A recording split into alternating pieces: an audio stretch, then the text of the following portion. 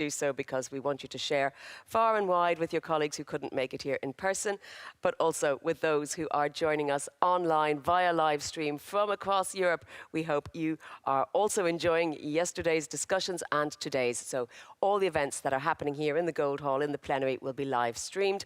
Those in the room, we have lots of breakout sessions for you as well. Have a quick look at today's agenda. We will kick off with a cross-institutional dialogue on how EU support systems work together in practice, otherwise known as a fireside chat, where you'll hear lots of information. We then move on to our first panel of today here in the Gold Hall, looking at how AI is reshaping business models, and we'll dig into that.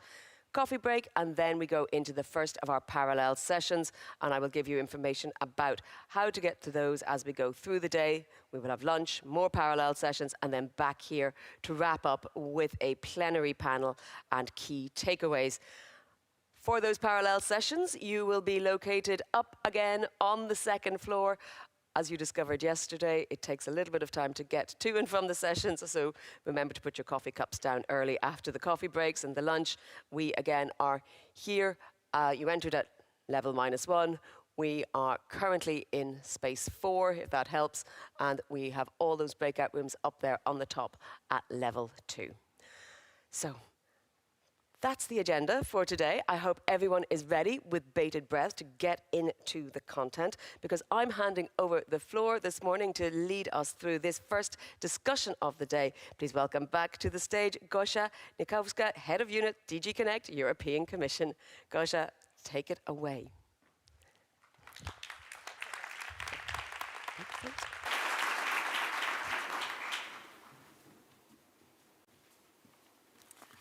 So good morning, everyone, and I would like to start by asking you to give a big round of applause to Jen, who's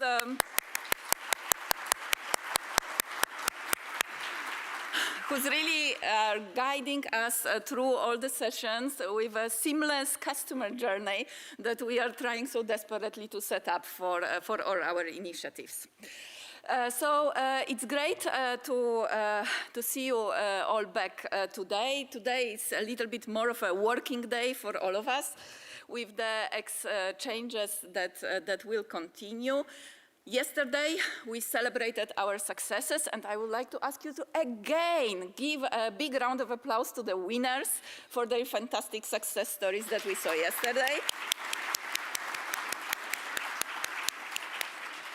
And let me say that these success stories, it's not only about the awards. Of course it is about the awards, they are important, but the success stories, it is what we need to promote our network and to showcase how great it is. So we warmly encourage you, send us your success stories, present the cases that are working in your countries, so that next year at the summit we have even more bigger selection and maybe even more awards for the fantastic work that you are doing. Remember that we also use these success stories for various opportunities. When our vice president, for example, goes and gives her speeches, we always try to include examples from your work to showcase what the EU is doing. So this work is really, really important, and please, please don't hesitate to share it with us. We heard yesterday Ulla's powerful presentation with great insights. She promoted her methodology agent. And one of the takeaways that I will have from yesterday is that all of you are having great solutions that you have already put in place, either the tools that you use for managing your own workflows or methodologies that you use for your clients. And this will be something that we will want to explore further and work with you to share these experiences so that the whole network can benefit from it as much as possible. I would also like to address one point that also has been raised quite a lot yesterday. Do not worry much about the name. Whether we are called European Digital Innovation Hubs, AI Experience Centers, or Experience and Acceleration Centers, what's important is the core services that we do. We support digital transformation, and that is according to the needs of the clients on the ground, and that is the core, the raison d'etre of our network, and that remains unchanged. We heard yesterday Olga's inspiring and moving account of how hubs are dealing with the war situation in Ukraine. She highlighted an important element of resilience. This is not something that our network has focused on much, but this is something that definitely we will want to look into in the future. We had a number of parallel sessions when the temperature in the room was matched with the heat of the discussions. We will continue more today, but I hope that the temperature will be better. And of course, the real value of the summit is in all the exchanges that happen in parallel, over coffee, over a glass of wine, and that I encourage you to continue as much as possible. I would ask for the slide. Yesterday we had a small problem with the size of the QR code, but we would like to ask you to sign up your events for the AI Innovation Month. As I mentioned, this will be from mid-October till mid-November this year, and we really count on your participation in showcasing the AI applications that are available in your regions, in your countries. Events, success stories, deep dives into sectoral usages of AI are more than welcome. I think this is a link to the survey when you can submit your proposals. Don't hesitate to follow up with us after the summit in case you missed, but we would really like to see a network-wide engagement in this event. And last but not least, we also have booths where colleagues are keen to have discussions with you. I saw yesterday a very active, lots of activity around the AI on Demand platform booth. It continues today. We also have a small booth for the thematic working groups, which are also happening, all of them in parallel. But this is also your chance to find out what else we are doing. And we are open for new proposals. And last but not least, today we have colleagues from the AI Act service desks who will also be happy to answer to any questions you might have. And now, to set the tone for today, I'm absolutely delighted to welcome a true friend of our network, Crispin Weymouth.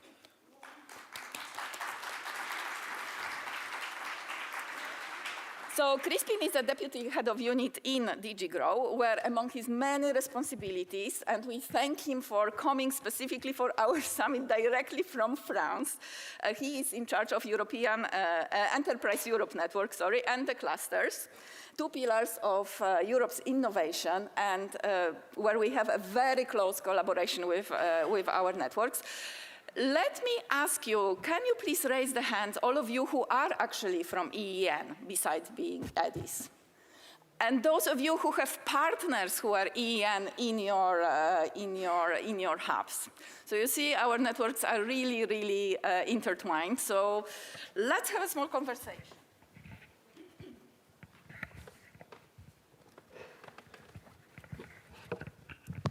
So Crispin, welcome again. And as we can see, we are basically twins in terms of networks. And in terms of collaboration, I think we can call it a really big success story for everything that we have had. We have guidelines on collaboration, we have joint events, we have joint projects where client is supported by the two networks. How do you see it from the EN perspective? No, absolutely agree. I remember, 3 years ago, we kind of came together and there was kind of, okay, who are you? What are you doing? Are you trampling on the same ground as us? And what we've done is we've moved together, as you say, through the cooperation guidelines by looking in the 4 different areas and seeing how can we complement each other? How can we collectively support the client? You talked about the customer journey. How can we work together to help the client on that journey?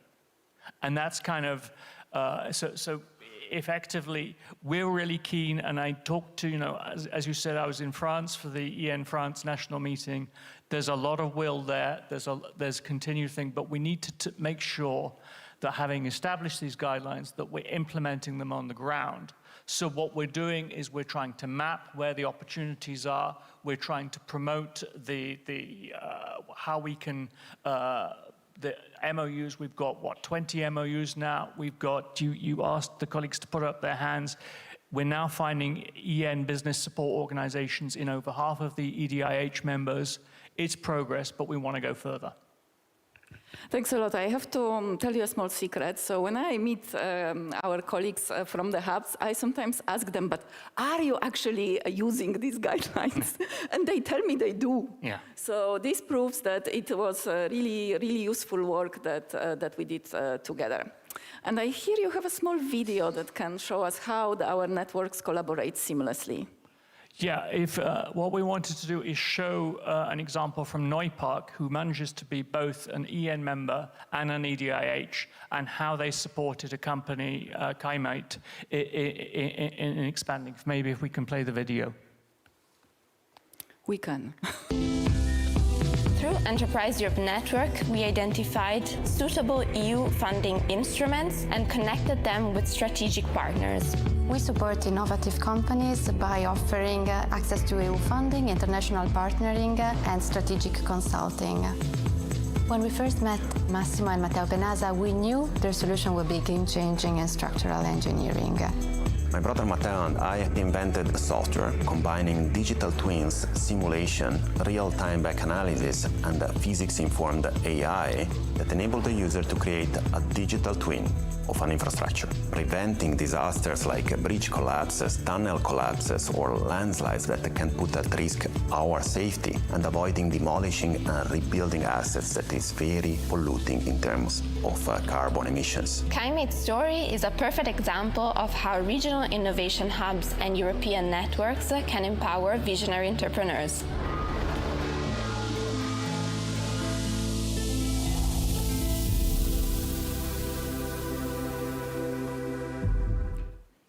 That is just one example from the many that we're seeing. Now, for the case of Neupark, they had both the EN and the EDIH.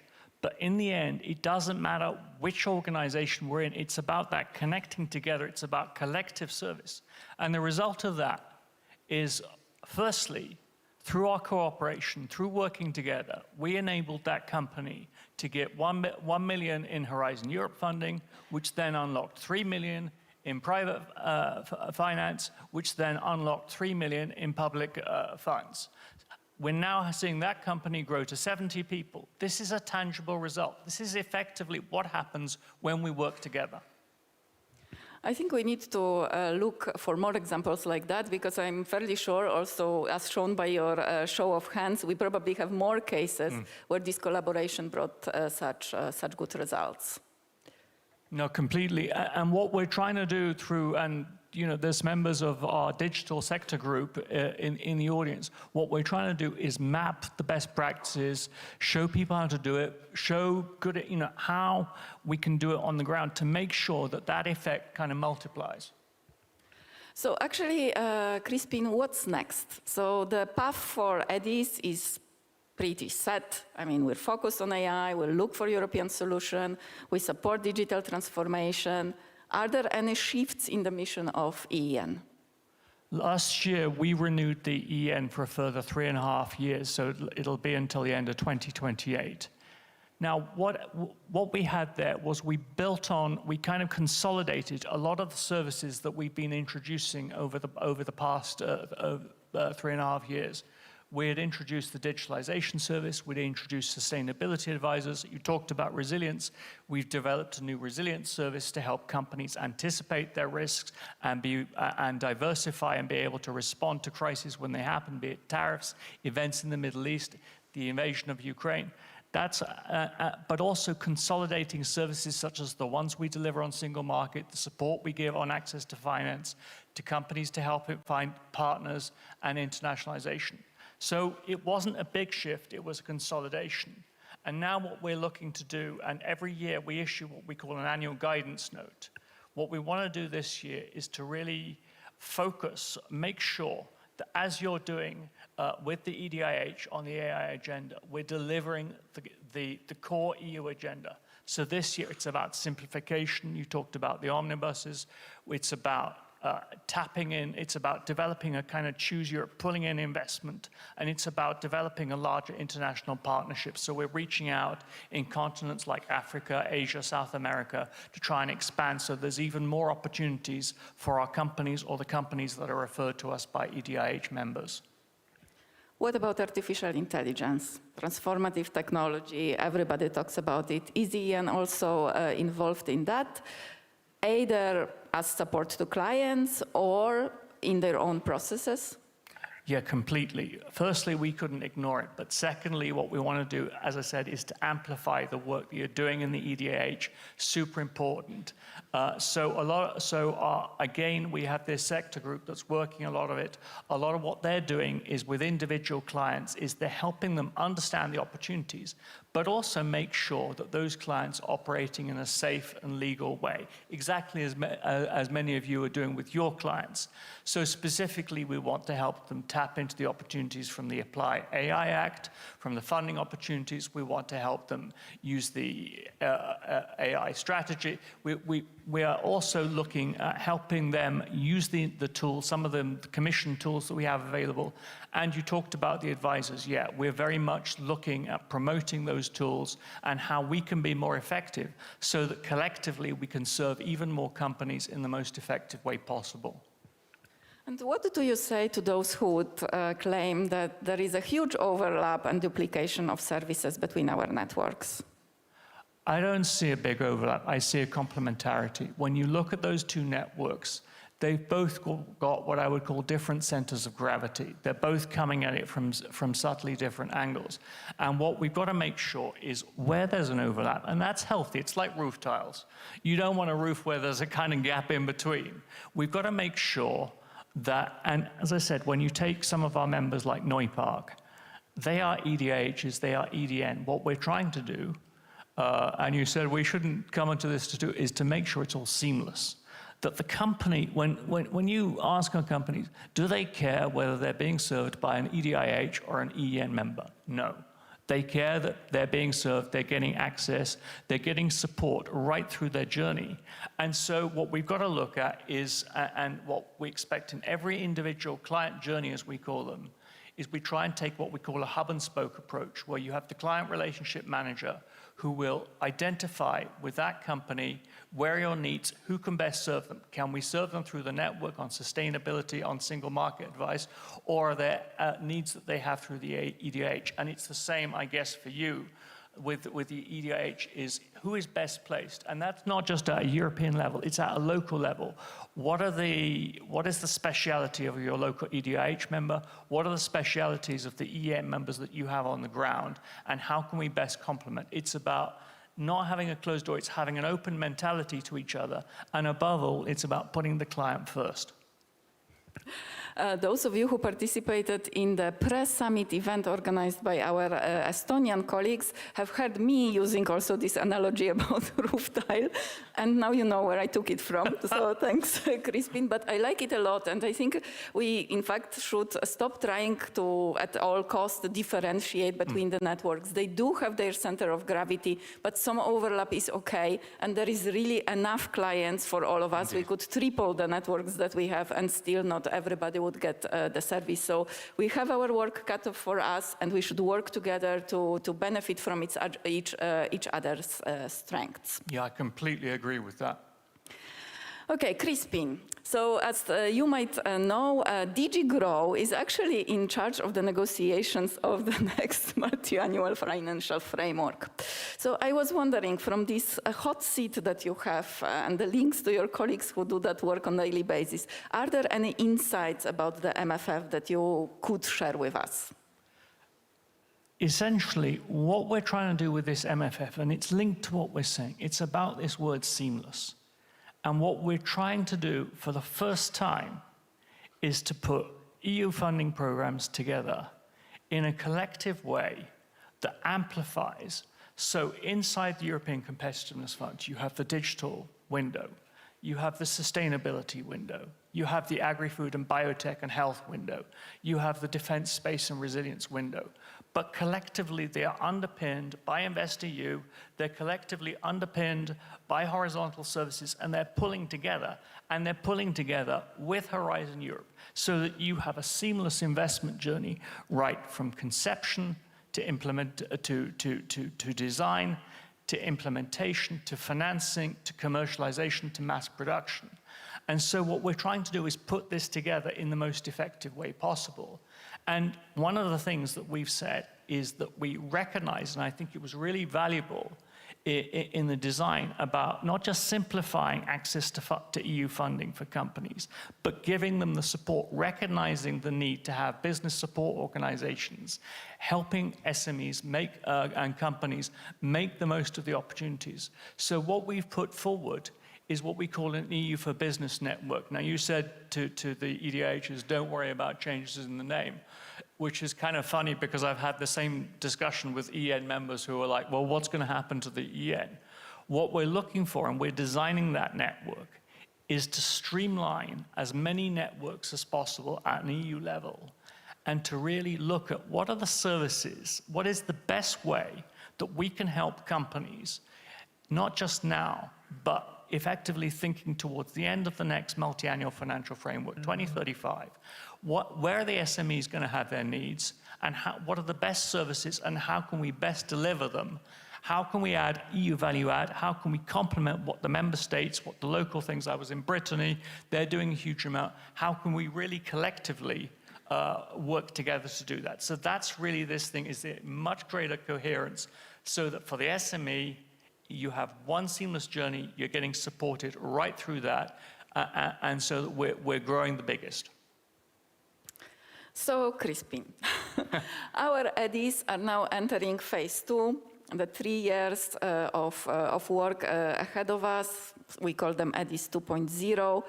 Any words of wisdom that you would like to share as they embark on this second phase of the adventure? I don't want to say new adventure, since we talked about continuity. I don't think I can claim any wisdom, but firstly, let me say, guys, you're doing a fantastic job. And our members recognize that. We in DG Grow, if we want to be all internal, we recognize that. Keep it up, but let's collectively work together. You have partners and a lot of you are already using them. If you're not, get in touch. We have a bunch of EN members in the room. They're keen to work with you to amplify, as you said. As Gosha, you said, we have enough to go around. So let's keep the client at the center. Let's see what we need to do, collectively working together to produce the maximum output. That's our kind of wish, and let's do it together, guys. Let's do it together. I think that's excellent parting words. Thank you so much, Crispin, for joining us today. Thank you, everyone. Thank you very much, Crispin. Thank you, Gosha. I think you've opened up the day with a very enthusiastic discussion, so we will absolutely continue that. We're going to move to our first panel discussion, and I'm very pleased to be able to hand over to Gaspard Demure, as I'm sure you all know very well, from the AI Office, Deputy Head of Unit on AI Innovation and Policy Coordination, looking after the EDIHs and the TEFs, the Testing and Experiment Facilities.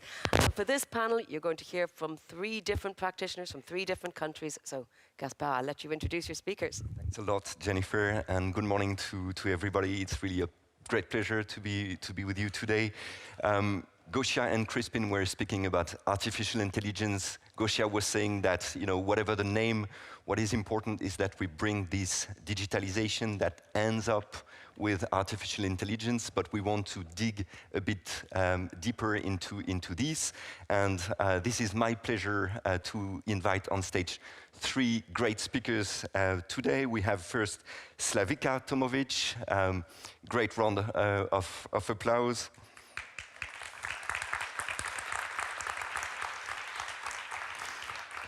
We have Lothar Hotz. Please, Lothar.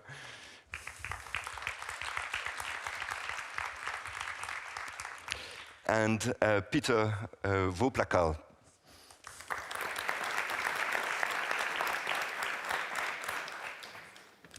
So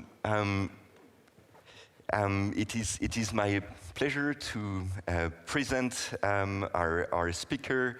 So Slavica, you're representing Mont EDI, so the first European digital innovation hubs in Montenegro. Slavica Tomovic has a PhD. She's an assistant professor at the Faculty of Electronical Engineering, University of Montenegro, and is a specialist in telecommunication with a strong focus on IoT. So really welcome Slavica. We also have with us Dr. Lothar Hotz. Dr. Lothar Hotz is the managing director and project leader at the Hamburger Informatik Technology Center.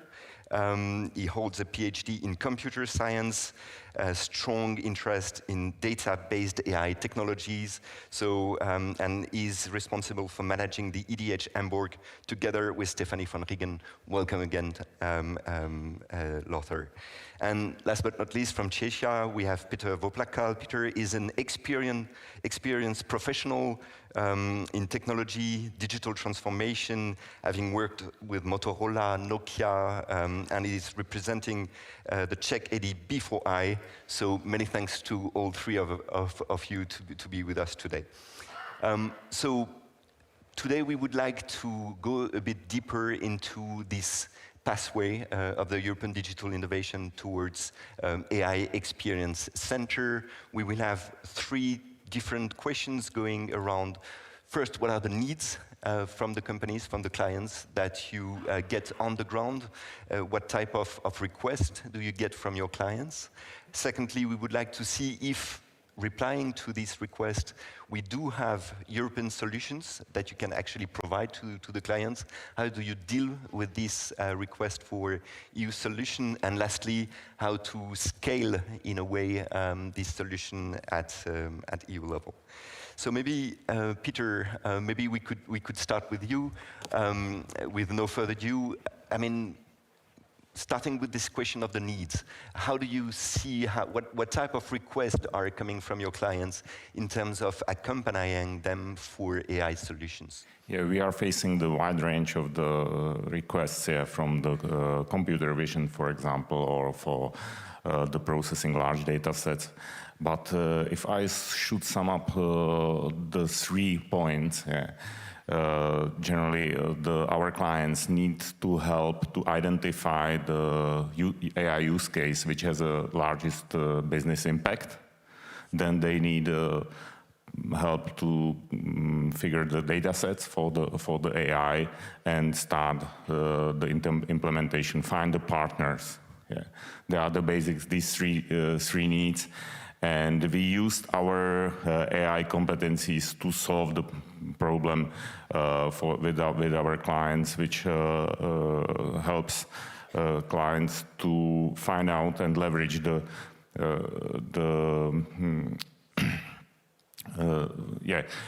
use competencies to leverage to find the solution within minutes instead of weeks. Yeah, so that's something which definitely helps.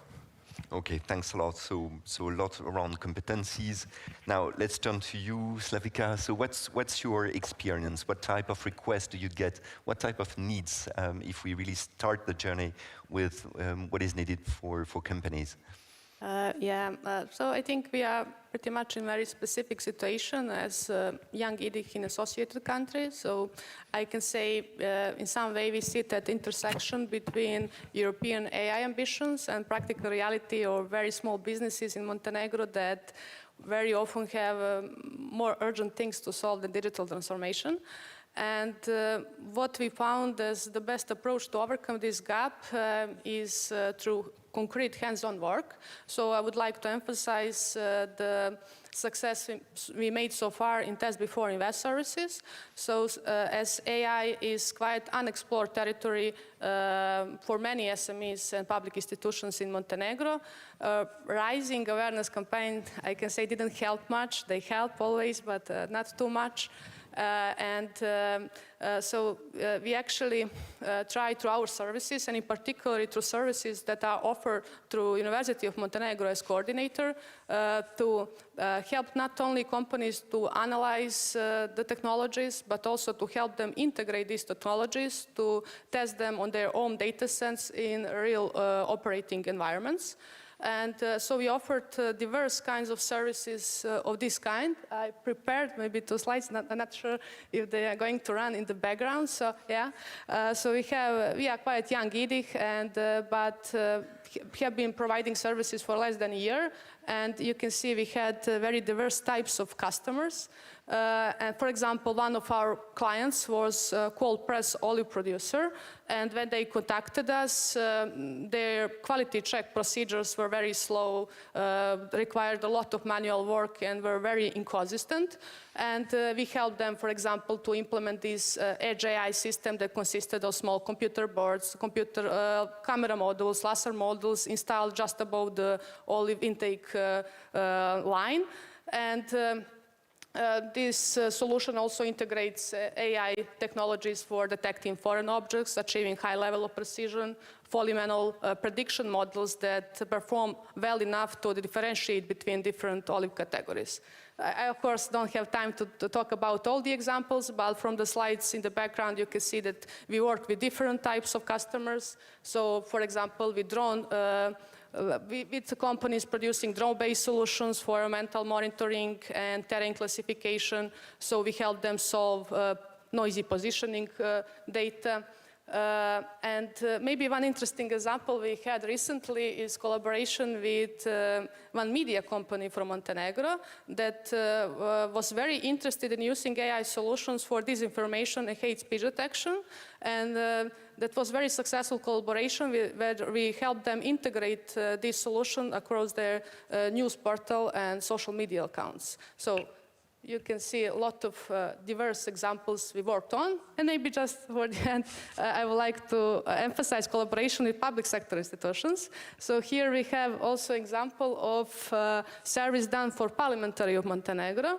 So it's quite a different type of clients, but the logic was the same. So their staff faced significant problems, spending a lot of time of correcting and searching through huge databases of stenographic transcripts, and there we integrated AI solutions and workflows for automated correction of these transcripts and intelligent search modules that allow them to look for any kind of information they want in huge databases of parliamentary records using natural languages. So, well, thanks a lot. I mean, very concrete examples, and I also hear, and this is something that we also discussed with other EDs, I mean, AI is also part of a larger digitalization process, so it's also related to data or other needs, so we need to keep that continuum while also bringing this focus on AI.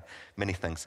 Lothar, in your experience, what type of requests, what type of needs are coming from your clients, including public administration, maybe? Yes, we have several requests related to infrastructure for hardware, for AI infrastructure and specifically. And this is why we developed a specific kind of service, which is called research computing infrastructure, which is somehow in between your own on-premise 1 or 2 GPUs and AI factories. So there you can use locally in Hamburg, we're coming from Hamburg, several, currently 16 GPUs. And for instance, a startup came up, said, okay, we have images about shelves of hospitals. You know, how is the stock level there? This is an important problem, it seemed to be. So they had images, and they already also had this AI implementation, but they have no experience in high-performance computing. And our research computing infrastructure is organized like a HPC of AI factories. So they have learned then there how to use that kind of thing. We call it workload management, Slurm. It's a batch approach there. And they have specific individual advices from an HPC expert there. So this is also important because this is somehow a step for companies, let it be or public administrations, who already have experience and data, but would like to use, in this case, EU-wide AI factories. So this is one concrete example at this step here. Others are, of course, I mean, they have now the opportunity to have said, okay, it works, so they can now go productive, not at our RCE, but somewhere else. So the decision was supported there, and they would support it to scale up in their respect. So it is quite test before invest somehow. Well, that's super interesting. Many thanks. And also it relates to the discussion we have on AI factories and how to relate or transfer the clients from one tool to the other in the AI ecosystem. So many thanks. So we have requests coming from companies. There are needs. Now the question is what type of solution we can offer as EDIHs. And my next question is a bit, of course, we are in the process of matching, I mean, offer and demand in terms of EU AI solutions. We do not necessarily have the solution all the time, but I just want to see, you know, how it goes. And maybe starting with you, Peter, I mean, when replying to this request, do you find trusted EU partners that can offer EU-made solutions in the field of AI? Yeah, for our solution, which we have developed in a Brain for Industry, where you have a bunch of data of the CAD data and text data from the technical projects, and the client needs to have an AI agent which quickly search in this big bunch of the data. Then is a use case when you need AI infrastructure compute to transform the data from the CAD data and text data to some data meta structure which allows you to process it in an AI agent. And then for that you need a partner like Lothar, for example, HPC. Okay, very interesting. I don't know if you also have concrete use cases. You know, we saw your examples. Do you find on the market or you know, with other EDIHs solutions made in Europe that you can bring to your clients? Yeah, so I talked before about the things we are proud of, but now it's time to talk about the things that we are actually lagging behind when it comes to that aspect. So I cannot say that we have strong links with the European AI solution till now.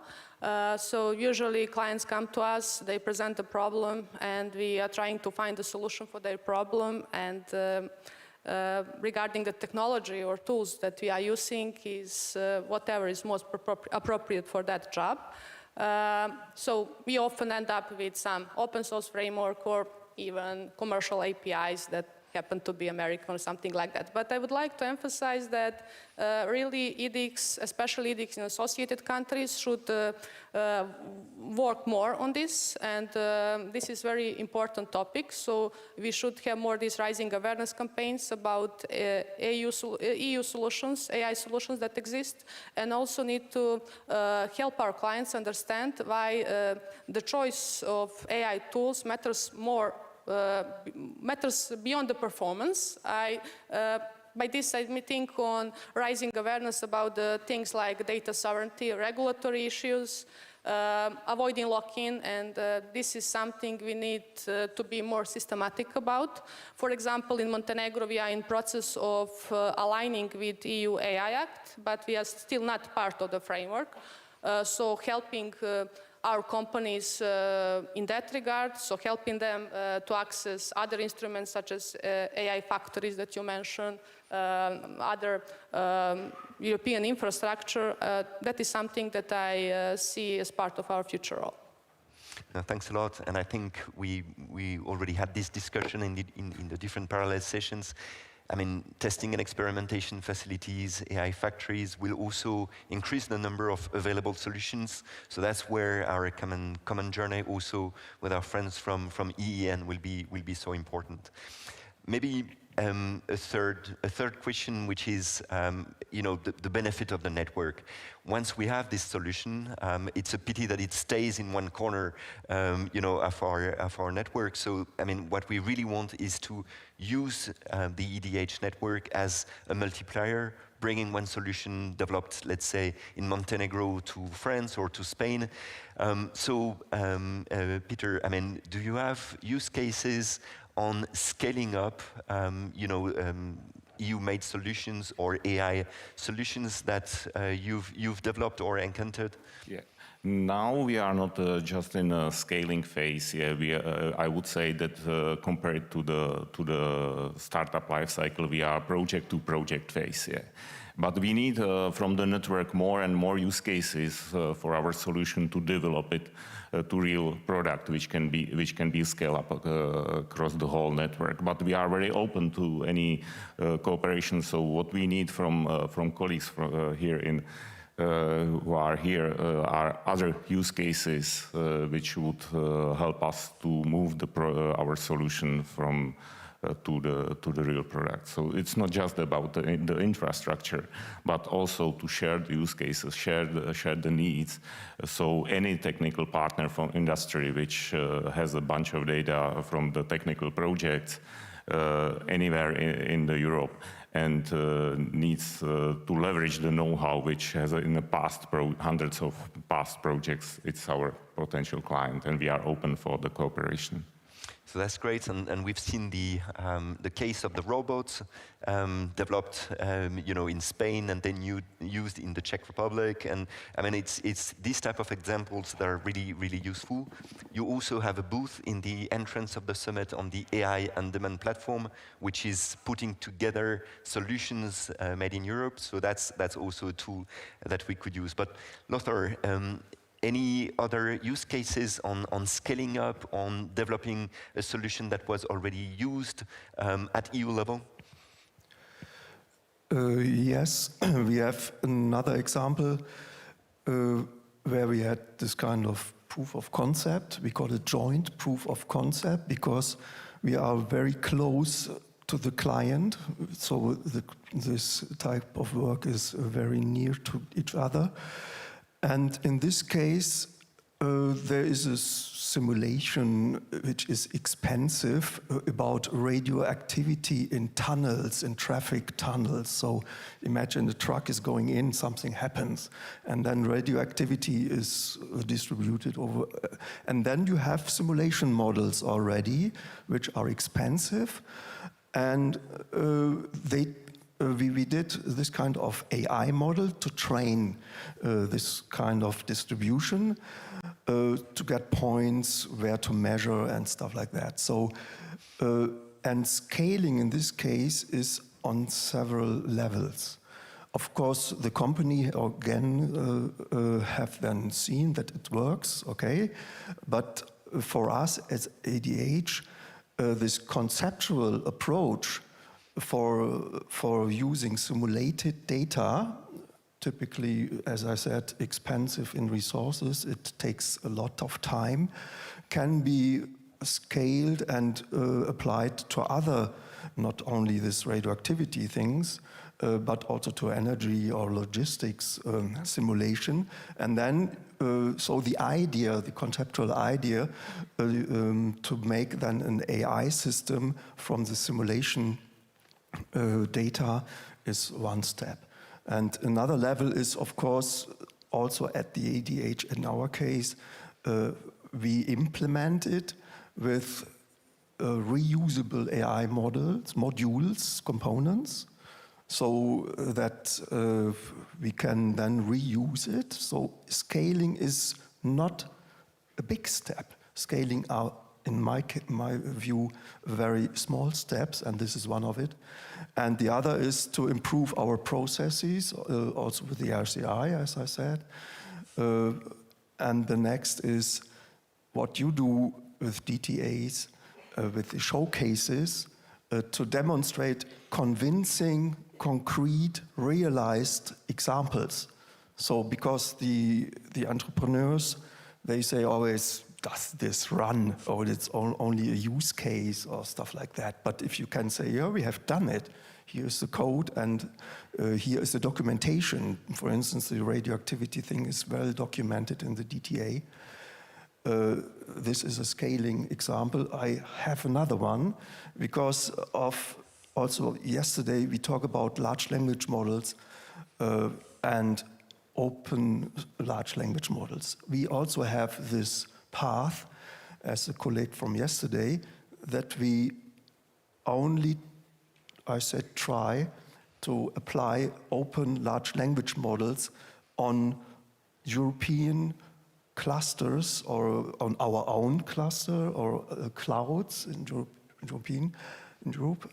And there we start also with a use case service at a insurance, public administration insurance endeavor, where they had this task. Every entrepreneur, every company have in Germany this task to make a documentation about the danger of the workplaces. So you can imagine there are also in screens you have danger about eyes or stuff like that. They have to document it. They have to write a thing where they write it down. And if you hear nowadays the word writing things, you always have to know, okay, you have to use a large language model for that. And so we have now a productive system, so this scaled up. The productive system is not developed with EDIH, it's after EDIH, but the use case scenario and stuff, it started with an EDIH. And then it is productive now on a European cloud with Mistral behind. So you can download, they call it G-Doku. This is a software from this Berufsgenossenschaft. I don't know what that means. And then this is typical normal IT software. And at some point you can say, okay, give me help. And then you end up at the Mistral chatbot prompt. And then you can, this prompt is a specific prompt. And it is possible to have open things, open large language models, because as SMEs, we have a different task than the hyperscalers with the things like ChatGPT or Gemini, because they have to supply the whole world and every question of this world.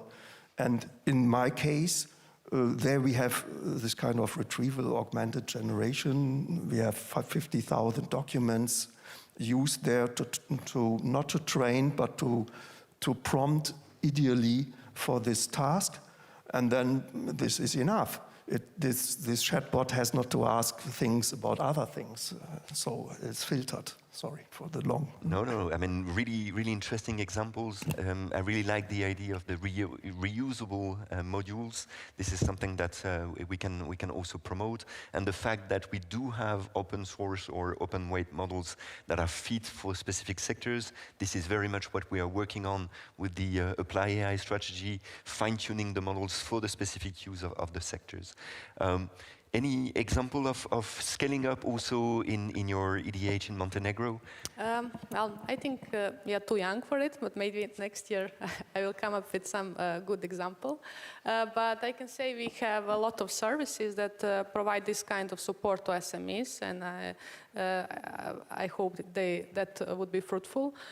So we help them to connect with investors. We also have Chamber of Economy of Montenegro is one of our partners, the part of consortium. So they help enterprises to internationalize their products, to try to reach the European market, to connect with European enterprise network, and so on.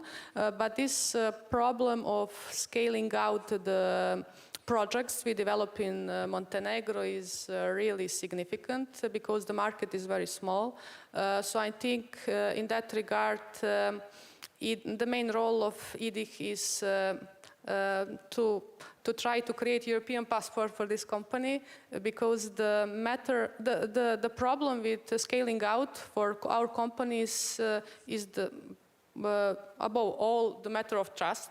So we have more and more companies developing very interesting AI solutions in Montenegro, but it's very difficult to scale them out. I think this problem of trust is very important. So I think we should help them. I talked about that before, to align with EU AI Act early on. So for example, when they come to pitch the idea in some big country, in France, Italy, I don't know, so they have already removed this regulatory burden. And also we should help them access other instruments such as this advanced experimental and testing infrastructure, so we can say that these solutions are thoroughly validated for industry. Very interesting, and we will have a session on the regulatory sandboxes and testing and experimentation facilities. So indeed, to build trust, these different tools are very important. We are arriving to the end of this panel. We have still a couple of minutes to go. I would like, as this is the next steps, the transformation of the EDIHs into AI Experiment Center. Maybe that you each have one sentence, one word on the future, on the way you see the evolution of your EDIHs. So maybe starting with you, Slavika, the one-word challenge. It's a big challenge, but maybe I'll just continue what I was talking. So I think EDIHs should be hubs that enable companies, no matter how small they are, and no matter in how small countries they are, to access the best technological solution across the Europe, but also to launch their solutions at European market.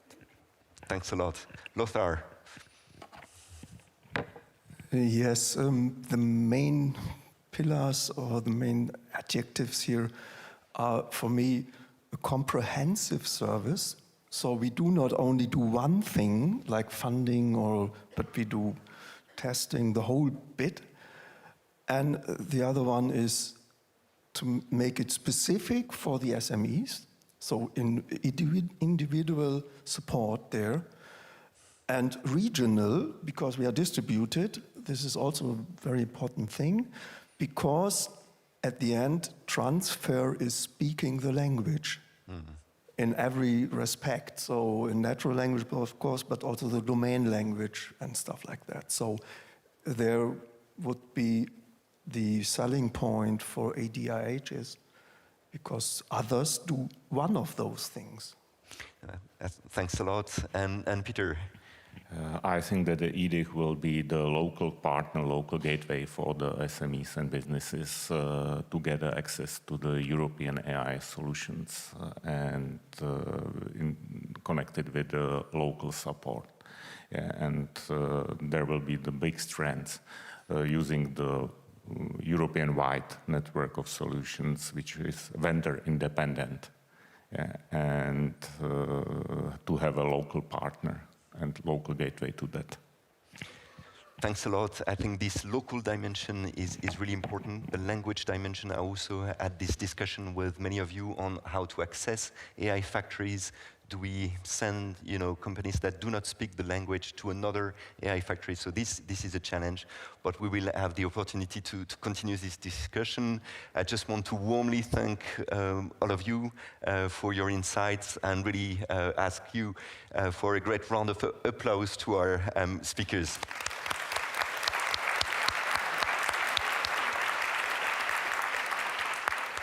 And back to you, Jennifer. Thank you, Gaspar. 44 seconds to the minute, worthy of a primetime presenter. You're absolutely excellent. Thank you so much indeed, and for the great discussion. We now have a quick change of water, and we will have our next panel discussion. This time we're going to be looking at agentic AI, how it's reshaping business models, how it's shaping production, and what inherently it will mean for us all going forward. We're going to discuss the benefits, the drawbacks, and what will be the potential outcomes. So I'm going to take a seat and invite my speakers to join me on stage. We have Manuel Reinsberger, who is a technology specialist from DG CNECT in the European Commission.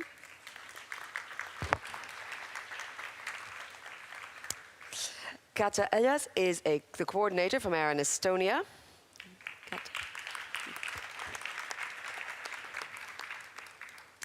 We'll give her a moment. And Florent Chunel is Vice President from Forward Deployed Engineering at UiPath.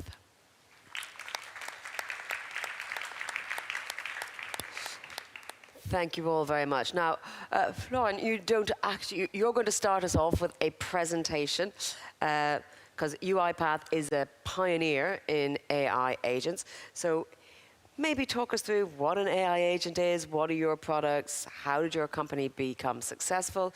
We're going to hear a little bit about that, and then we will discuss how to possibly emulate that. And I know you have some slides as well.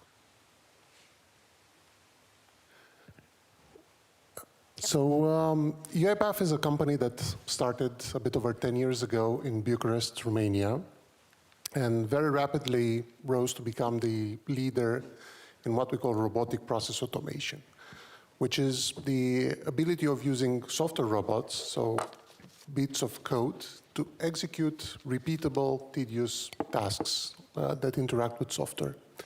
And this was a domain that basically rose very quickly because of the need to adapt to the changes in the workplace and being able to increase the efficiency and create more bandwidth for innovation as well. So this is something that, like I said, we've been doing for a bit over 10 years, but we realized that there are some limitations. So what we were doing was very focused on automating tasks, on automating parts of the key processes, but there was always a bit of information or decision making that was missing. So AI enabled us to take that next step into really automating processes end to end and being able to understand the documents and information that we're processing.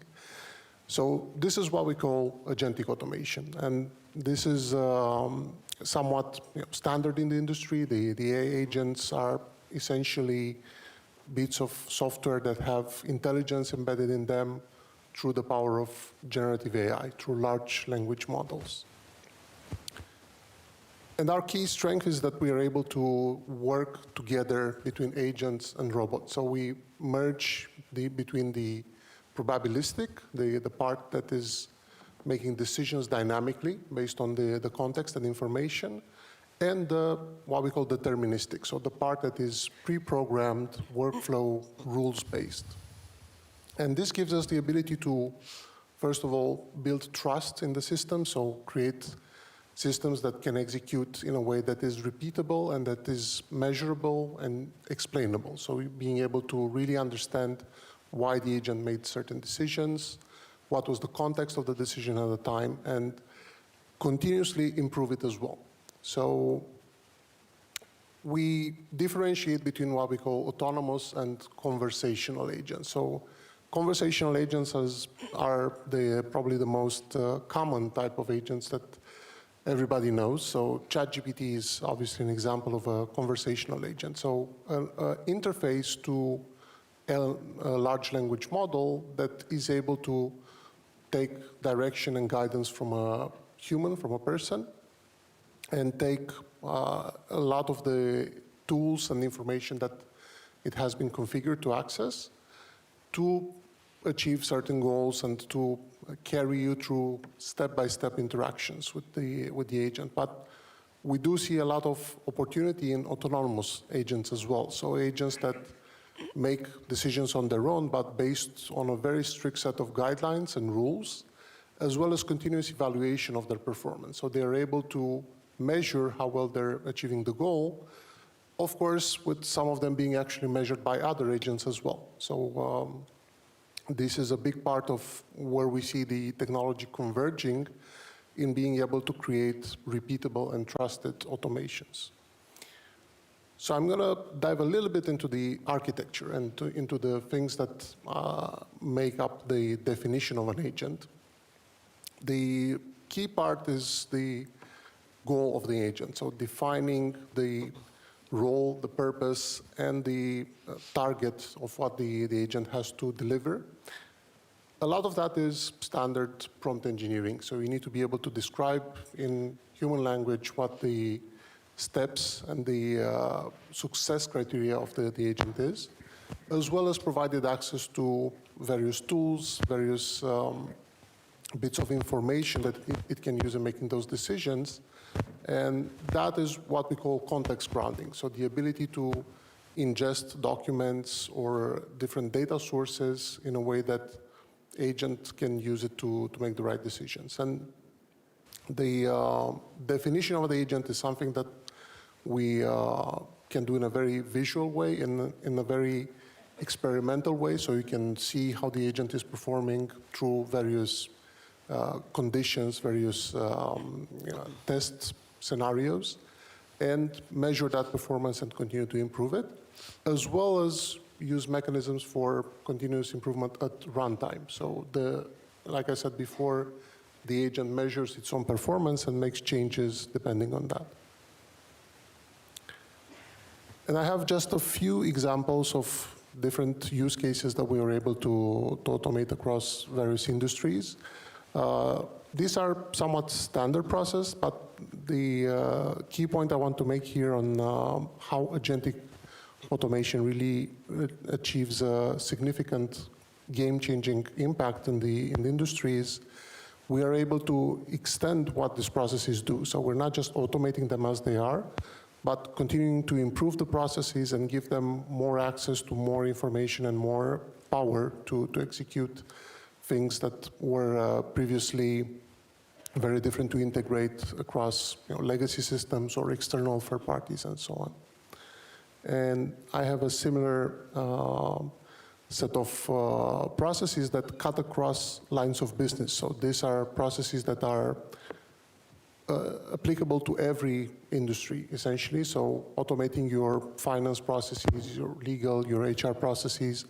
These are processes with a lot of similarities, so they have a repeatable set of rules and systems that they use, but also a lot of variation, a lot of customization needed to adapt into the specifics of the industry. And this is again where I think the power of agentic automation really makes a huge difference, because this can be done continuously. So you can always adjust the performance and the behavior of the agents.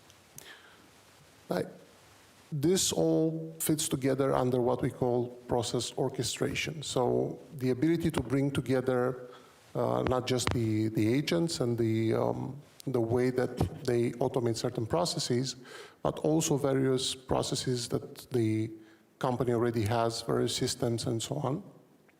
And I'm going to jump straight into what this looks like. So it's the ability to define a workflow that connects the inputs and outputs of the various agents and various tools in a way that you can really understand and control the execution of every step and go back to the specific instances, specific cases that you've executed at one point, and understand all the decisions, all the metrics, all the various things that you're looking at in order to really trust execution of the agent.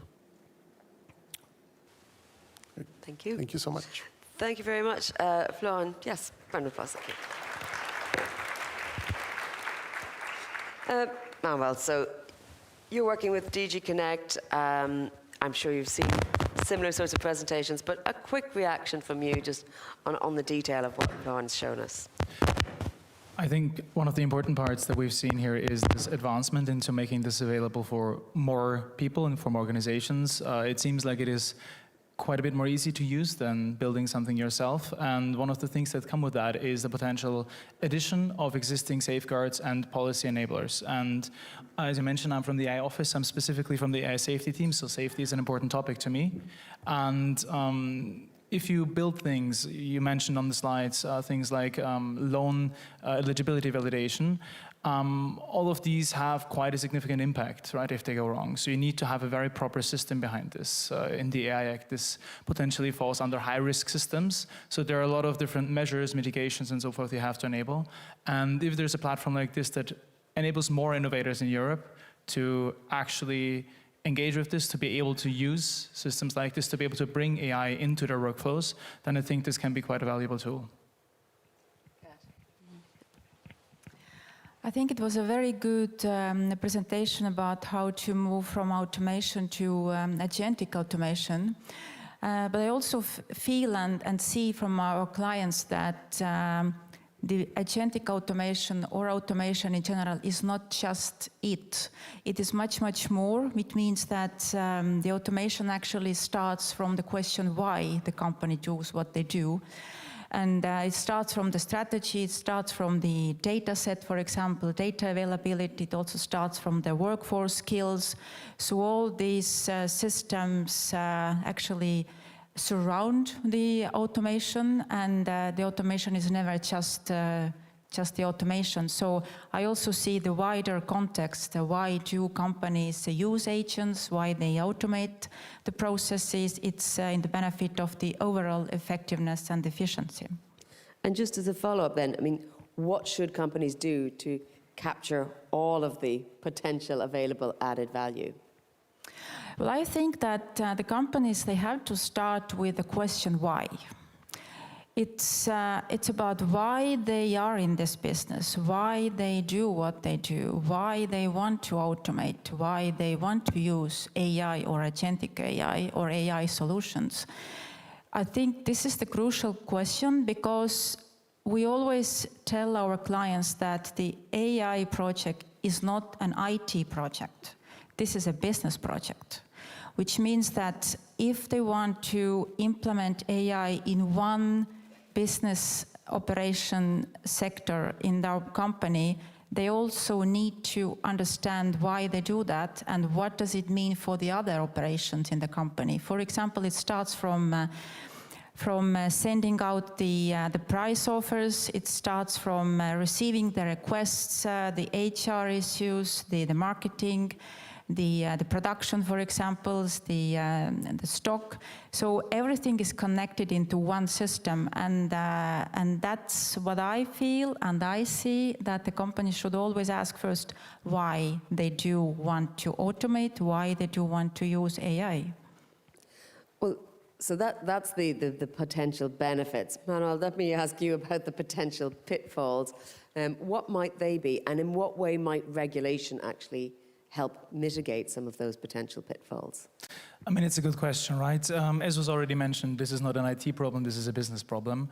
And therefore, it kind of can encompass everything that a business has to do, has to offer. And as a regulator, we have to find a difficult balance here.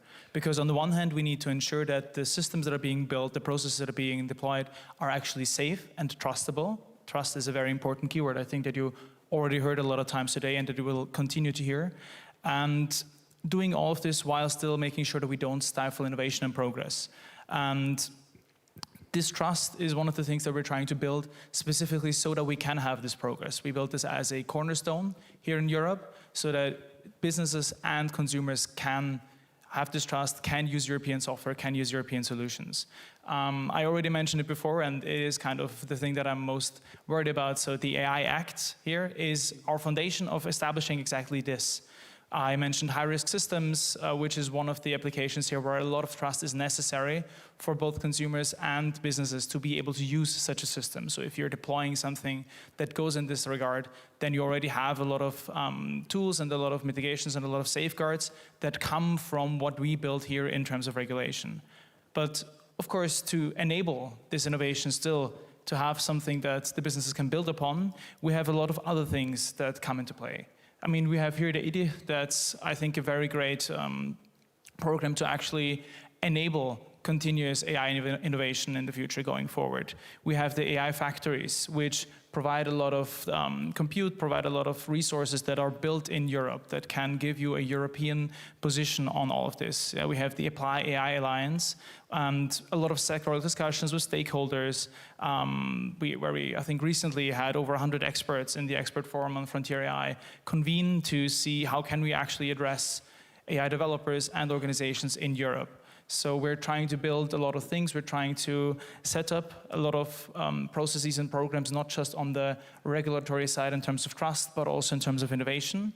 And I think that this can allow us to strike exactly this balance of still providing safety and trust, the thing that is so important for actual use and adoption of AI systems, while still making sure that Europe is carving out our own distinctive path. We want to become an AI continent, right? We have programs also in that direction.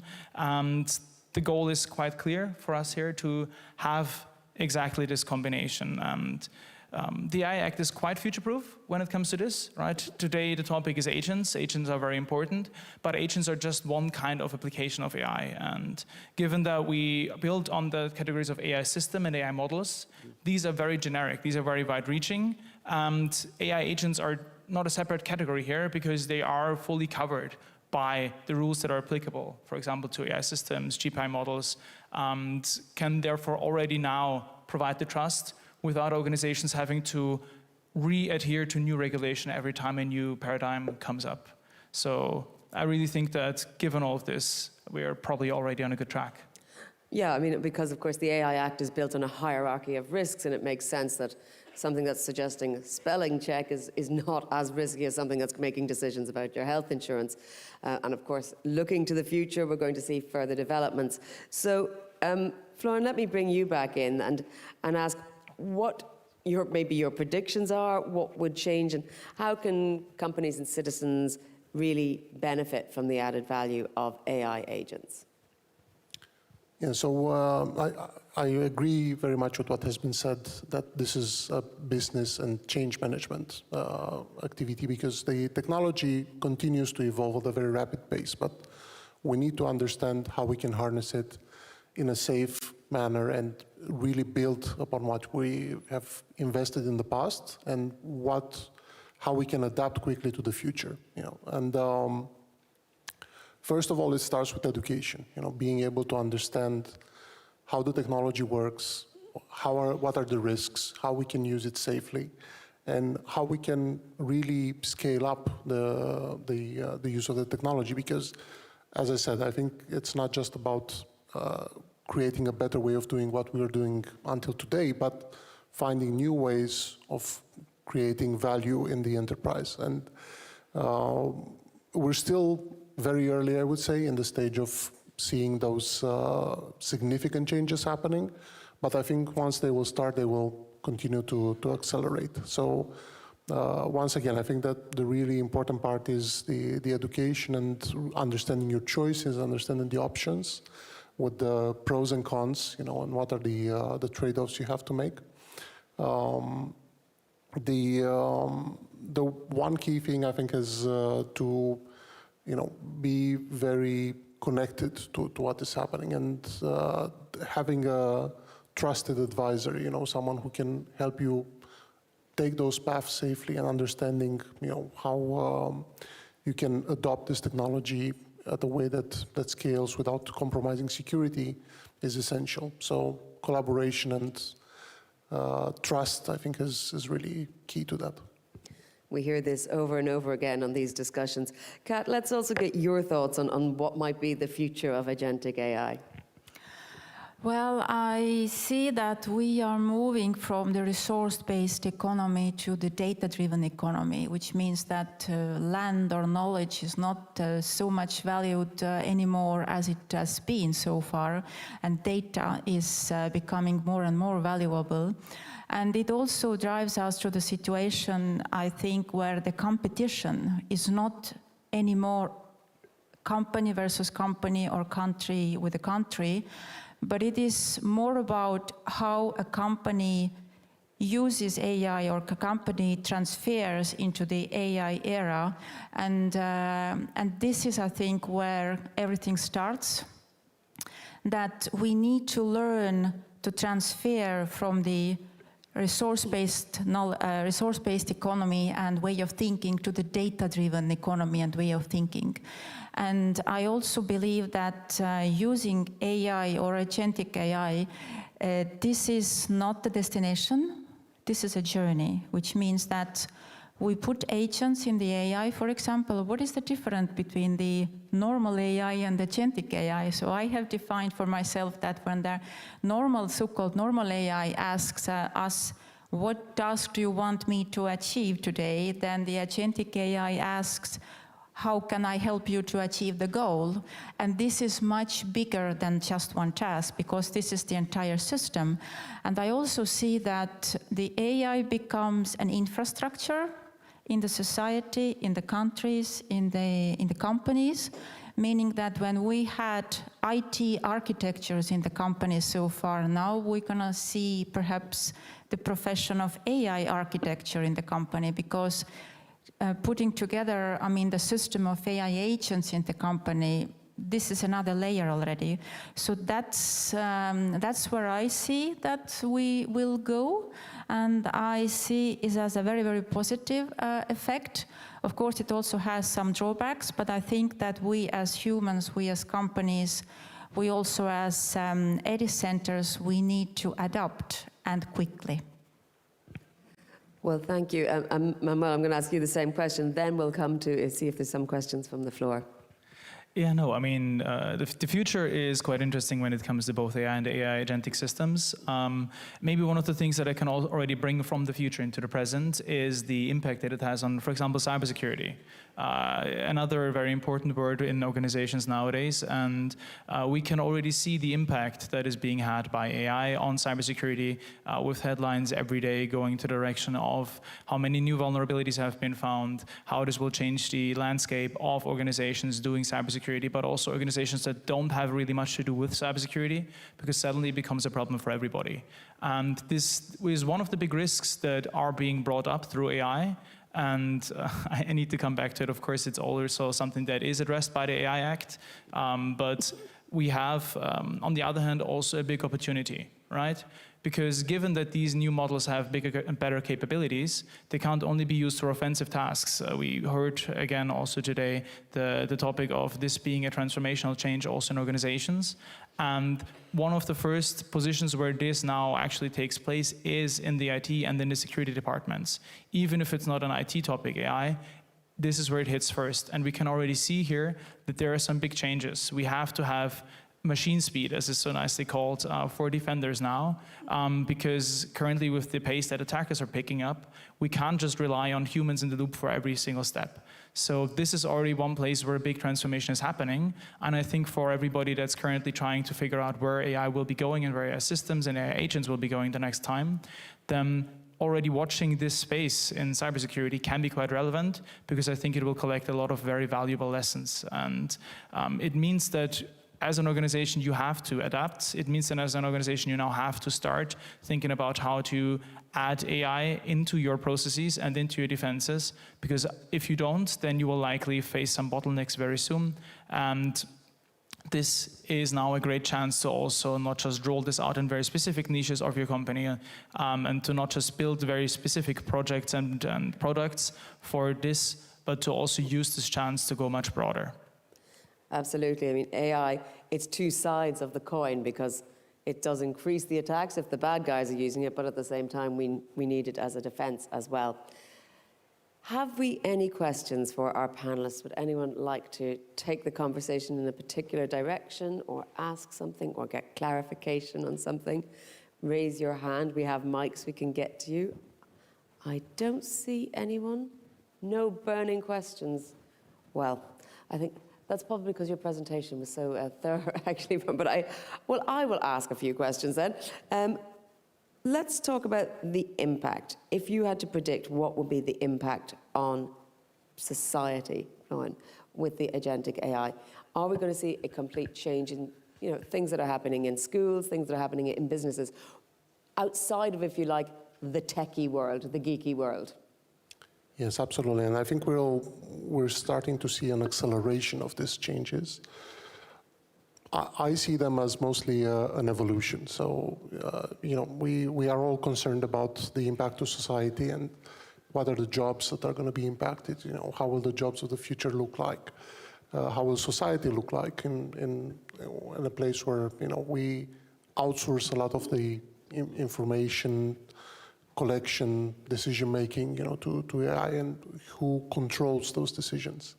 So there are quite a lot of questions to which we don't have the answers to, but I do trust that we will do this as a steady evolution with collaboration, and with openness in really making the right steps. And we do have quite a lot of now customers that have been really early adopters. So they've been innovating, experimenting with this technology very early on, and of course expectations were very high as well. So the first results did not match what they were expecting, but they very quickly adapted and really understood what works and what doesn't, and used it in a constructive way. And a lot of the people involved in this transformation also adapted as well. So they created new roles, new evolution of the roles to really harness this technology and use it. So I trust in our ability to adapt and change.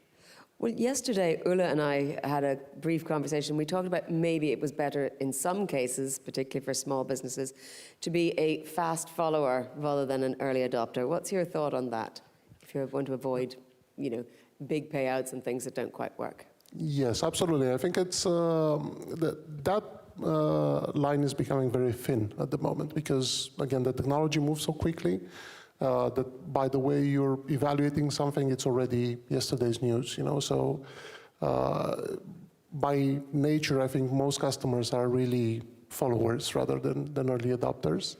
But again, that's not something necessarily bad. I think it's something that evens the playing ground a bit, and while still leaving room for innovation. And for us, a big concern is security and being able to create systems that are secure by design and not have security bolted on top or creating other ways to safeguard the system. So the systems need to be secure from within, right? And that's something that needs to become the standard. I think that's for us to continue to move forward with this. Kat, we hear a lot about the need for a human in the loop and how we need oversight and so on. Who should that human be? Do they have to be thinking in a specific way? Do we need extra skills, extra training? What human do we need in the loop? Yeah, well, that's a very good question. I have also thought about that quite a lot, actually. What does it mean, us as humans? I think that if intelligence is available for everyone, then we humans, we have to learn or be more, or use more critical thinking, for example, or system thinking, or we need more collaboration, we need more to create trust between each other, not with an AI, but between each other. And I think that the AI era will teach us more the cognitive skills we have as humans, because AI does not have emotions, AI does not have feelings. And this is, in my view, this is becoming much, much more important for us as humans to interact between each other, to make meaningful decisions based on AI data collection, for example, or data based on AI analysis, for example. So this kind of cognitive skills become more and more important. And I've also been thinking that it will actually also impact how we learn, because the learning is also a constant process. It's not just I learn and then I know. No, because there will be so much new information coming in, and we always need to relearn and reread the same things again and again. So I think this will be a change for us as humans, and again, I mean, as faster we adapt with this understanding, and then as I think better humans we become. Manuel, then a final quick question for you as before we wrap up. What is the future of the use of AI in writing regulation? Do you see a point where AI writes the rules for itself? I think it is, of course, something that might be possible, but I think it's something that's quite important to do, if at all, very sparingly, because at the end of the day, the regulation is something that will involve us as humans, that will shape our future here. And I think leaving that fully up to AI might be a very difficult proposition. I knew you were going to say that. But thank you very much. Can we get a round of applause, please, for all of the panelists?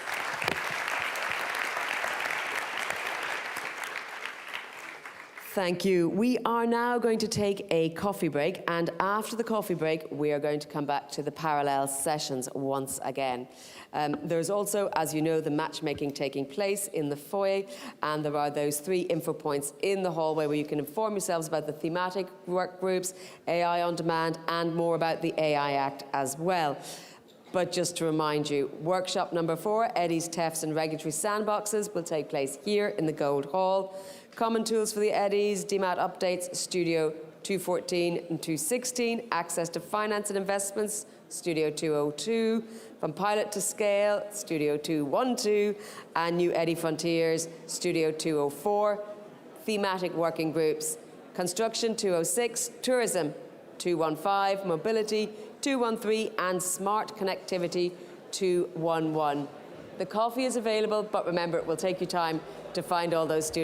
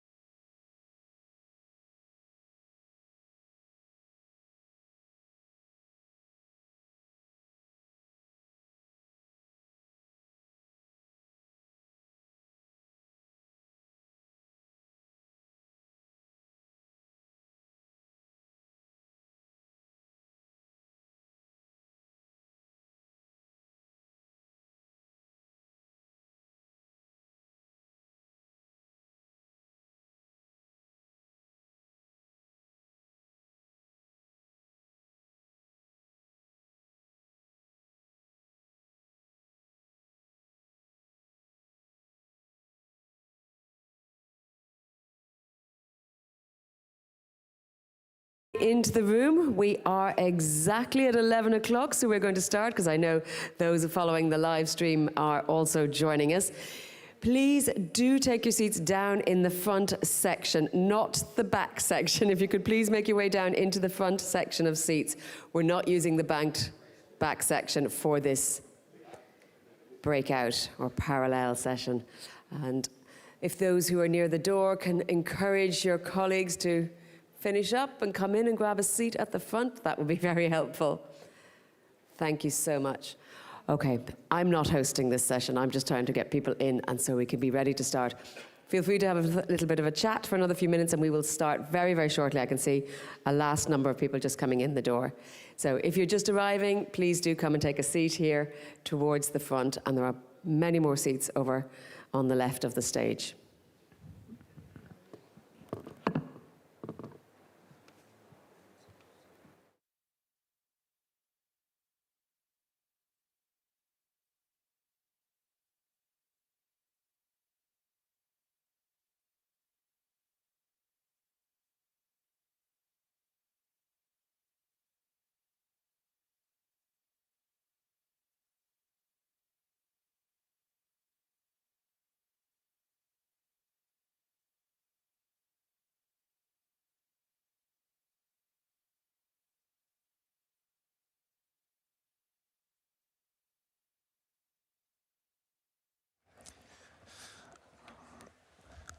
I hope it's gonna work at a certain point. Perfect. Okay. I see people still coming. Oh, sort of light. Okay. Good morning, everyone. Again, I'm Livio Rubino, Legal and Policy Officer at the European Commission office. We are here to talk and hear more about TEF and AI regulatory sandboxes and hear from practical experience from a different perspective, of course, with a specific focus on the collaboration with the European Digital Innovation Hubs. And I will just invite at first all my speakers here on stage to kick off. So I have Paola Baruchelli for Innovation Action. I do have David Servat from AI Matters, TEF. I have Antonino Rotolo from the User Project. I do welcome on stage also Evelyn Brook from Aire Edi from Estonia, Christian Bogener from AI Innovation, and last but not least, please take a seat, Raffaele Giaffreda from AgriFood TEF. Thank you very much. Okay. Please have a seat. Okay, so before giving the floor to my panelists who already thanked to be here for your availability and to share your experience with us, I will give a briefly presentation just to set the scene, introduce a bit the entities, why we are here, and what we will talk about. And then our speaker will introduce themselves with a really short presentation with a bit more details on what the organization does and what they do. So we are here to talk about TEF and AI regulatory sandboxes with specific focus on the collaboration with our beloved hubs. So I will start with a question, and providing a first answer, given this quite a challenging topic on AI regulatory sandboxes. As we know, this is a bit, again, a bit more challenging topic as the deadline set by the Act is not passed, so we are more in the implementation and preparatory phase. That's why we are on stage EU-funded project, the user project, which will tell us some more insight on their job, on their work that we have been doing together, and of course from some practical experience from our Estonian hubs. However, we can provide a general definition as described in the Act, which describe the AI regulatory sandbox as a controlled environment where test, validate, and experiment an innovative AI system. Furthermore, as said, we have a stage in this particular occasion, the user, which will tell us a bit more about some insight and more practical experience. Afterwards, we will have a discussion, a deep dive on some practical experience on collaboration between the TEFs and the hubs, which I do assume you are all familiar with the hubs and the TEF at this stage, at this point. So I will not linger much further on this.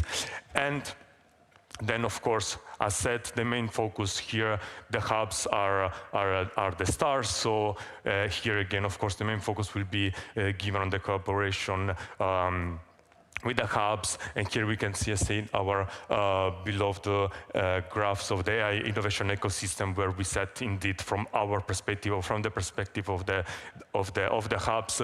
The hubs and tests as entry point and as entities that can guide really through the overall journey the companies, with specific focus, of course, as we always stress, SMEs and the startup. So I thank you. I hope it was more or less clear, but no worries. You will hear more, and hopefully you will learn something more. And at the end, we will open the floor to the audience. So please, if you have any questions, I will about the end of the session. We will take some questions from our panelists on any doubts or questions or contribution you would like to raise. So without further ado, I will give the floor to our panelists. So we start with the agri-food, with TEF Agri-Group. Yeah, please. Okay. Right, just a quick look at the slide. I'm Raffaele Giaffreda, the coordinator of the Agri-Food TEF. The picture that you see there is a representative, of what we are all about. We are providing testing and experimentation facilities which are happening actually in the fields. So real conditions for testing the solutions that third parties that come to us have before going to market. So you see there in the middle the needs of the SMEs and the startup that are not fully resourced to have those infrastructure facilities in-house. We expand them with digital services as well as physical services in the fields. And we provide them support for technology enhancement, for compliance check, and for partnering with our business partners within a wide network. There's more than 30 partners in 10 as of yesterday countries in Europe. And these were the latest numbers of companies that we reach out to. We have more than almost 200 companies that we provided services for. And yes, this is a little bit the focus of our TEF. Okay, thank you very much. I will move forward to the next TEF represented on stage. Yeah. All right. So I'm David Sava. I'm working at CEA. We are coordinating the AI Matters project. So the AI Matters project is the TEF dedicated to the manufacturing domain. So essentially, we are providing services to SMEs, startups, even larger groups that have a request on how to deploy AI components, AI solutions, both in terms of making enhanced products, but also in terms of enhancing their manufacturing processes. So since the start of the project, we have been helping more than 200 companies. And that's quite a good success in this project, because we get the feedback from our customers that has really make us comforting in our project. Their testimonial is that the TEFs are providing a unique combination of both high-end equipment, expertise, which is often hard to find out, and also some capacity to build out strategic investment, strategic scenarios to help the companies achieve their journey, for instance, to have a product reaching market or to have their processes enhanced and reach more competitiveness. So I think all in all, together with our stakeholders like TEFs, the other TEFs, the EDIH, and also the AI factories, we are building a long, lasting network of expertise, of installation, of infrastructure that do have a real impact on the industrial companies in Europe. And this is why we are very happy to continue this project and hope that those instruments will long last the new framework program, for instance. But we'll come to that perhaps later in the discussion. Yes, thank you, David. Now we move on with user Antonino Rotolo. Thank you. Good morning, everybody. My name is Nino Rotolo. I'm professor of AI law at University of Bologna. And I'm here as a coordinator of USER. USER is a project that actually is supposed to support all the member states, the 27 member states, and also the AI office in the development and establishment of AI regulatory sandboxes. As required by the AI Act, Article 57 requires that all member states should establish at least one AI regulatory sandbox, so a control environment for experimenting from a regulatory perspective, innovative AI systems. USER is a consortium, is a CSA, so actually we are, I cannot list all the partners, but just to give you the configuration of the project, actually the project is supposed to simulate sandboxing. So what we say sometimes is we are sandboxing the sandboxes. And so in the consortium you have all the companies that can do that, right?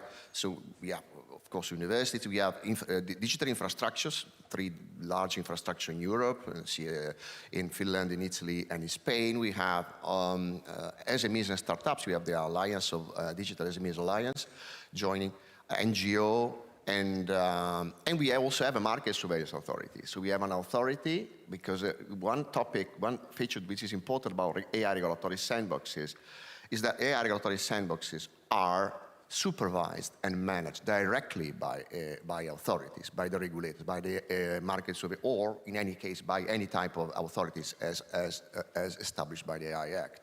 And that's I think the advantage of the sandboxes. We'll tell you later on, but sandboxes are a way in which you can experiment together with the regulators before you go to the market. Thank you. Thank you for this first introduction. Now we move with AI robotics. Ira. Yes, hello. My name is Evelyn, and from AI and Robotics Estonia's point of view, today we will be discussing mostly also our regulatory sandbox entry use cases. But we started 5 years ago overall, focusing on a really narrow and direct field, which is manufacturing, Estonian manufacturing, and we were really successful in understanding our client segment and understanding their needs in the market, and we took our core focus to be really quick and efficient in understanding where and how they could apply AI in their business and business processes.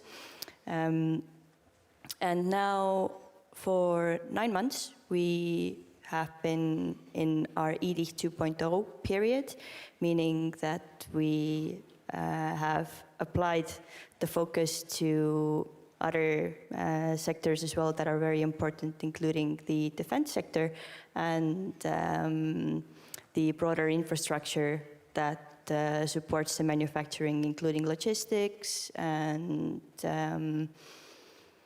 ICT companies, health tech, and agriculture technology as well. And we help and map companies different measures to their applications. And within the past 3-4 years, we have been helping the companies to map them more than to 200 million successfully, as for them to trigger additional investments.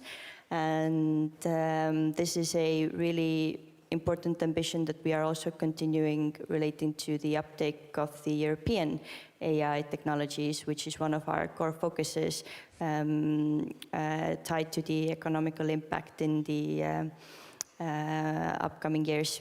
And more than 63 different testing and validation projects done already, and continuing so for the next years.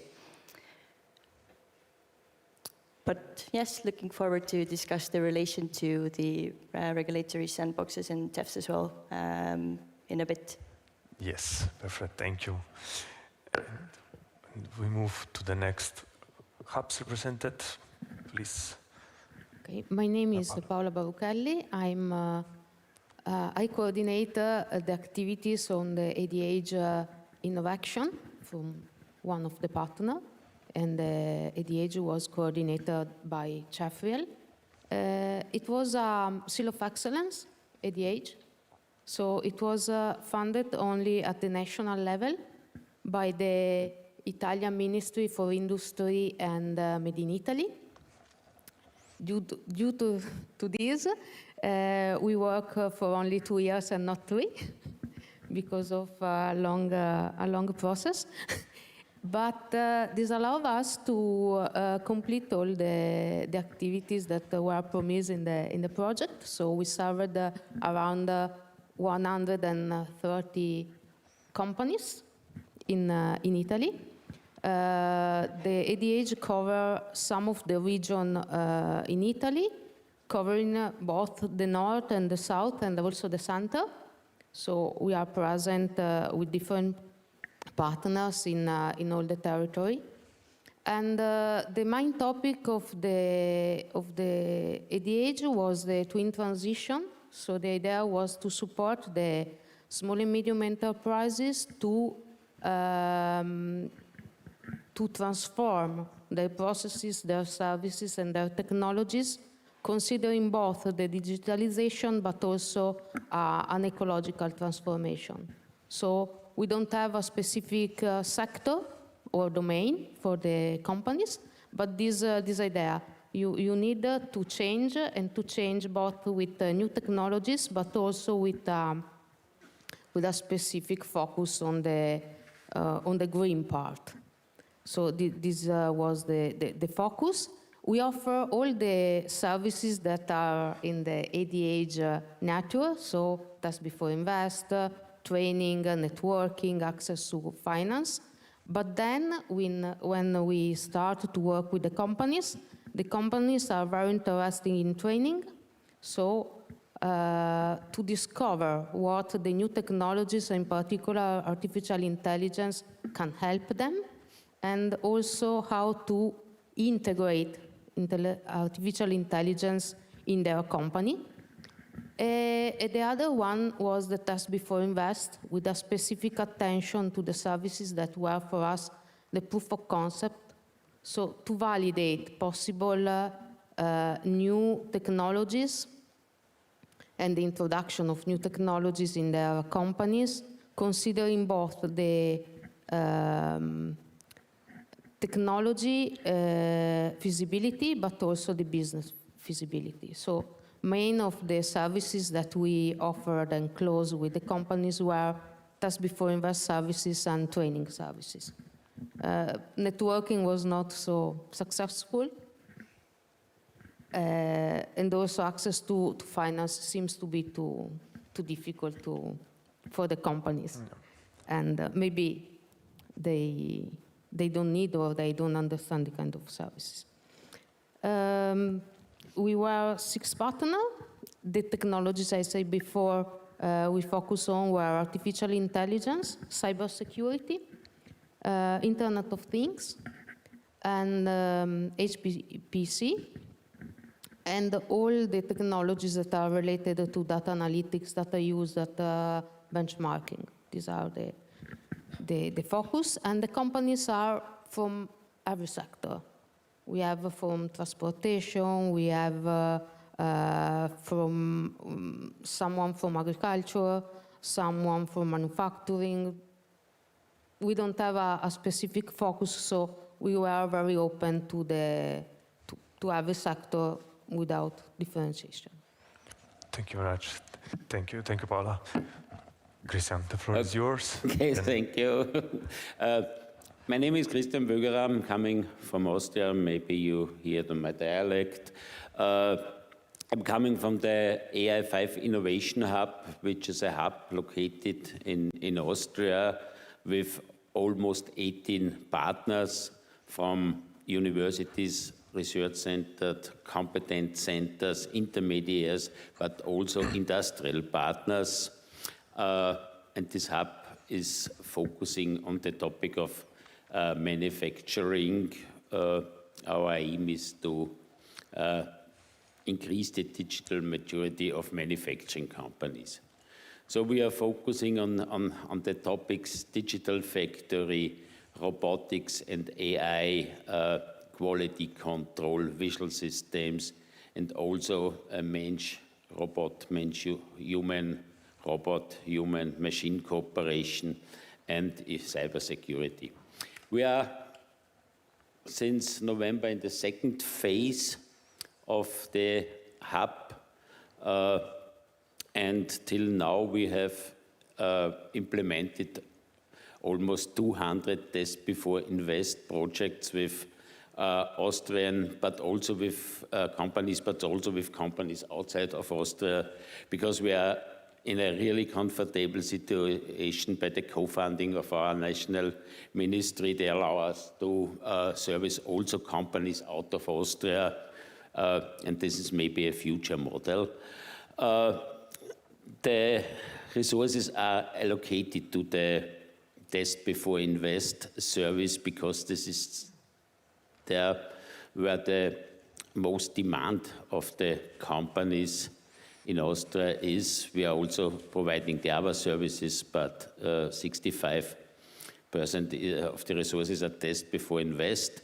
And from this test before invest, we have approximately 2/3 with AI implemented. At the end, we will deliver approximately 350 test before invest services to the companies. What's our advantage is we have also test facility for manufacturing in our hub, but our disadvantage is we don't have test facilities for agri-food and other domains. But we are now on the way to solve this problem. Okay, thank you. Thank you, Christian. Okay, without further ado, I will start our discussion. As we can see already from this first presentation, we have a really good and diverse representation of our AI innovation ecosystem. You already tried to define what our AI regulatory sandbox is. So we said that is a control framework set and supervised by competent authorities. But Antonino, I would like to ask you, so from your current experience with the user, how do you envisage the collaboration of the future to be AI regulatory sandboxes with the ecosystem, and specifically, of course, with our hubs and our TEFs? Okay, so we saw there are two ways in which we saw how this can be addressed. Depending also on the member state, a different ecosystem. So depending on the different member state, you may have different configuration of the cooperation, right? But so for example, you can work. We saw working, for example, starting from the regulators. So if you work with the regulators or with the authorities, then what you can get is that EDIHs or TEF can cooperate with the authorities in the establishment of the sandbox. Why? Because a sandbox is not just a purely regulatory guidance, but also requires some testing, from the regulatory perspective. You want to test, Article 10, fairness and detection and bias detection and mitigation, right? That's something you can do, and you must work on that in an infrastructure. And regulators can have their own infrastructure or can rely on some other infrastructure that are provided by TEFs or by EDIHs, depending on the member states. And So this is the first configuration of cooperation. So EDIHs and TEFs work with authorities, right? This is not for all member states, depends, but it happened, and we saw that during the user. A second type of cooperation is not about the cooperation with the regulators directly, but with providers, with the AI provider that go to the sandbox. So you are a provider, you want to test from a regulatory perspective your system. The rules of the sandboxes, as far as we see them, and we are some sandboxing them, in our pilots, we are running more than 80 pilots in user. Providers can go together with TEFs and EDIHs. So the EDIHs can accompany them, can assist the providers, and in a sort of consortium, a provider is not required to join the sandbox alone. Can join the sandbox together with someone else that supports the sandboxing process. And of course, EDIHs and TEFs are quite complementary because EDIHs, for example, are very efficient in what we call the legal triage, the fact that, on the triage in getting in the sandboxes, or in assisting several activities. TEFs, for example, are very effective in real-world condition testing, or in testing on the prem of the TEF, which is quite important, quite useful, because they can produce technical documentation, can be examined by the regulators in order to sandboxing. So we saw all this type of configuration. It's difficult to find a single recipe, but what we saw, there are a lot of opportunities in terms of cooperation, together with AI providers on the one side and together with the regulator on the other side. That's, I think, is the first thing we saw in the pilots we are running. In the pilots, we saw TEFs and EDIHs exactly playing in that way. Thank you very much. As we often observe, it's always difficult to have one solution fitting all, right? So, but here on stage, we have actually a practical experience of collaboration between our hub and the national AI regulatory sandboxes. So Evelyn, if you can share with us how this collaboration started or developed, and if you have already some lessons learned, some first insight that you would like to share with us. Yes, thank you very much for the introduction, Antonio. I'll also perhaps explain in the beginning how the Estonian framework currently then works, which is that the sandbox itself is in the ministry, so state authority, Ministry of Justice and Digitalization, they run it, and we soft launched it 3 months ago. Mainly due to the urgency that Estonia has having all its public processes digitalized, then we already have all the prerequisites to start thinking about, and we are already thinking about how we can deploy agentic systems in our digitalized processes. And that is kind of like the urgency number one, why the sandbox was soft launched, and now we are testing all of those steps through. And from the beginning, the collaboration between Estonian ecosystem has been really good in relation to the fact that the EDIH is directly working with the private sector, and then the ministry is focusing on the public sector use cases. And now what the EDIHs have really strongly in our use cases that we have now had on our table as well is the competence and the quick assessment level of the AI solutions and technologies. We also were asked, or not asked, but all the EDIHs are actually obliged to also give companies the AI Act counseling. And this is also one of our services now. And we tied it to the regulatory sandbox because the ministry or the state authority themselves do not have the resources to go through absolutely all of the use cases. So hence, for further reference, if you have ecosystems in your countries, then you should already start collaborating now who can take what type of expertise or level. And this is important because the technical aspects of the assessment that the EDIHs can do in the beginning.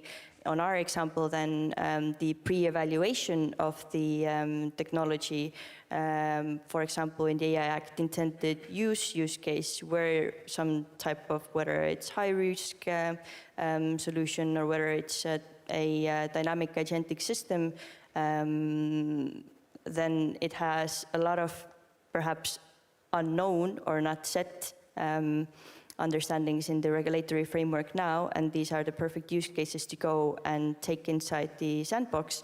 But everything that is kind of the pre-work that you do in understanding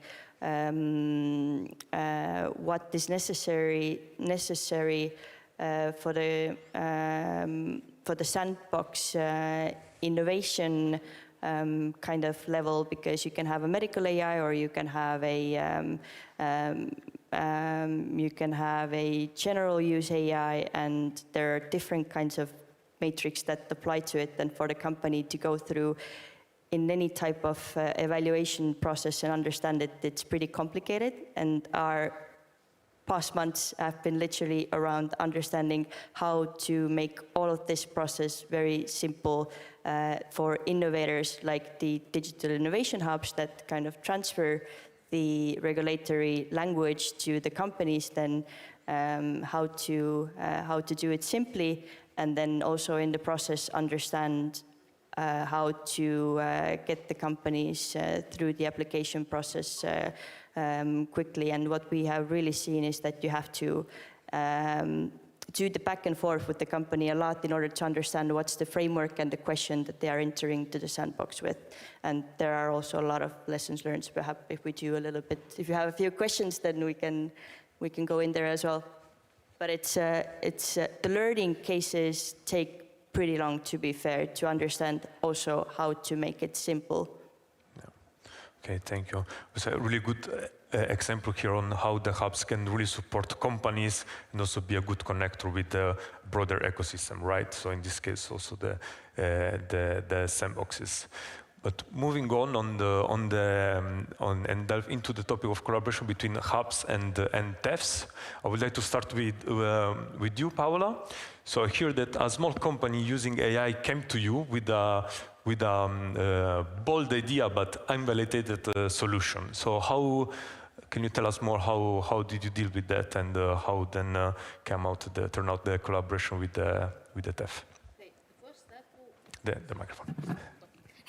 The first step was this micro enterprise that came to us and said, I have a very innovative solution, but I'm not sure that it is a good idea. It is a micro enterprise that is working on an innovative taxi solution, an on-demand taxi solution that will work 7 days per week, 24 hours per day, with autonomous vehicles. And the idea is to have a different switch that works vertically and not horizontally, like in the railways. And they want to validate this solution and find some possible artificial intelligence algorithms and solutions that help them in design, and also to produce simulation of the behavior of this kind of switch. Because it was very innovative, they have not knowledge about similar solution or knowledge about the specific topic. They are focused on the production of innovative transportation, but not on the part of the switch. We as partner were expert in railway solution and control systems. And so we proposed them different tools in the first meeting. We didn't have clear what we can do for them. And so we started with the EDIH and then with the TEF, with possible also commercial relationship or other tools of funding from the local government. We discussed, I think, a lot of hours with them, and then we took the catalog for the EDIH and we say, this is a POC. We will be able to do for you a feasibility study that will consider the technical part, and with you and other experts, we will try also to analyze the business feasibility of your solution. So we work with them, we decide this, so we sign the contract and we have this kind of services. We work with them for 6 months because it was not so easy and was very complex to analyze this. The solution was based on the model-based design and artificial intelligence. At the end of the services, we gave them a report and a small part of solution. And they say, okay, we will try. This was the history. So at the start of this year, we finished the service with them. They were very happy because the result of the analysis was positive. You can do this in this way. We help them in a small part of development and in a small prototype of the solution for the control system of this vertical switch. And then we say we will be available for possible and future collaboration with you. Some month ago, they call us and say, okay, now we are ready. We developed the solution because you give us the right indication, and we developed the prototype. But now we are not able to test it in a real context. We have the solution with a low TRL. We have the place for the testing, because thanks to the local government now they have a small place with the tracks, and they develop also the prototype of the vehicle. But we don't have the knowledge for the testing and the validation. So we need your help another time. And we remember that you validate and test things. So now we are under discussion for the services, and we are preparing the services under the TEF. We are sorry that we are very long with the bureaucratic part and the definition of the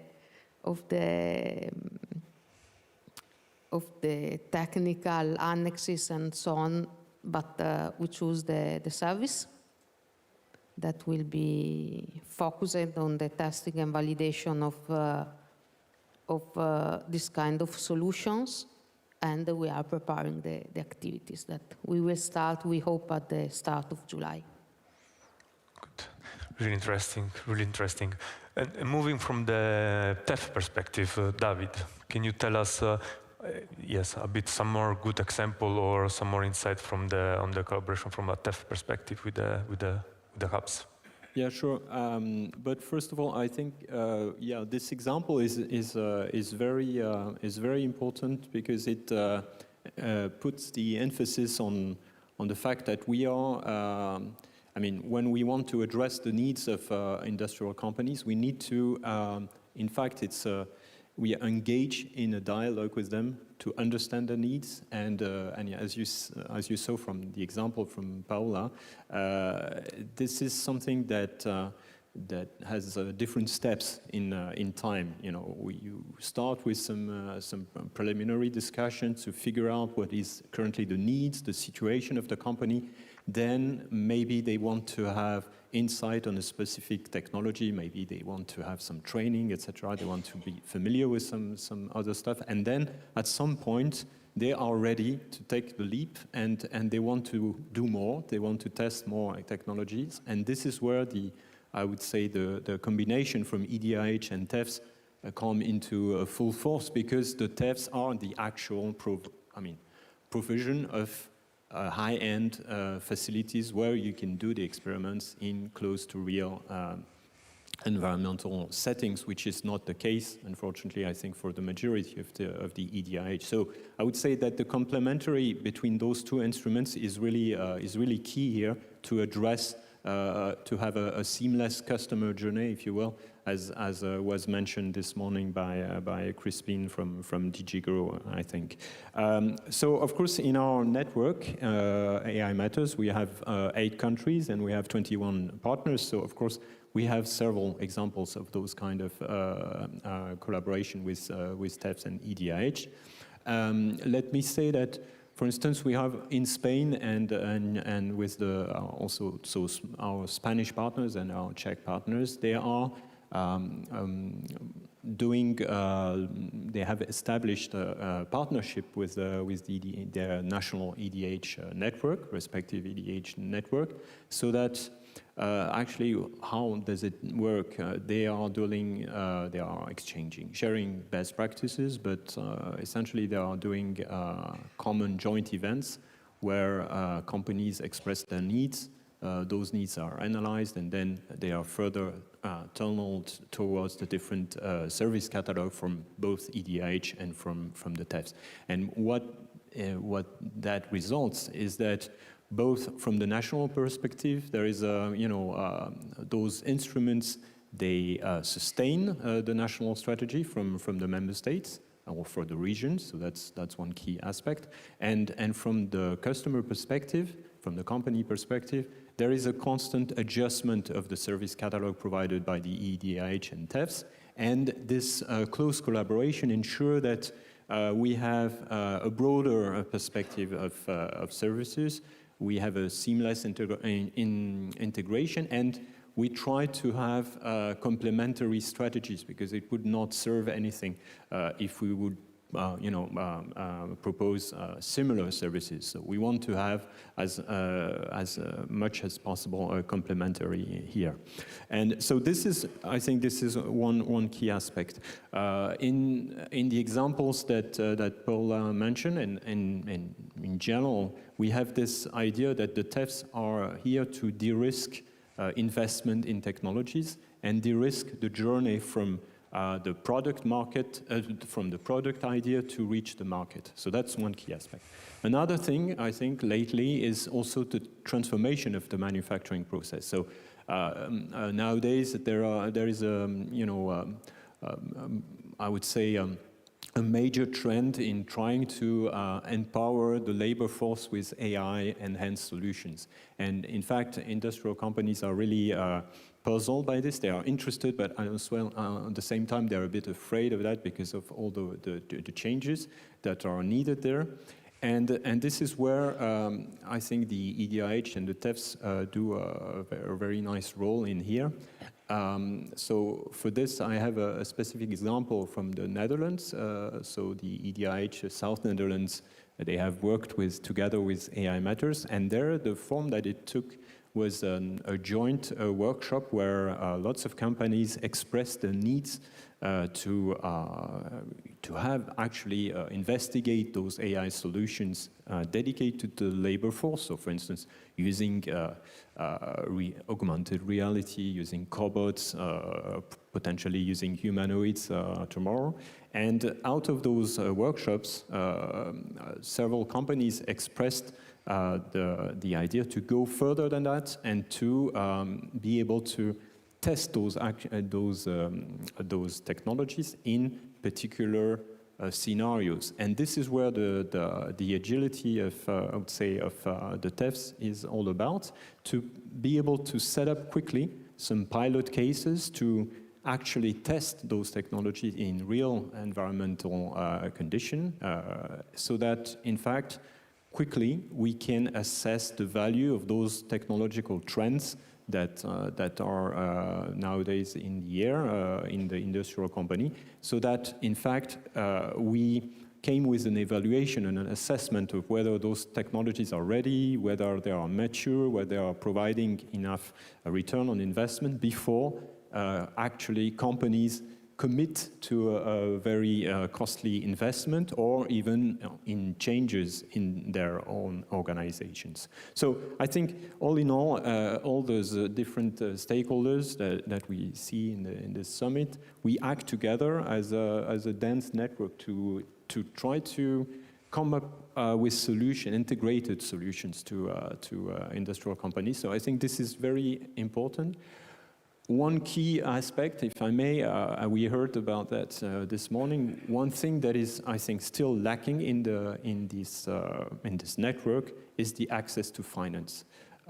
This is something that, if in contrast, if you go to the chips design, for instance, domain, where I happen to follow the chips design platform initiative from the ChipsGU, for instance, where actually there were access to finance with cascade funding elements that provide actually financing fuel to the industry projects. And I think this is currently lacking. We have a dense network of expertise, of high-end technologies, of infrastructure to test the ideas, to test the products. But there is a major drive that is missing, that is the money that companies could receive for very interesting projects. So I think we need to work on that and to have links towards those kind of European instruments to make it, let's say, seamless and integrated and make an impact for the next framework program. So I think hopefully this is going to be one focus of the Commission in the next months and year. Thanks. Yes, thank you. Rather complex work, and I would say we like challenges, right? Otherwise, there is no fun. But moving to you, Christian. So you also mentioned during your introduction the test before invest and so on, and we know that collaboration between TEFs and hubs can take different shape. Can you tell us a bit more about your experience and how a joint test before invest initiative can be realized? Okay, yes, fine. Now I'm an element talking and telling stories. So in the first phase of our hub, we did it similar to others. If there was a test before invest, which did not fit to manufacturing, we handle it over to another hub. That's usual, but not really benefiting for all. Now we turn to another way. We had some tests before invest, and I want to present two examples. The first one is we have a company which has the problem to develop an animal tracker. A tracker who is monitoring the animals, sheep, cows, horses, and so on, in real life. The problem is they are buying their circuit boards now in China. In China, they have problems with the delivery time, with the supply chain, and they had the idea, let's do it in another way. Let's try to do it by printed electronics. We are free electronics. We are free for design. We can test several designs and so on. It was the outcome from a discussion on a European meeting, and then they made the application for the test before invest. In our hub, we are able to print this. We are able to make this animal tracker ready for testing. We are also able to test. The company makes the interface and so on. But during the application, we said it's good, but who will test it afterwards? We have an animal tracker, and we know it works in the lab. I have no sheep and no cows in my company. Sorry, I cannot help you. And we are maybe on the management level, but this is a different story. And we are in the good situation that we have a partner who is also involved in the TEF agri-food. And then we talked with them and said, what is, can you help us? Do you have a partner who has the possibility to test it in the field? And I had this partner. But to be more concrete, the application for the test before invest is written and in this way that they have to do with the TEF the follow-up project. So we have a good connection, we have a seamless connection, and this is working in a very structural way. The current situation is that we have started the test before invest. We are printing the first examples, then we are testing, and I think we can handle over the first examples to TEF Agri-Food at the end of the summer. So why we are doing that? Because we have to go the way that it is becoming really a product. And if we don't include the TEF for testing, we stop half the way and say to the company, okay, take a look where you can get this. So I hope it works as a good example. And then we had the idea, okay, we have 150 tests before invests from the first EDIH. Let's do a screening together with the TEF Agri-Food. Maybe there are examples which could be also transferred to the agri-food domain. That was a little bit tricky way. First we had to ask the companies, is it good that we can do, is it okay for you? And then at the end, approximately 10 tests before invests were remaining, which could be have a potential use also in the agri-food domain. And they are now in contact with the TEF Agri-Food. I don't know exactly how many of this project will be transferred also in our domain. I think 2 or 3. It is a good success rate because if you have 10 projects and they could be transferred here. So that leads to that now in our applications we are screening from the beginning on, is there a good relation to a TEF? And we are doing it also with the AI factories. So we are thinking what is coming after the end of the test before invest in our project. So these are 2 examples which should show you how we collaborate together with the other instruments. Thank you very much. Thank you. Raffaele, would you like to tell us a bit more also from the TEF perspective how Agri-Food TEF in particular is facilitating and fostering the collaboration with the hubs? Yes, thank you.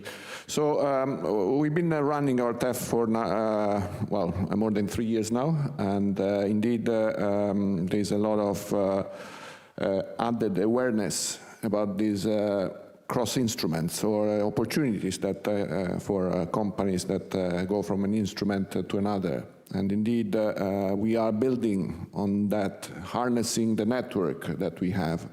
So we've been also raising the awareness of our project through webinars that we've been doing also within the EEN network that was presented earlier today. But besides the case that was mentioned by Christian, I'd like also to take you to another region of Europe. So think about going from the mountains of Austria, where you see the cows roaming around free with the tractor bells. And let's go to the south of Spain. I mean, this is a very hot country, and you almost always associated with the sunny weather and very good weather, except for 2015. This was, 2025, last year. That was not the case. We also had a project meeting there, hoping that for agri-food we would have the sun, but that didn't happen, and there was a lot of rain as never before. What happened in that region was that indeed throughout the season the production of the local wine was impacted by a fungal disease, the downy mildew, that spread, killing almost the majority of production. So this was quite a challenge that the region had never faced before. And that was brought by climate change, changing weather conditions, and so on.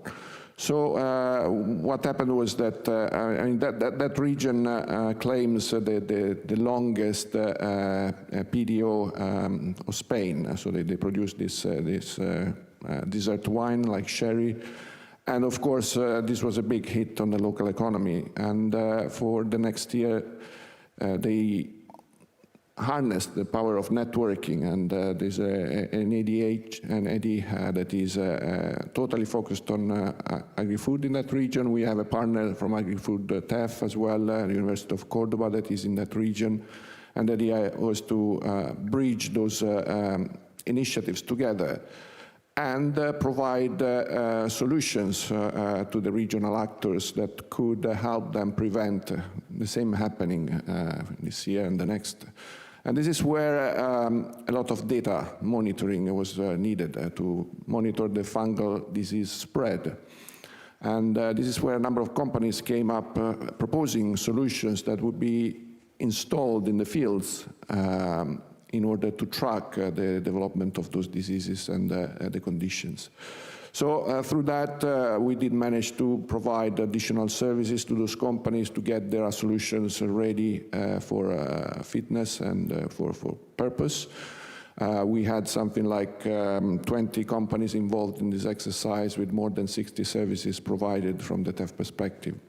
So this is to say that, again, especially in the agri-food domain, we are facing more and more challenges that for small regional entities, they need to be tackled at a systemic level with collaboration, with awareness, with these putting minds together. We heard Gaspard before about the benefit of the network. We heard a lot about transitioning earlier in the panel towards this data economy. And indeed, getting good data to be fed to AI, it's really where the TEF, together with the EDIHs, can deliver. Think about having to collect the data from real field experimentations. And this is high-quality data, which then can indeed be manipulated or used by algorithms to indeed make more robust choices, more robust solutions that have better chances of adoption, that have a better robustness when they go in the fields and so on. So this is my concluding remark from the interactions that we had until now. I was mentioning before some conversation that perhaps this event came a little bit too late for the execution path of TEFs, because as opposed to EDIHs, we are running towards the end. I mean, the official end of the project is the end of 2027.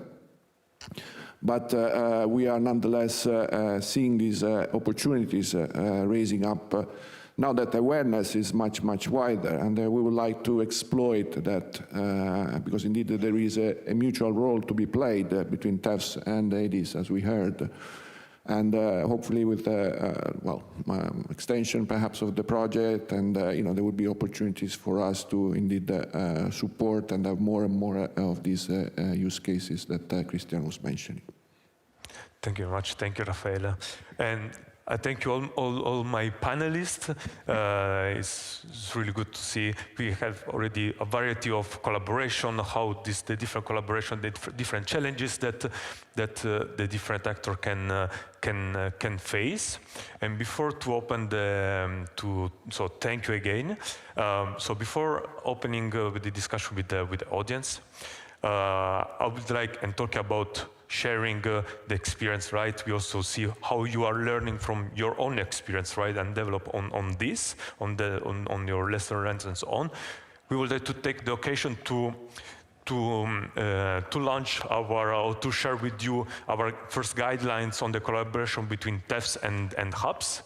Here you can see a hard copy. You will see a QR code at a certain point on the screen. Maybe, maybe not. Yes, but in any case, do not worry. This will be shared and launched also in the different platform. And again, as said, so here you will see some actually some experience that was already presented on stage. Some more, of course, this should be taken as a living document, because I'm sure that more experience and more practical example will come, and more lessons learned will be shared and will be available for everyone. Okay, and then I would like to open to take some questions from the audience.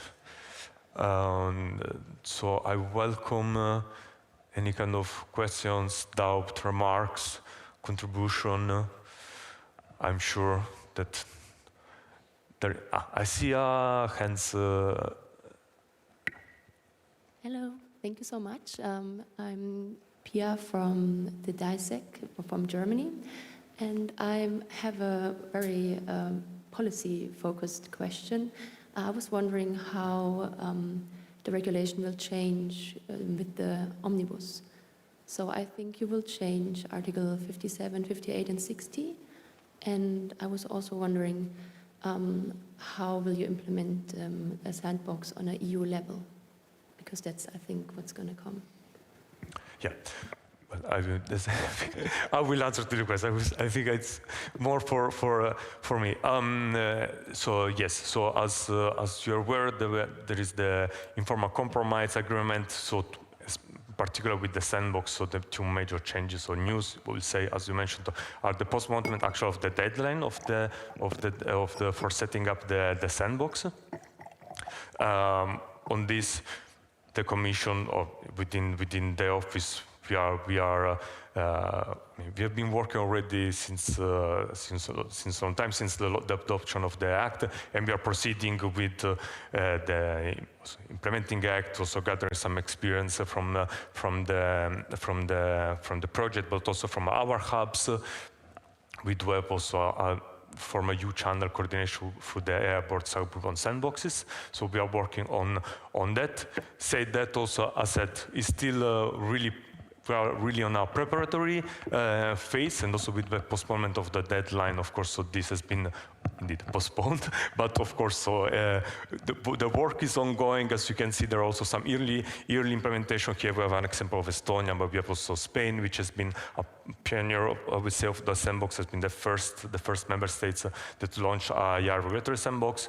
We have also Lithuania, Estonia, and I'm sure that more will come.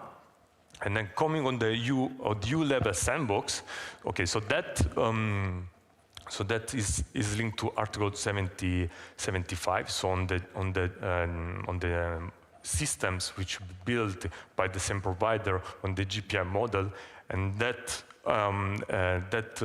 amendment has been proposed to fulfill a gap within the legislation, because of course, as you might be aware, so national AI regulatory sandboxes are competence for AI systems, while the Commission, or specifically their office, hold the competence on the GPI model. So to fulfill the gap has been offered this opportunity. Then of course, still the agreement has to be formalized, finalized, and then we will start. I mean, we're already discussing, of course, internally, but then we will explore within the Commission how this EU-level sandbox will be established, and also, seeing the capacity, the demand that we have within the European ecosystem. If I may add something, of course, you will answer the question as a Commission. So, your question, I think, is interesting because also is a way for seeing how the use cases run. So we have, for example, we encounter a number of use cases. There was a nice use case where we realized that we need to experiment. So that's the reason why sandboxes are useful, and the fact that even in the omnibus, they are earlier than the entry force of the obligations for high-risk systems. For example, we had a case with a technology which could be, depending on the deployment, be Annex 1 or Annex 3. So I don't know if you are familiar with that, right? And that changed a lot, right? It was interesting because, by the way, all preliminary works was done by TEF and EDI together. They were insisting the same ecosystem. They did a lot of work, but then they realized that there was an open regulatory question, right? So they decided to join us because we are simulating the sandboxes, so we have the regulators and also the Commission with us. And you quite mentioned the fact that it's changing, but the point is, even if it's not, it was not changed, you know, there was a need for clarification, right? Because what we saw, probably you can add something on that, one thing is are the rules and the obligation, the thing is how to work with them. And the thing is that each use case is a story, is a story, is a way for experimenting so also in the perspective of the change of the regulation, I think it's important to run experimentation. I think in that sense, the sandboxes are a brilliant opportunity for cooperation between regulators and infrastructure and testing facilities. Yeah, probably Evelyn. Yeah, I can comment from the practical experience. It came on the right time. They were first mandatory to be ready from August this year. Then it postponed with the last bill to August next year, so 2027.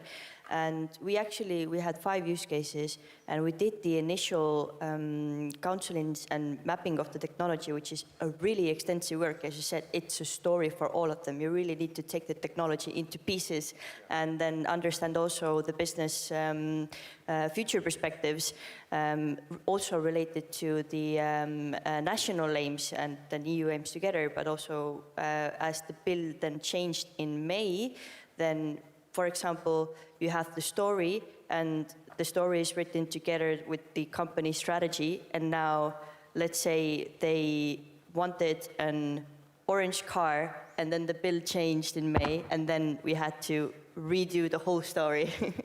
And it was interesting because as you still got in a way the use case, they wanted, let's say, they want to be high risk. They want to go and do all of this through it, and then according to the changes, it wasn't high risk anymore, but there were still many questions to kind of go through. So the story keeps on changing, and that's also good to actually start thinking about the company use cases every time they come in, to try to map it to the pyramid and also the intended use of the technology, because you also kind of get used to the fact that it's gonna still change in some ways a lot, because a good example is that it doesn't say in the law today that you cannot kill a person and you cannot steal, but the AI Act says that you cannot do something. So there's some changes that definitely are gonna still be coming, and we're gonna see how it's all going to kind of act. And we need to be adaptable the same way how the technology is adaptable. And I guess that's the storyline that we need to rewrite and be efficient in rewriting them all the time. Train the muscles from now on, I think. Also because the obligations are now for companies, especially when you're EDIHs and when you're at EDIHs, then the obligations, them needing to be compliant start from this August still. This hasn't kind of postponed.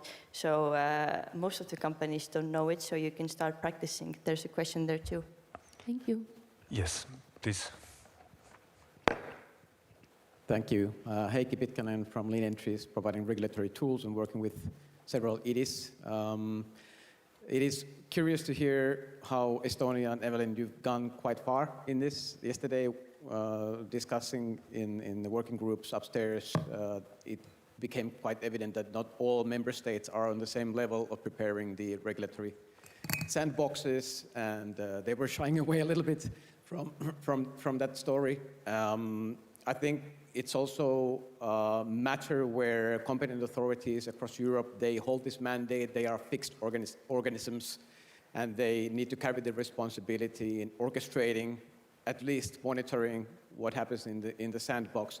Then the assumption is that EDIHs, TEFs, and AI factories and data spaces are the operators that help SMEs to get through this maze. And now I hear it's a story, each one at a time. And what you have put together in Estonia seems to be quite magnificent on a different level than the stories I hear from elsewhere. How prepared is this engine overall in Europe to manage this? Are the competent authorities really on top of this? And I guess Antonino could somehow elaborate on this, what you've seen during user.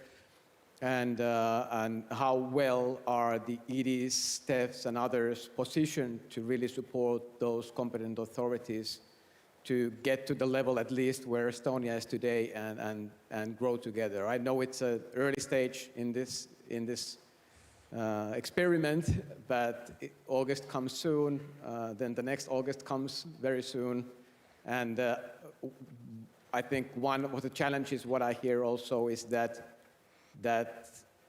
you are working on a program that is funded for a certain period of time. So we don't know if a certain EDIH is there in 2 years or if certain TEF is there in 2 years. So how can the competent authorities trust this ecosystem to work fluently across times?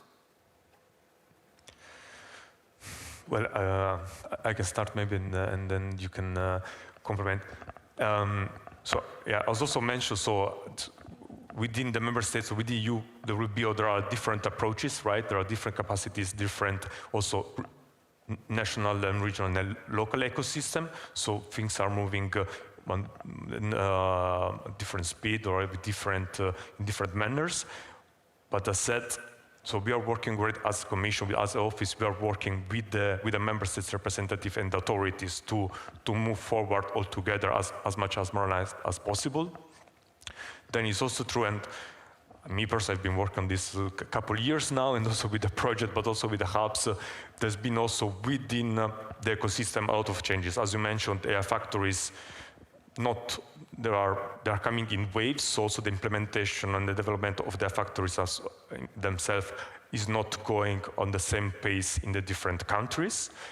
The hubs, as you also made me aware, they went from phase 1 to phase 2 in the actually very last, and also now currently. So there's also the further challenge beside all the delays and then the challenge on implementing the legislation was also from the side of the ecosystem, the collaboration among the different initiatives was also this, I would say, in the last years.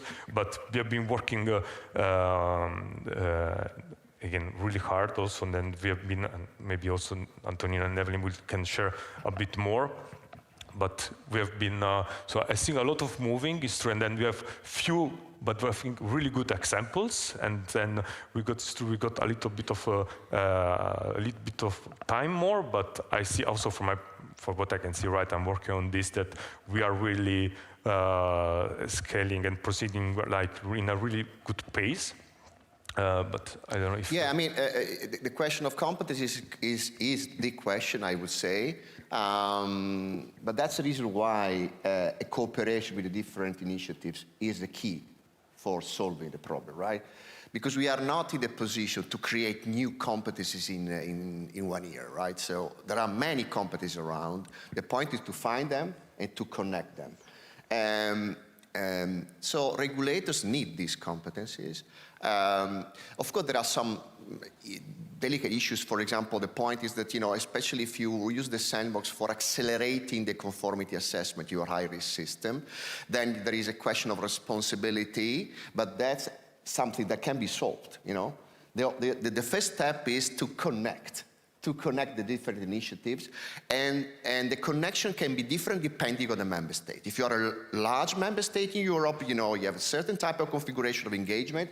If you're a smaller member state, it's different configuration, but this is exactly the point. So working on the connection solve the competencies, because the competencies are around, they are present in Europe. If I can... Let's see, yes. Well, one good comment that was made was about the durability of these initiatives, right? And the overlap between all of them. And I see it from the TEF perspective that indeed, compared to EDIHs 2, we are expected to finish earlier. However, this is also for us, within the TEF consortium, the kind of litmus test, because we are expected to set the path for becoming sustainable. And indeed, if you're providing value, then sustainability means being able also to seek additional money, not from public, but also from private investments. And this is the path that we would like to take, especially in the focus of the last year of the execution of the project, where indeed the durability of the services spans and goes beyond the duration of the project. And this is a challenge for all these initiatives. Indeed, if you're doing something good, you shouldn't be relying on funding coming from the Commission to keep it going, as much as even starting to consider a mix between private and public investments. Evelyn, you wanted to... Yes, I just wanted to add up on the efficiency level that it is really important straight away to create the connection that we have also been discussing with on the Estonian ecosystem level and your state authority and between the AI office, because Livio didn't mention it, but he's actually always asking what can we make more efficient, where do we have to change some processes. It's going like this. So in that sense, the efficiency part is like always been thought about from the EU side, but on the state level, what needs to be also made clear is that as EDIHs do have a role, and also other stakeholders that you have in your local AI ecosystem, there are many of them, that whatever the regulatory sandbox or AI Act application processes there are going to be, that they would all be speaking the same language and understanding what needs to be done. And then you have the state authority, and all this information runs to the state authority that communicates with the AI office. And the state authority in your ecosystem is definitely sitting in the AI discussions as well. So it shouldn't be separate anymore, but at least whatever your regularity is, once a month, etc., the participants go together to work on the processes and feedback it, because the feedback loop is really important for the AI uptake, because we all know which type of world we want to live in. Thank you. Thank you very much.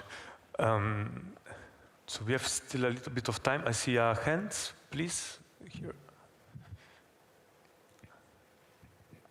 Thank you. As Gianluca here from Granada, the ecosystem focusing on artificial intelligence uptake in Andalusia. We just began our EDI.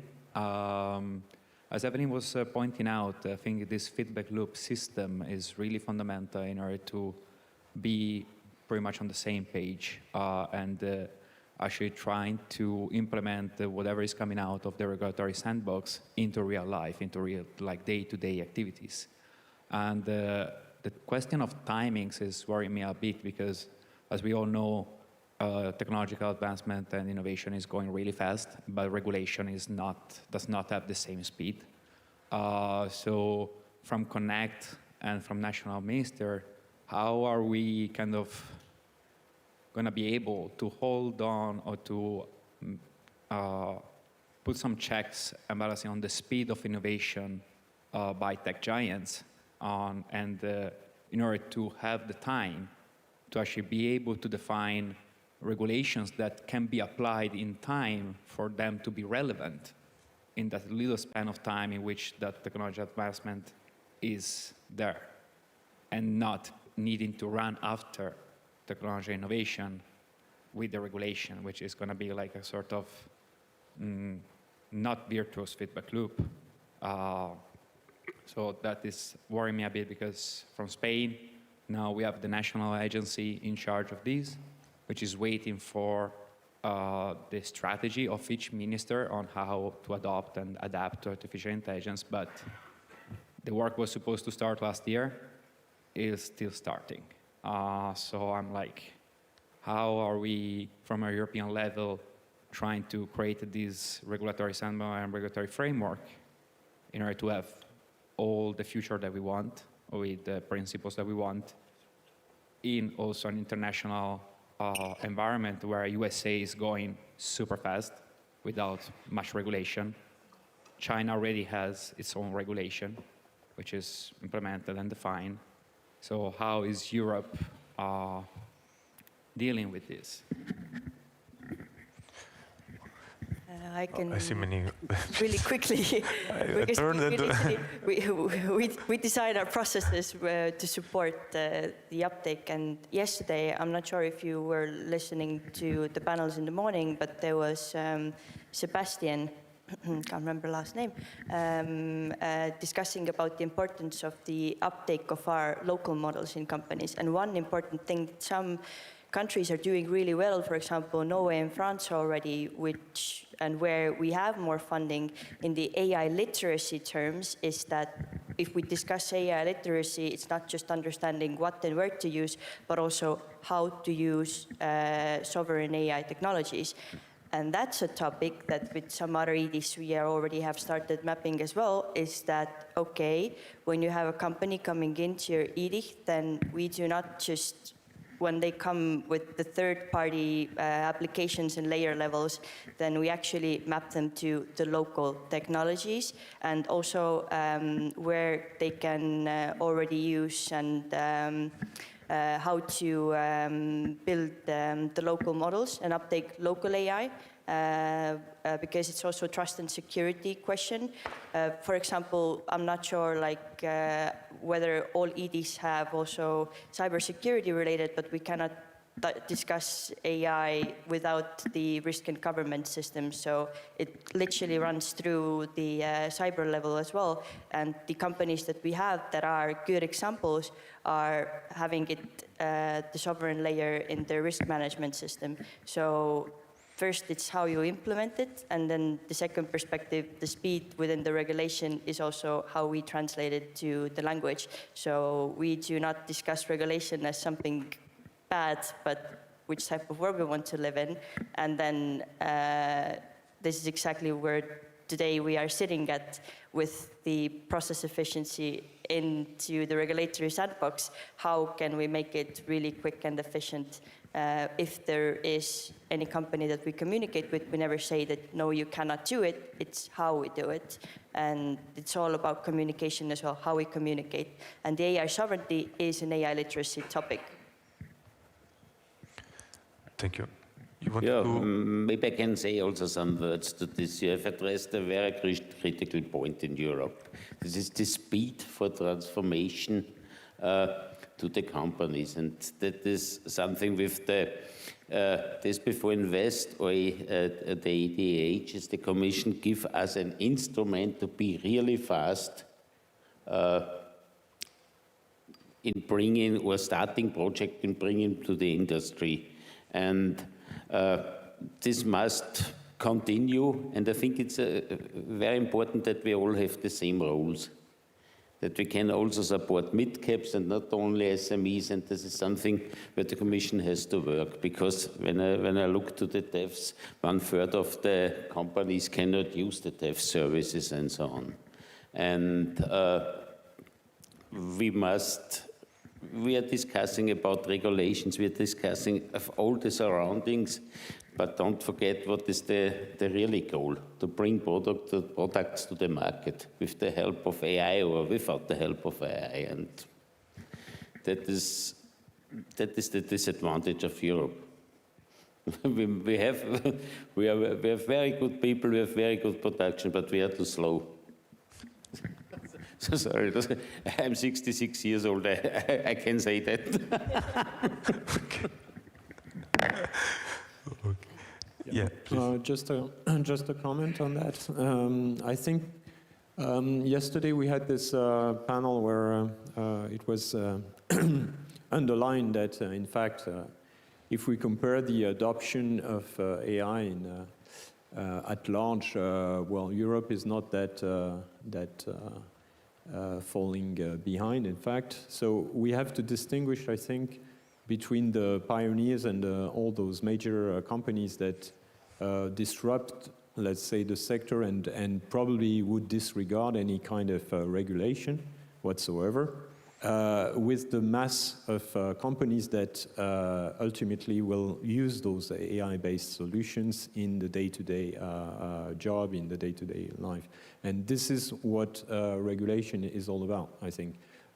Trying to convey a sufficient trustworthy environment where those solutions can be deployed in a large majority of the companies, in the industrial companies. And to that extent, I think being a bit slow is not such a problem, because I mean you have to take into account a lot of different aspects, and plus I think most of those elements are still research questions. For instance, well, okay, you can define lots of regulation about AI, but if you want to be able to assess the validity of a diagnosis or of a decision made by an AI system, for instance, how do you assess that? How do you, on which kind of test can you really rely on to be able to say that your system is trustworthy or not? This is still a subject of research, of development, and this is why we have to, we are there to test those ideas, to help innovative companies work in this area and provide testing frameworks so that we can build the trust for AI systems. So I don't think we are slow on that area. It's just that in other countries, the focus is clearly not there.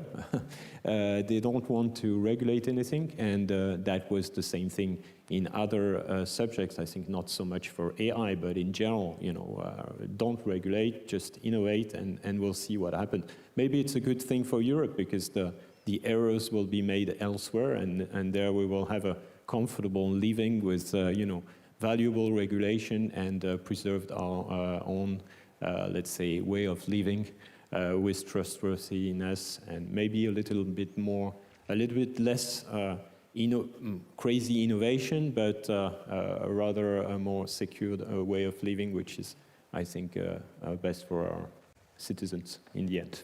Yes, thanks. A quick comment. I was for fun, I was discussing with a good friend from US, and he started saying, you regulate, we innovate. I say, you are, of course, Europe is for regulation, but you are for litigation. So, in US, if you are injured, you want to be compensated. So it's just a matter of how to regulate to ensure legal certainty as quick as possible. There are some sectors, for example, user, we saw that, right? There are some sectors where compliance is part of the game, right? You cannot be robust from a regulatory perspective in healthcare. You must be. In banking, imagine that a big bank uses AI not in a safe way. So in fact, there are some sectors, and we saw in user, where legal rules are important. The point is to make sure that those rules are certain and do this as quick as possible. Thank you. Okay, we are running out of time. I thank my panelists. We conclude also in a rather positive attitude that I do agree that we might be a bit slow, but sometimes it's good also to don't rush. And we have many things moving. We have new initiatives. There are factories we have been developing and implemented. We have a really good network of hubs, experienced people and projects on which we can build and move on and move further. So I thank again all my panelists. I thank you all to be here for the questions and again to be here. And I hope you will enjoy the rest of the day. And I would like to conclude with a group picture with my speakers, also to witness the launch of our guidelines with TEFs and hubs. A round of applause. Thank you. I would like to call also my head of unit and please also my deputy head of unit, Gaspar and Gosha. Please do not think of getting the picture.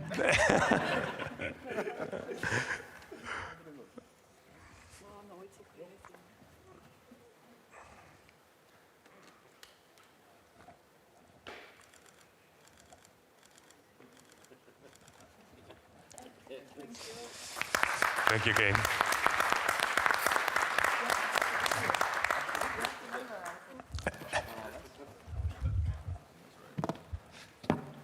So I'm going to jump back in for a quick bit of housekeeping. As you can see, thank you very much. After the lunch break, we're going straight to those parallel sessions. You can check it out. It's EDIHs and the AI Ready Workforce. That's a panel discussion that's happening here in the Gold Hall. Workshop 9, Bridging the Gap, is in Studios 214, 216. AI in the Public Sector, 202. Common Tools for EDIHs, the AI On Demand platform and the social platform, Studio 212. Are We Ready? Ethics and Readiness, Studio 204. And then you have 3 thematic working groups. Sustainability is in Studio 211. Women in AI is in 215. And Data in Manufacturing is in Studio 206. Lunch is taking place outside, but please do get back at 2 o'clock for those parallel sessions.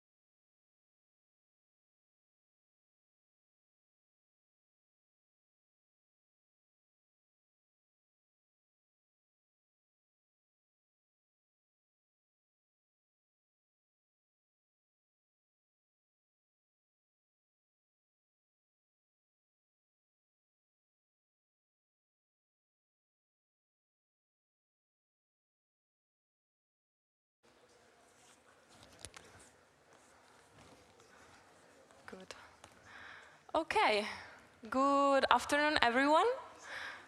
My name is Giulia Carsaniga, and some of you might know me for my work as project officer for EDIHs in Germany. But I'm actually quite involved as well in the policy work of the AI office when it comes to AI skills, literacy, and the impact of AI on the labor market.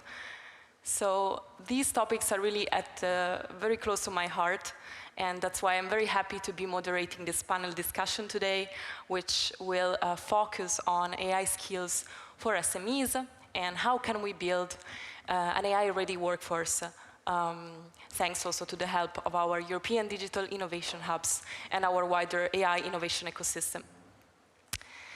Before asking the speakers of today's panel to come on stage, I would like just to set the scene a bit. AI is often discussed as something related to tech breakthrough and investments, but actually as AI is more and more embedded into our economies and workplaces, one thing is becoming increasingly clear, and you have heard that already in other panels, I am sure. This transition is not only gonna be successful based on the technology per se, but it will really depend also on the skills of the people who develop and use AI. Across Europe, we see more and more companies adopting AI, but the share is still limited. In 2025, only 20% of European companies were using AI, and when we look at SMEs level, it's even less. What is particularly interesting is that one of the main reasons why SMEs report not to be adopting AI or using it is indeed the lack of skills.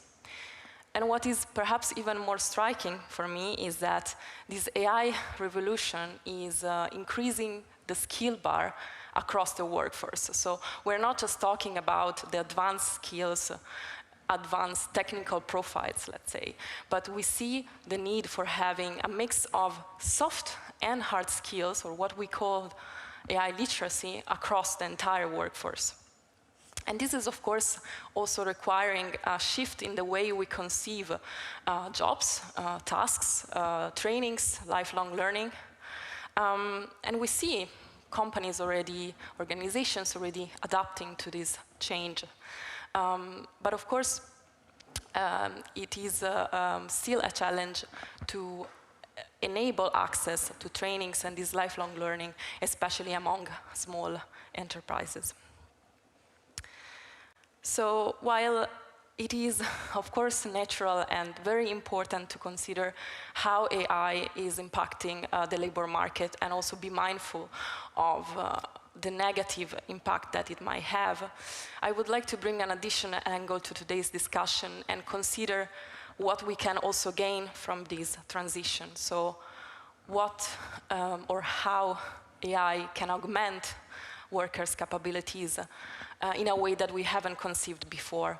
So how we can really achieve a workforce that is AI ready in the sense of not just keeping the pace with the transition, but really thriving in it. So in other words, how can we build an AI-ready workforce? And how can our European digital innovation hubs sustain this transition and also our wider ecosystem? And these and other questions will be disentangled on stage with me by 4 speakers who are coming from different perspectives, so I'm sure they will bring quite some interesting insights. So without further ado, let me introduce them to you. First of all, Gianluca Misuraka, coordinator of the newly established AI Skills Academy. Welcome, Gianluca.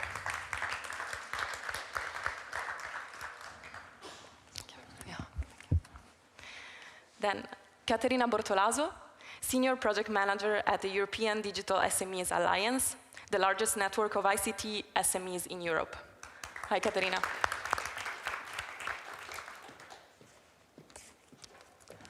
Then Nicola Bianchi, Project Manager at the Italian EDI Tuscany X.0. Hi, Nicola. And last but not least, Juha-Pekka Alanen, project manager at Robocost, an EDI based in Finland. Welcome. So I just noticed by saying this that we have quite some Italian participation on this panel. I swear it was not on purpose, or maybe that's exactly what an Italian would say, right? But okay, let's go on. And maybe we can start actually ladies first. So Katerina, we break the ice. And well, in order to achieve an objective, we need to know what the objective is, right? So my first question to you would be, how do you think that an AI-ready workforce, especially for SMEs and perhaps considering your experience with digital SMEs, should look like? Thank you, Julia, for the invitation, and also thank you for letting me break the ice today at this panel. It's really a pleasure for us to be here. So you were rightly saying that the European Digital SME Alliance is the largest network of SMEs in the digital sector in Europe. And of course, I'm here on behalf of my organization. And I think a premise is very important in this regard. So we represent the developers of digital solutions. So there is, let's say, a necessary shift of perspective when we talk about this topic. So from AI adopters to AI developers. Then, of course, I will also talk about the adoption of AI in SMEs, but I think it's good to start with focusing on this first. And of course, this shift of perspective is also something that we've seen in the recently adopted tech sovereignty package. So I think it's under the eyes of everyone. So this is not only important because of the aim of reducing our dependency on non-EU technology providers, but also because, and I'm sure this has been said already in this 2 days summit, but this package treats for the first time AI, cloud, and semiconductors as critical infrastructure, so as assets, not just as commodities. So I think this is an important perspective. So why am I saying all of this? Because the first perspective to look at an AI-ready workforce is to look at the developers of AI solutions. And I think it's good to start by saying that we already have some in Europe, and that we are trying to map and assess technology solutions developed by European provider. So I think it's good to mention first this initiative that you should see, yes, behind me, or maybe if you are from home, you see it close to me. So it's an initiative that we have launched in December 2025. And of course, its aim is to map and assess the European tech solutions that are ready for the market, so that are already in the market. And we have received so far more than 150 applications, and we have more than 115 solutions in there, and some others are also under evaluation, because first they are evaluated against our eligibility criteria that are indeed quite strict, but not that different also from the criteria that have recently been adopted by the Cloud and AI Development Act. So it's not that far. And as you see, we follow the layers of the technology stack. So there are solutions for different kinds. We have around 50 solutions for AI. So I would invite all of you to have a look at the catalog, and of course also to submit your solution in case that can be of interest. And then of course the solution will be assessed and evaluated also by an external board. So this is an initiative that we are bringing forward thanks also to the support of other partners at the European level.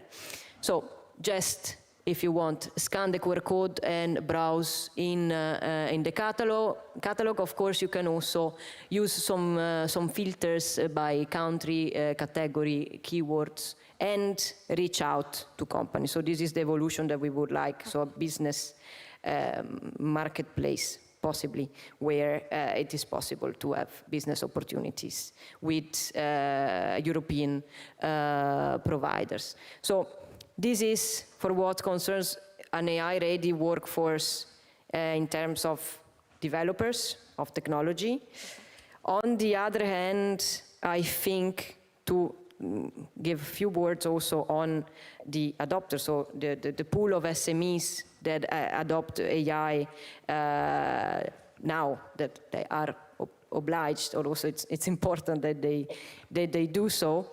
So I think it's clear now that this is not only a policy issue. So tech sovereignty is not only a policy issue, also in AI, but is really a strategic business capability for all the organizations that rely on digital technologies, which I believe are the most. Like it's very difficult to do business without digital technologies these days. So there is indeed a profile that I would see, and this is a profile that is, let's say, a mix of technical and business skills.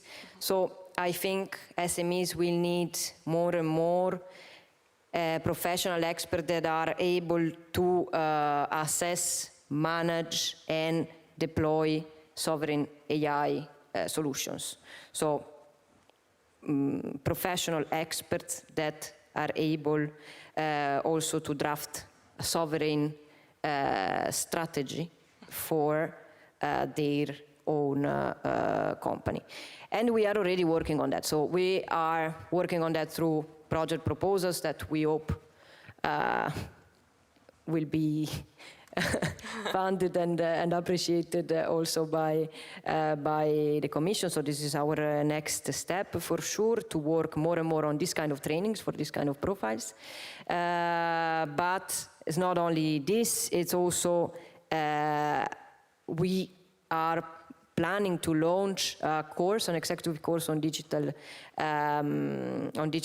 sovereignty for businesses that is addressed not only at the decision makers, so the CEOs and the CTOs in companies, but also to consultants, to the business developers, and to the public sector, because we see that this will also touch more and more the public sector, probably also with the revision of the Public Procurement Directive. We will see, but anyways, already with the tax sovereignty package is something that we see.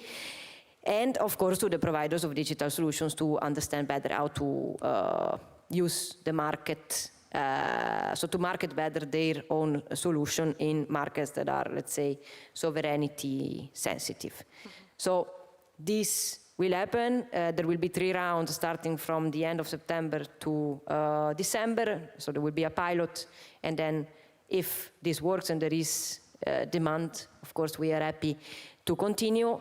And very important, actually, it is a course that we are developing together with the University of St. Gallen. It's the Institute of Computer Science at the University of St. Gallen. So it's thanks to this partnership that we are developing also the modules that are needed for these specific profiles. Okay. So, thank you. Thank you very much, Katerina. Very on point. I mean, as you said, recently we have also published at Commission level the tax sovereignty package. So this is something very close to our mission. It's a priority for the Commission, it's a priority for the EU. So if I have to summarize a bit what you've said so far, perhaps one key characteristic that you're describing, both from, let's say, the developer side and the adoption side, is resilience. So we need a resilient AI workforce, or like a workforce that is resilient to and able to adapt to the changes of AI. So I was wondering whether you have any other, let's say, insights that you can tell us about how all these initiatives have been perceived so far, whether they will tackle all the barriers that are there for the workforce to be resilient, or if you have seen any other barriers that you would like to share with us in terms of enabling this resilience to happen.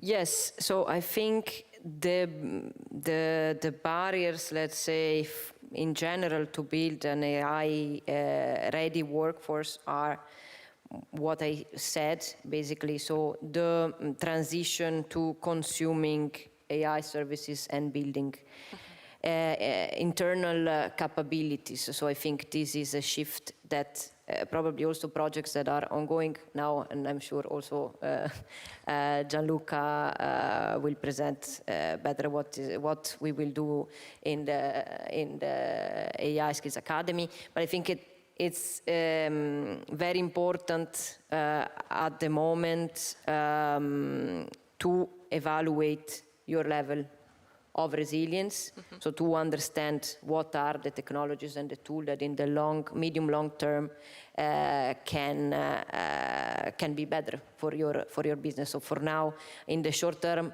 it might seem, let's say, the easiest solution to use the tools that we all know and that we all, of course, use or have used, but a strategic thinking about the future, what could be the best solutions that I can use, or how can I better manage AI in my company. So this is very important, and as I said, I stress the relevance of this profile that is a bit technical and business. For sure, I think investing in IT inside a company will be key. So I would also take it a step further. So I think that the internal capabilities can also get to the point where it's possible to build in the own premises of the company open source AI solutions that serve to specific scopes of the company. We are starting to do that in our own organization for specific tasks. Of course, an IT position is needed, or at least also subcontracted IT in Europe that guarantees that the data are there. So it's a fully sovereign solution that I think it's possible to start thinking about. So this is the next level that I see to overcome the barriers that we were mentioning. Thank you very much, Caterina. Indeed. Indeed, and then bringing about these changes probably in a big organization, it's always takes the effort of everyone. So there is also a bit of perhaps a change management perspective in there, but it's for sure very important, and it's good to hear that you're thinking about it and proactively starting and enabling SMEs in the digital sphere to have this possibility and this path forward. So perhaps I can now turn to Nicola.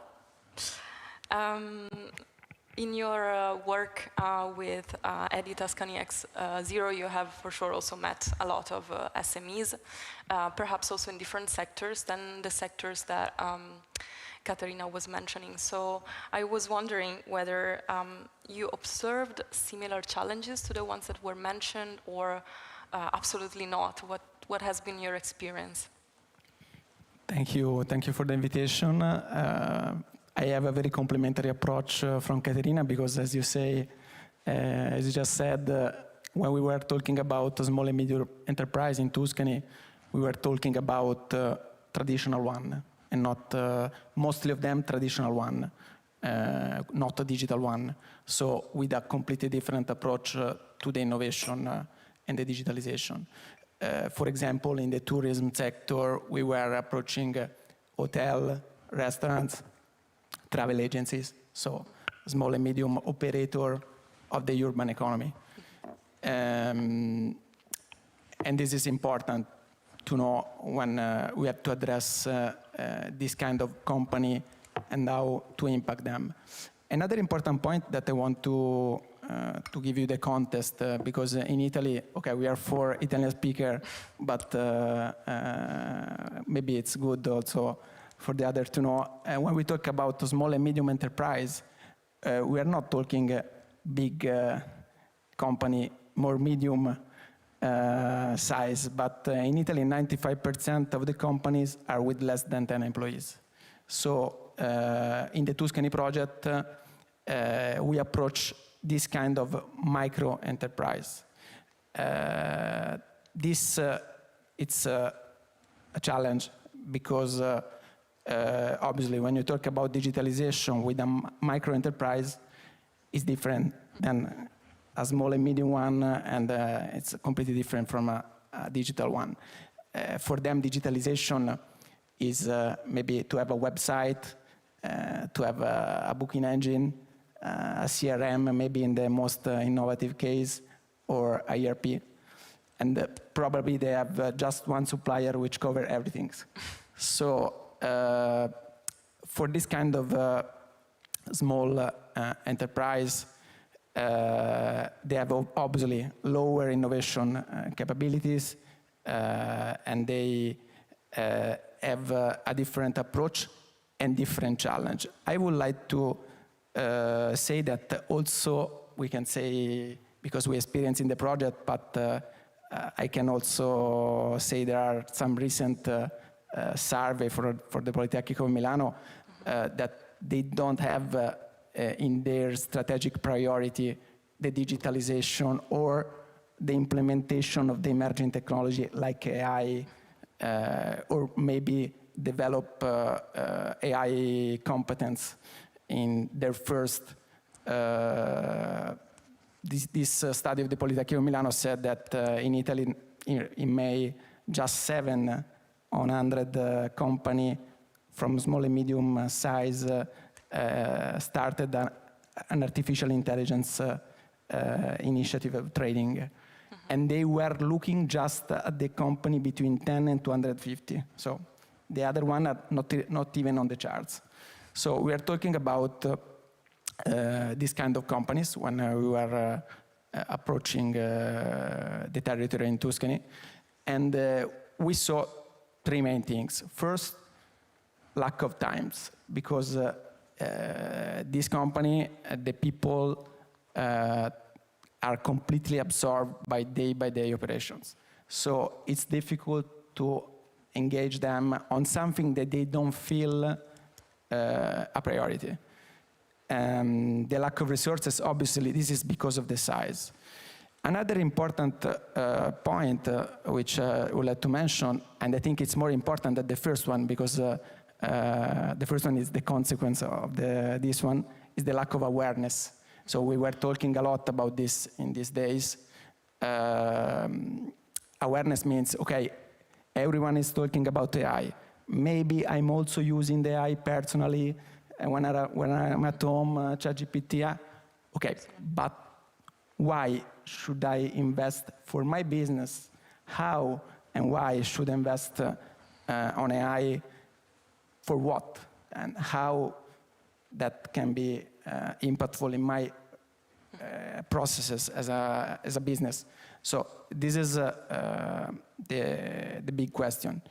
The lack of awareness is something very important.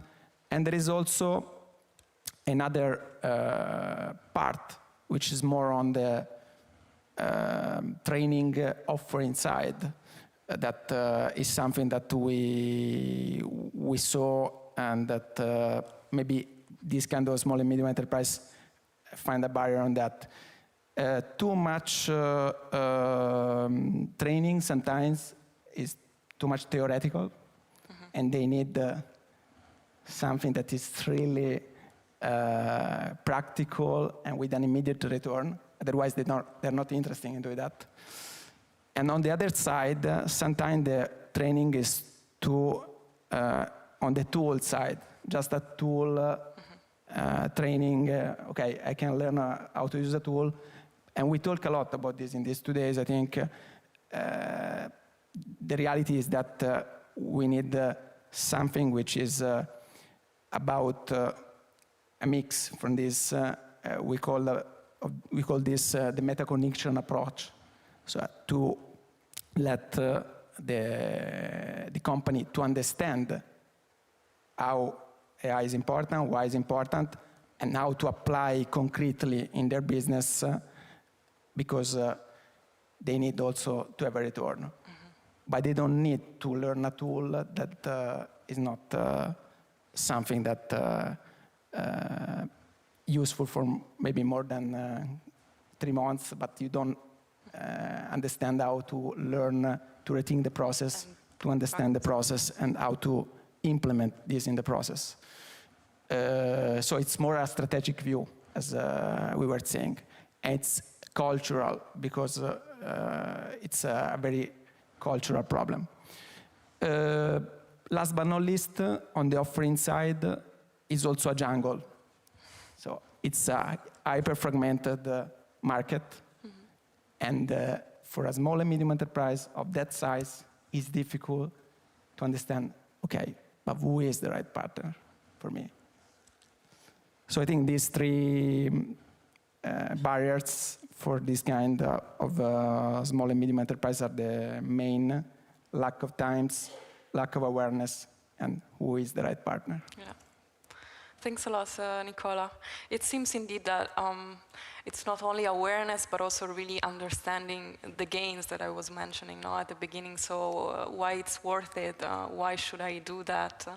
And in terms of jungle of offering, indeed, this connects a bit to the second question I would like to ask you, which is if you have maybe a practical example of how EDI Tuscany X0 has helped such SMEs, maybe to indeed be aware of their needs, make them understand why and how they could use certain tools.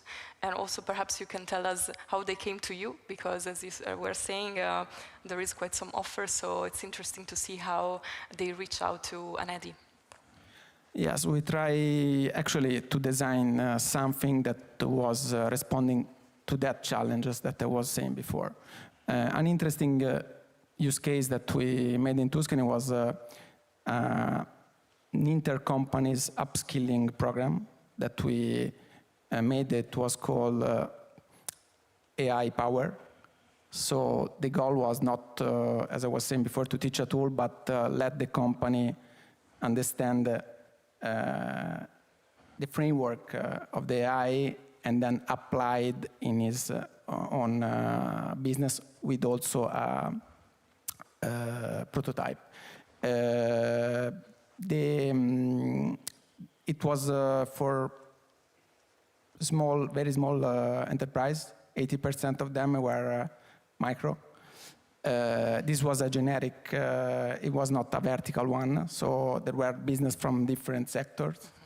And it was a 36-hour program with an asynchronous 50% module and synchronous the other 50%. This is because, as we were saying before, there is the problem of the lack of time, so how we manage this. And the asynchronous part was a good way to respond to this, but with the attention, because otherwise you risk to lose the engagement, to link very well the asynchronous part to the synchronous one. So the asynchronous part was like you had to make a task and then it's linked to the synchronous part. This was all online. which was also easier for the company to follow. And the other interesting point was the pipeline was skill assessment, training module tailored on the module that the company decided, because there were three focus. One was marketing, one was operation, and the other was finance. And a project work with a prototypization project. And with another interesting fact, so it was not just theoretical, but also practical with this part, that we give the possibility to each company to have a coach, which was a junior expert of artificial intelligence that assist the enterprise during the project work part. So they also have this kind of assistant that make more easier for them to approach the innovation and the training that they should be translated in their process. So, okay, what they can do. Another interesting part was that we combine the training with the test before invest service. So not all of them. We had 40 companies for the training part, and just 10% so far they make the test before invest because of the money, because of many things, the bureaucracy. But they have the possibility to also make a feasibility study and a proof of concept where they have the real possibility to collaborate also with a technological partner. Because another important thing that I think we have Caterina from the developer representative, okay, we can teach how to use AI, but then we have to leave the real work to the professional, because we cannot think that I teach you something and you became something that develop a product for your, it's different. And this is, I think, what was the metacognition approach to be aware, okay, how can I introduce and why, with what kind of impact in my processes, but I don't have to be, a developer of a new solution. Otherwise, it's another work. Another interesting thing of this kind of course was the intercompanies. So the exchange between companies was an interesting part for them. So you are not alone. You are kind of, okay, you have the same problem. So this is a very interesting part. And in this course, something that we missed was the presence. But we did another course in Tuscany that was vertical, that one, same approach on tourism, which we decide to make the last 2 days of the presentation of the project works in presence, and that made also all the difference. So this is to say also that the human part, we are talking a lot about artificial intelligence, but also in the training, still create most of the value is also, okay, we have to know each other, we have to share the problem, but face to face. And it was a very good feedback on that. I think this is the experience. If there are questions on this, Thank you very much, Nicola. It's very interesting, and there are a number of points that I think connect also with upcoming work that Gianluca for sure will mention later. I find it interesting indeed, of course, the human component. We see it today, and yesterday also, the fact of gathering all the EDIHs, at least from time to time, makes a real difference. And also the fact of perhaps the differentiator of EDIs and your experience compare maybe to another company or offering is the fact of really following the client through a journey and being there to assist, having a very tailored approach also with the sectors. So you were mentioning to having modules related to their sectorial needs. I think this is indeed something that makes probably the difference for these smaller realities and micro realities that you were mentioning. So you mentioned quite a few categories of services of EDIs. Probably most of you know them. EDIs offer 4 categories of services, one of which is skill and training.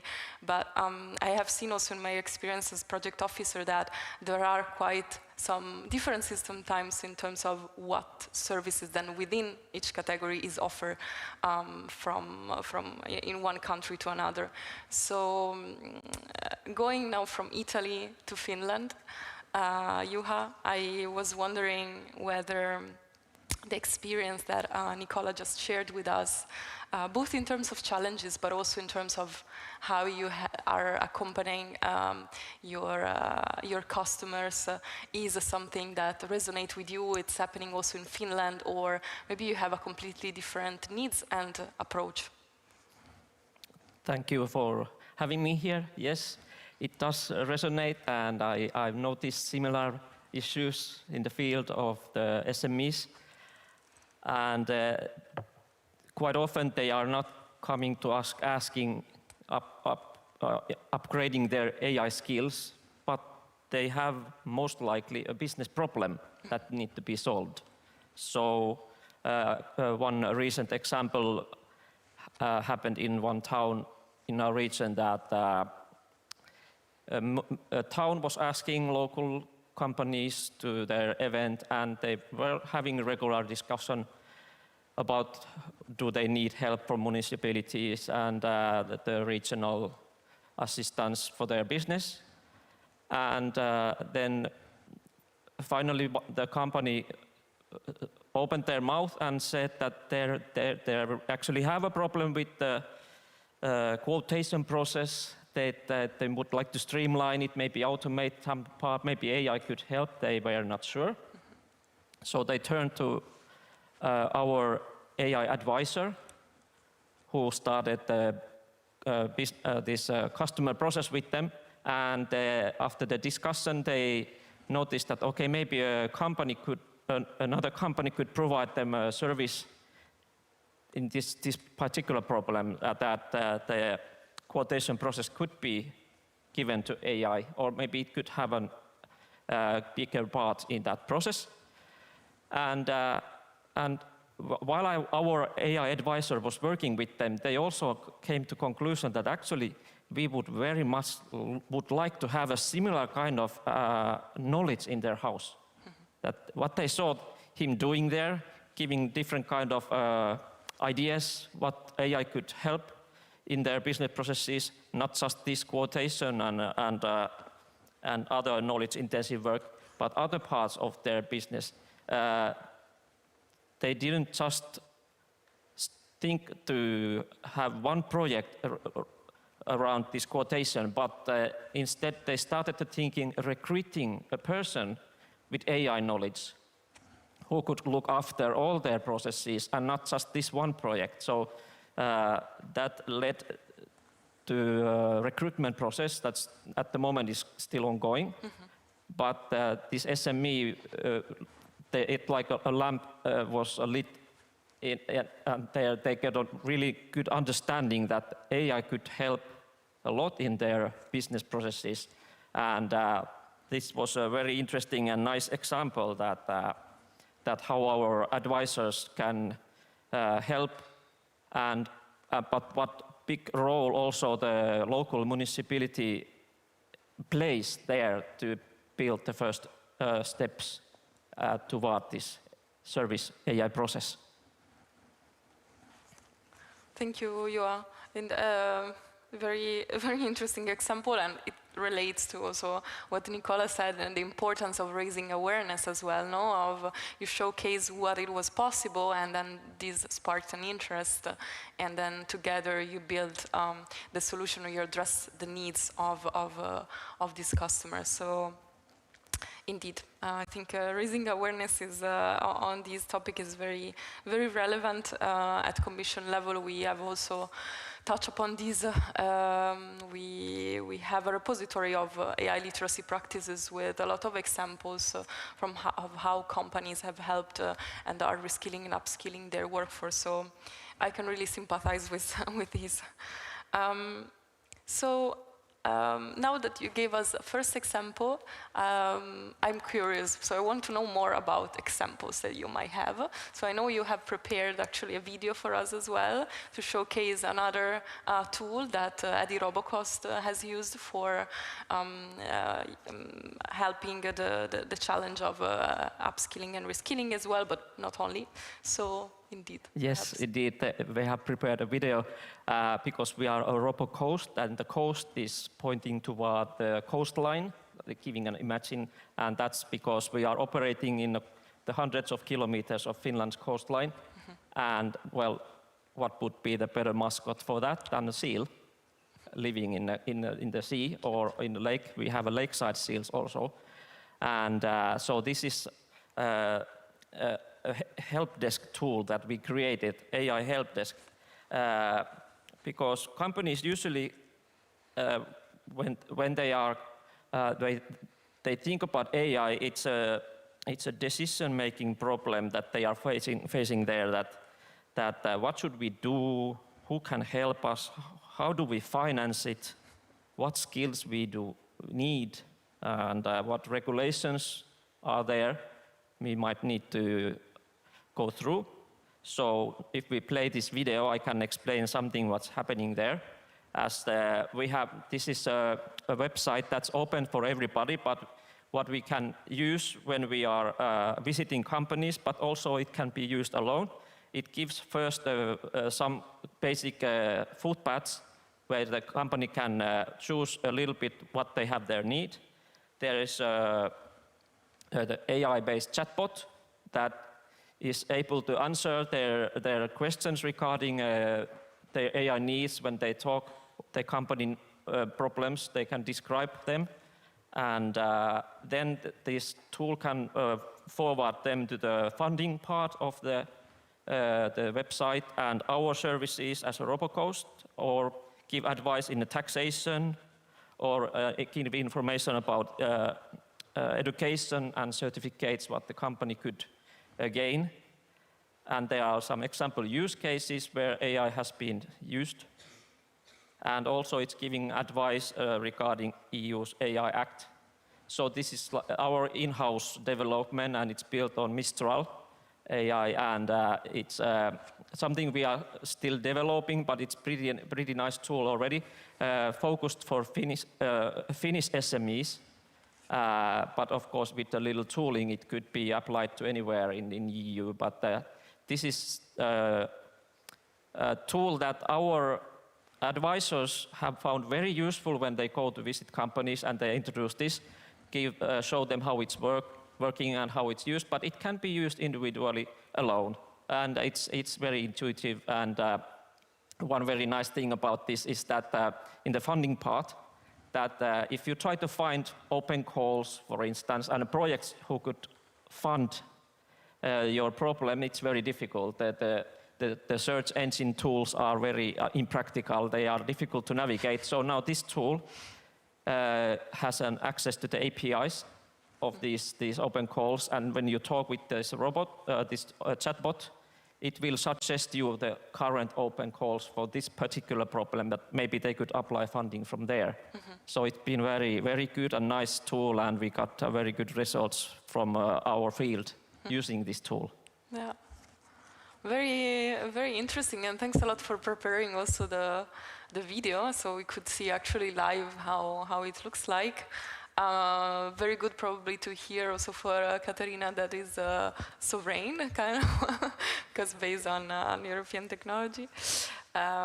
So indeed, very helpful and interesting also the angle of using AI per se as a way of learning, so generative AI to do that.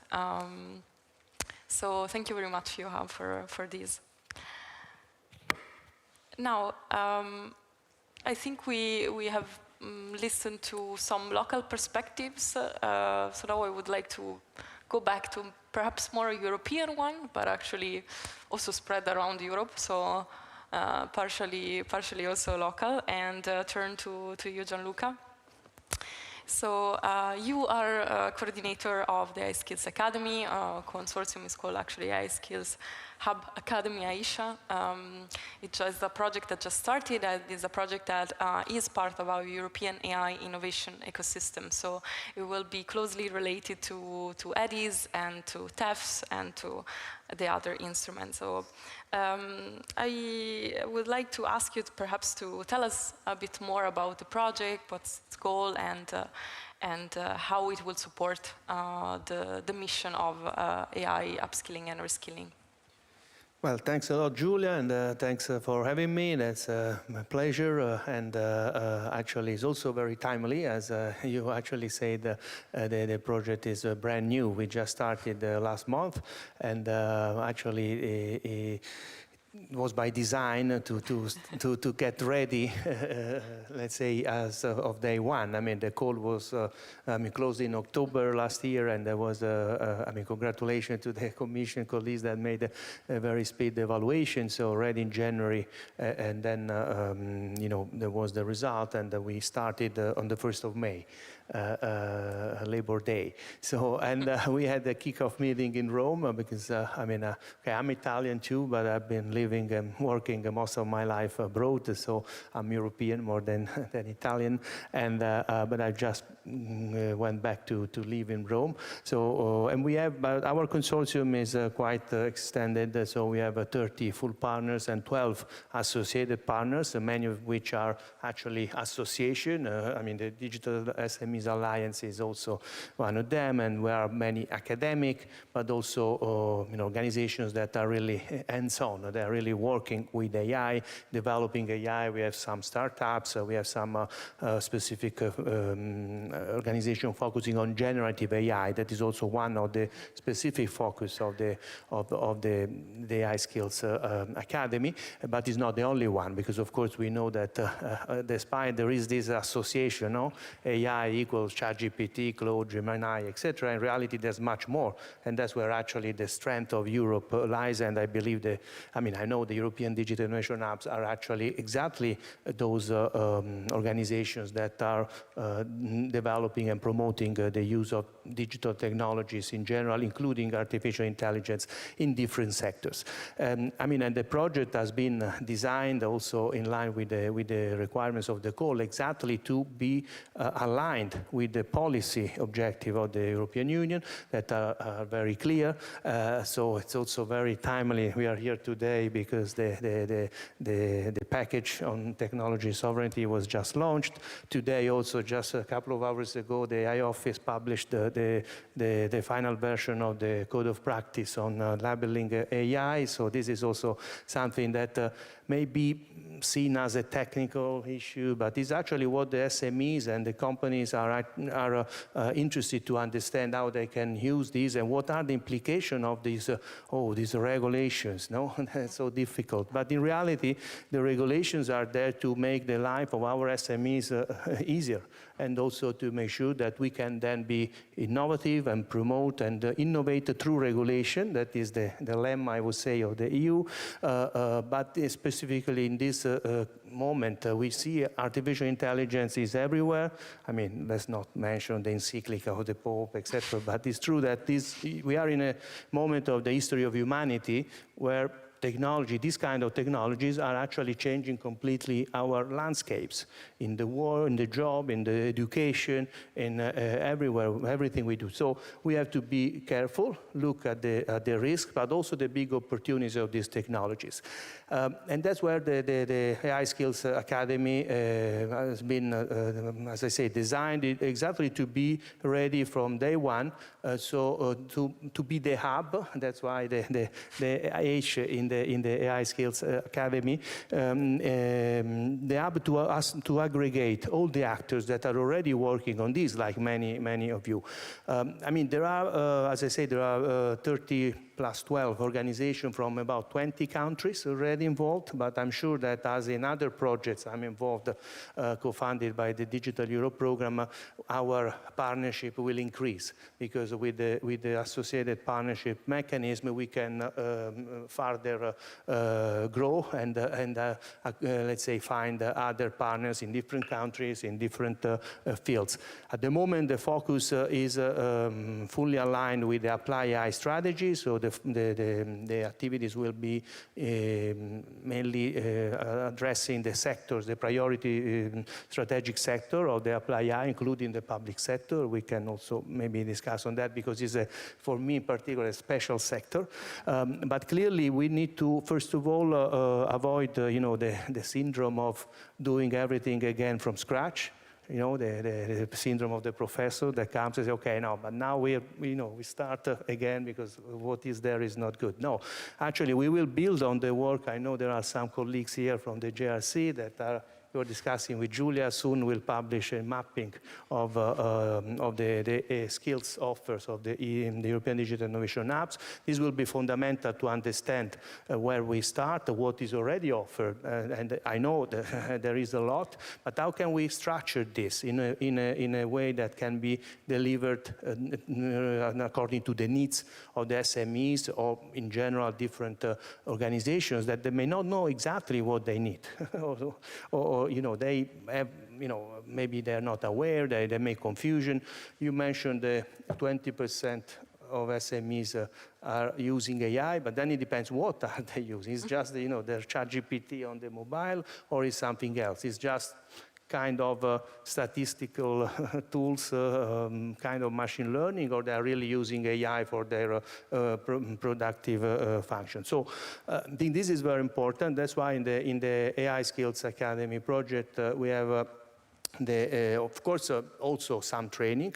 So there are three pillars. One is about the knowledge, the education, the training.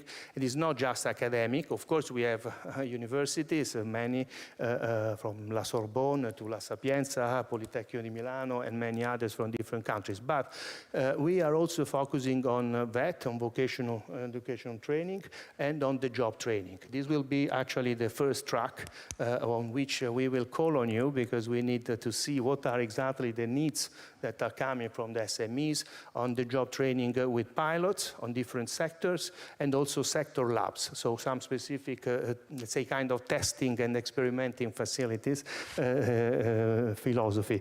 Because what we have seen also from other projects, maybe later we can discuss, there is a much need of experiential learning. So you have to really work hands-on on this technology to see what they can do and what actually they maybe are not good at. So we really need to focus on that.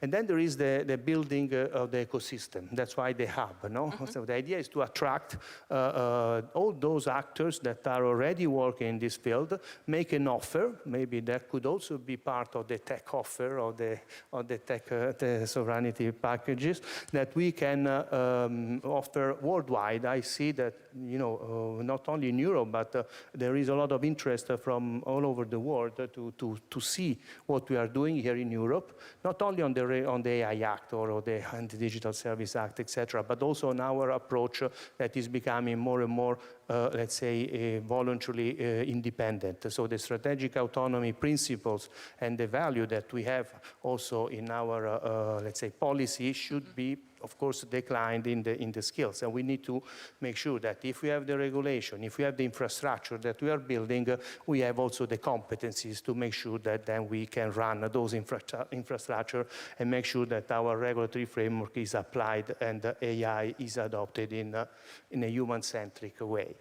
And then there's a third component because we have to measure the progresses. And what we have at the moment doesn't tell us exactly what is good and what is bad. So, and what are the future needs. So the AISHA, the AI Skills Hub Academy project, will have by design a foresight approach.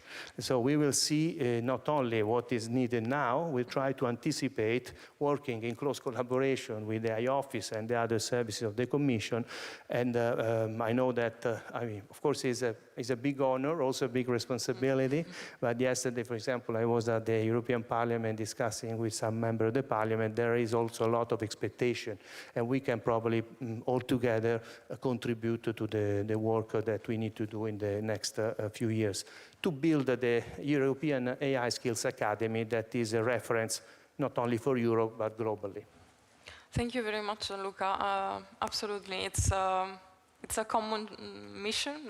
That's also why we're discussing today. I think this is a topic that should interest probably everyone. And you're also right in saying that we're not starting from scratch, right? As we have heard, we have quite some examples already ongoing, and you have also mentioned some of the deliverables and services of the academy, like the on-the-job trainings that will be practical, and as the practical needs that also Nicola was mentioning for SMEs.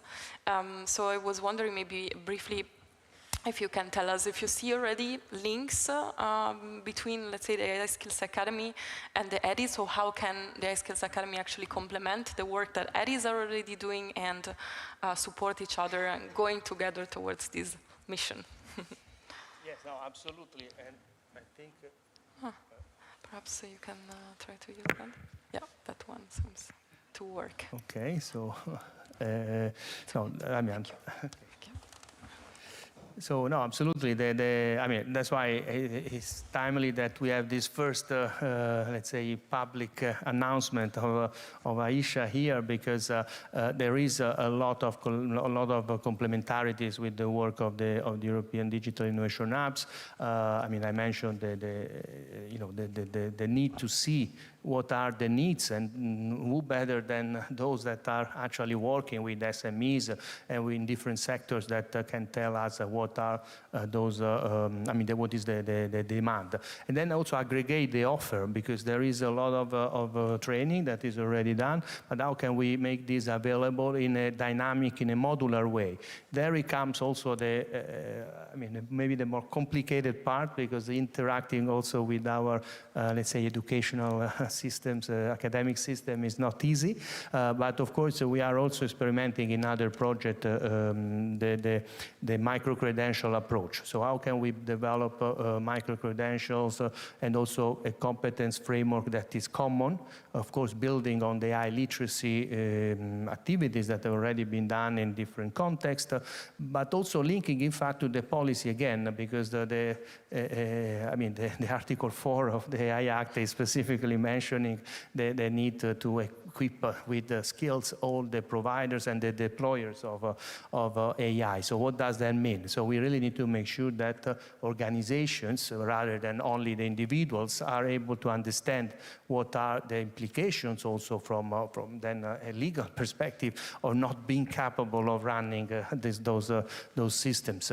And then also being, let's say, also careful from an ethical perspective of adopting certain technologies or others. So on that sense, the digital innovation hubs are a clear, let's say, a delivery channel also then for feeding back to the users, the SMEs, the public sector also, especially in those kind of, let's say, training or educational activities that are not already offered, because of course we are not going to replicate the very good training we have in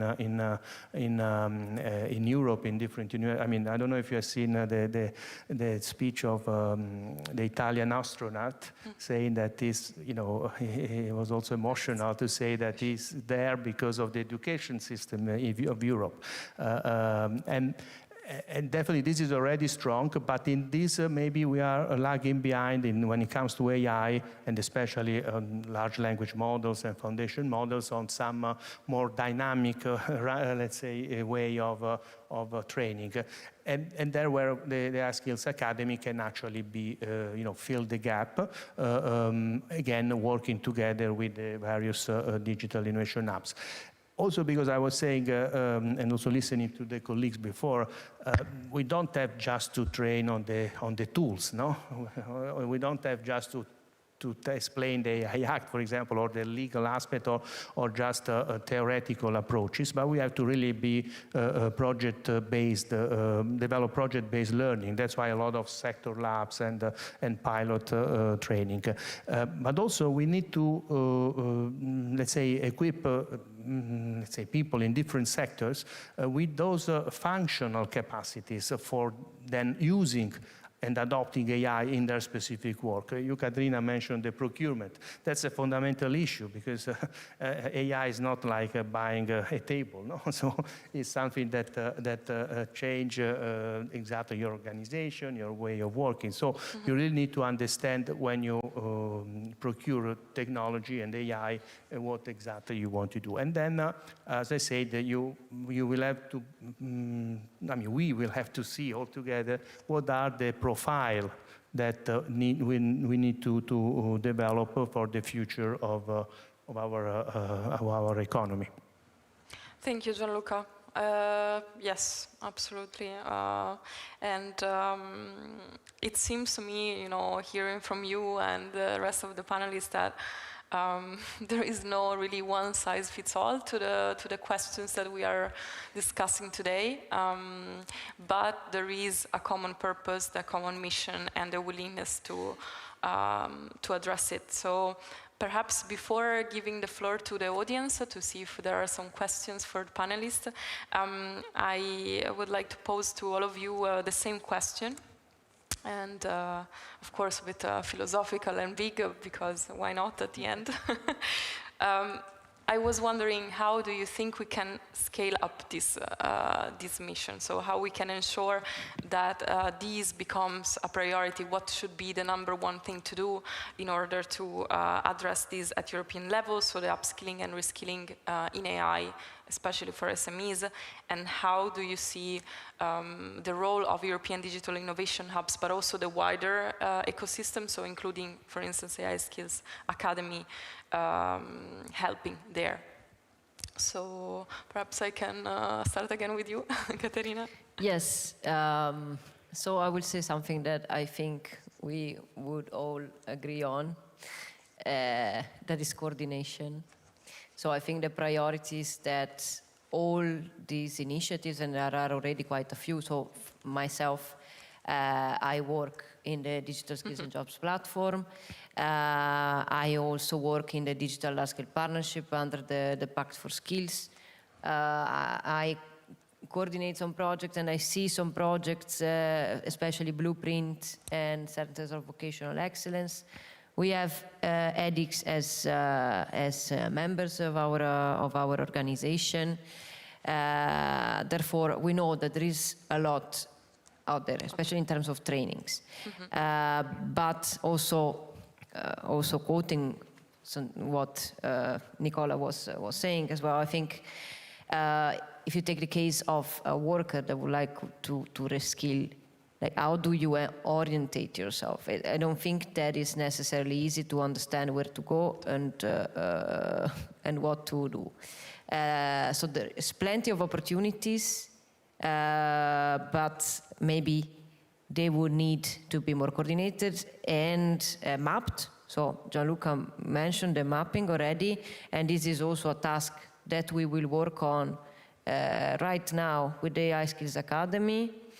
So I think the first thing will also be to map all the activities that EDIH are doing in this regard.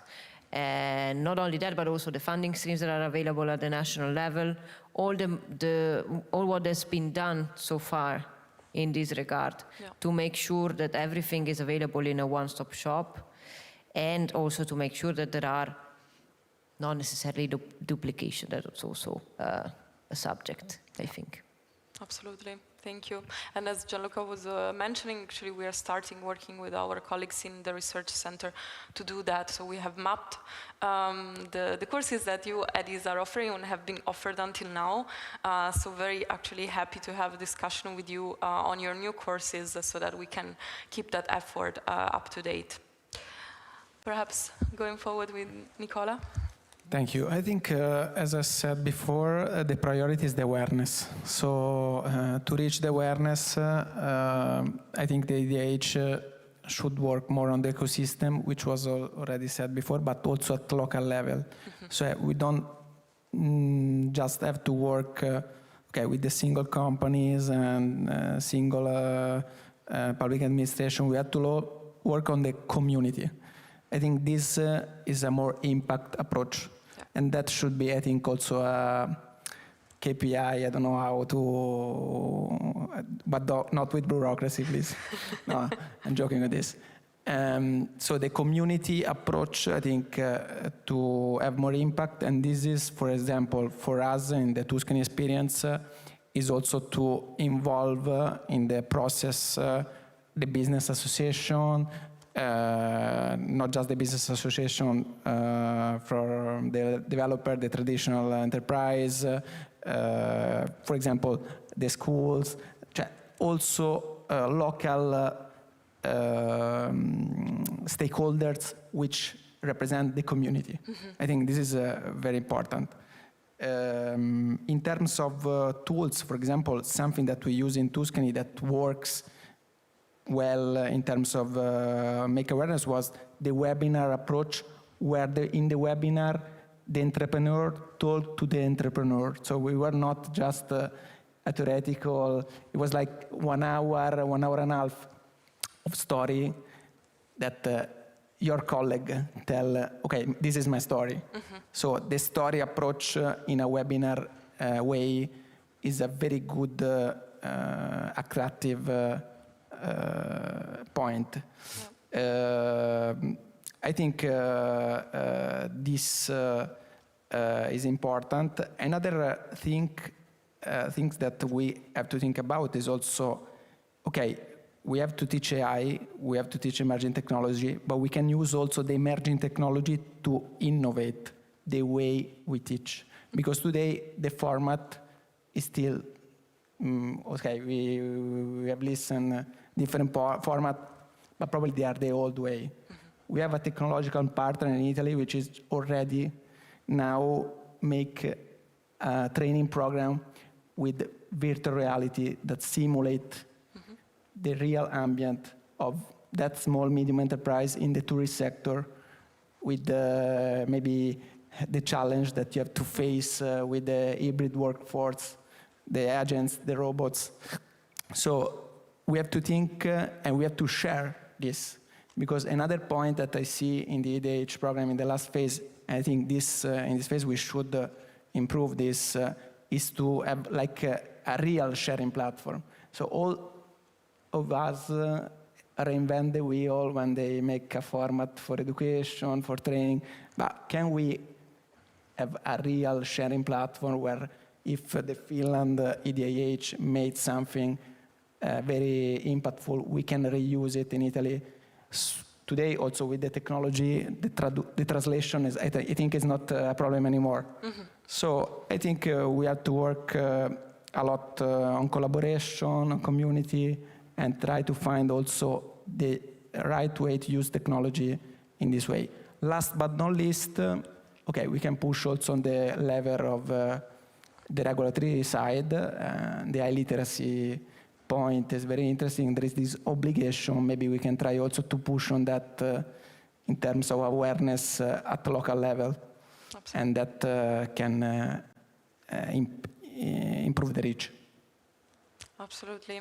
Thank you very much, Nicola. Indeed, I think you touched upon quite some important points also with respect to the need to see how we can adapt our way of learning and teaching. As said before, AI is shifting also these, so we need to perhaps walk away from certain misconceptions, what works, what doesn't, and the local level community awareness is very important. Juha, what's your priority or priorities? What the EDIHs could do is to build trust. And really, an SME has two problems. First is where to start, and then the next one is who to trust. And to build the trust, we need to find perhaps a companion who is already trusted. And in Finland, we have a system where cities and municipalities pay service to SMEs for startups and all entrepreneurs to give a business development advisor service.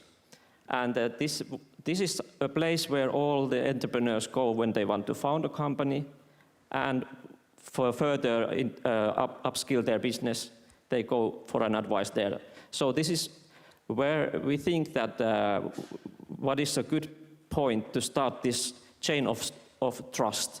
So to put our AI skill efforts, we focus to upskill the business developers' AI skills. So improve their knowledge of AI tools and all the solutions, because when they talk to business owners, then they can recommend maybe an AI solution or just raise a question that, have you thought about this? And then they can conduct the digital maturity assessment, for instance, and find out the TRL level of a company. And then we will be introduced the next step as the next trusted channel. So it's a chain of trust. And then behind us is all the AI factories, TEFs, and everything else. So then we will have opportunity to open these doors. And this chain of trust continues all the way there also. So I'd say that to open the doors, that the companies need to trust our services, and where to start, we need to find a partner who they start and then continue the service chain there. Thank you, Juha. I cannot agree more on the fact that without trust, you don't have adoption, and we cannot even start this whole process. So this is a very important point. Gianluca, final words. Well, I mean, of course, it would be too easy to say that skills is the key word, but I would say that actually skills and governance need to go hand in hand, because, of course, we need to coordinate the different efforts. I mean, the EU has been doing a great job in the last few years, also, let's say, defining the ecosystem, the various ecosystems. So we have to see how we can make this ecosystem, let's say, drawn in paper, actually live.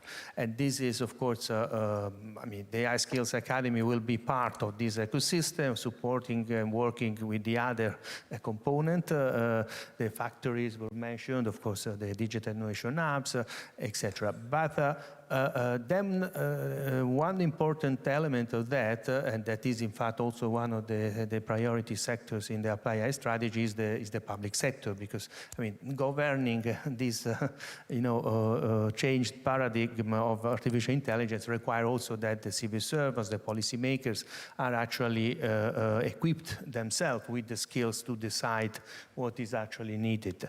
And on that we have the experience that we started now already 5-6 years ago with a small master, AI for Gov, by the Universidad Politecnica Madrid and Politecnico Milano, that was a pilot that was then embedded actually in the offer also the Digital Euro program. And now there's another project that, we call it AI for Gov Accelerate, AI for GovX, which I'm the scientific director, and we are also developing a specific approach on a larger scale on equipping civil servants and policymakers with those skills that are much needed. So on that, I know the European Digital Innovation Hubs are also tasked to train the public sector, so it will be a fantastic opportunity to start working together and see how the experience and the project that is now starting to deliver training for 3,000 people in November with a new master, we call it MAGICS, Master in AI, Governance, Innovation and Digital Transformation, so not only focusing on AI, but exactly also on the basics, on the fundamentals of interoperability, data spaces, and other digital technologies will be maybe of use. Also, building on the fact that all these projects come with a small but not so small part of funding that we can use for scholarships and for internships, and we see that this is attractive. It's not a lot of money, so normally it's a couple of million in each project, but can be a leverage also to attract back talents. In AI for GovX, for example, we started also, if possible, with even a larger consortium with over 40 partners covering most of the EU. But now we made a call for associate partners, and we got additional 40 partners from all over the world, from Australia to Argentina, and they're all interested to understand how we can, deliver specific courses that are innovative and actually that can show the impact, because that's the other point. Of course, there's a lot of training, but is all this training really making the change that we need? So is all just giving a diploma?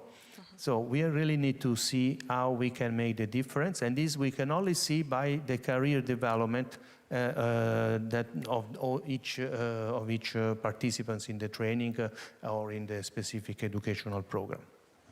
Thank you, Gianluca. Okay. Well, quite some priorities. The list gets quite long. So now, before closing, I would like to open the floor for questions. So if any among the audience has a question for the panelists, please feel free.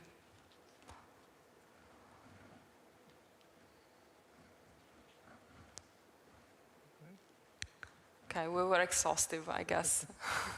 You want a coffee break. Okay, maybe given that we have still a bit of time, perhaps last question from my side for any who would like to answer is I ask you a bit the priorities, more perhaps on your side of the story.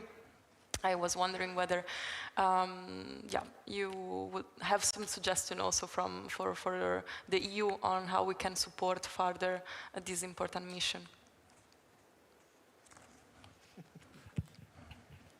My hierarchy will not be happy that I asked that.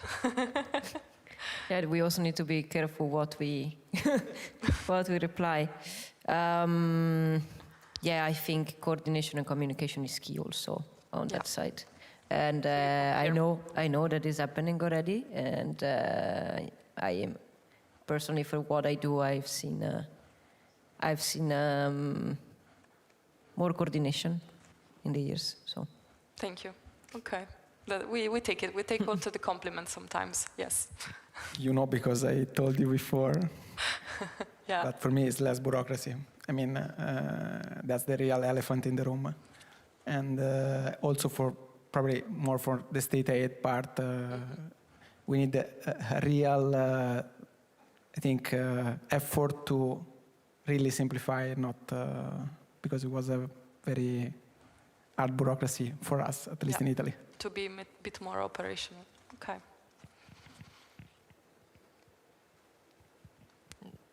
Yes, so if I go back to the trust part, then that it could be something that where EU can focus that the EDIHs are maybe more visible in a wider spec, so that it's not just some project, but that it becomes more known European-wide, that it's really like the entry point or the gateway to these many services behind it. Okay, so support more promotion and the communication about it as well. Okay, thank you.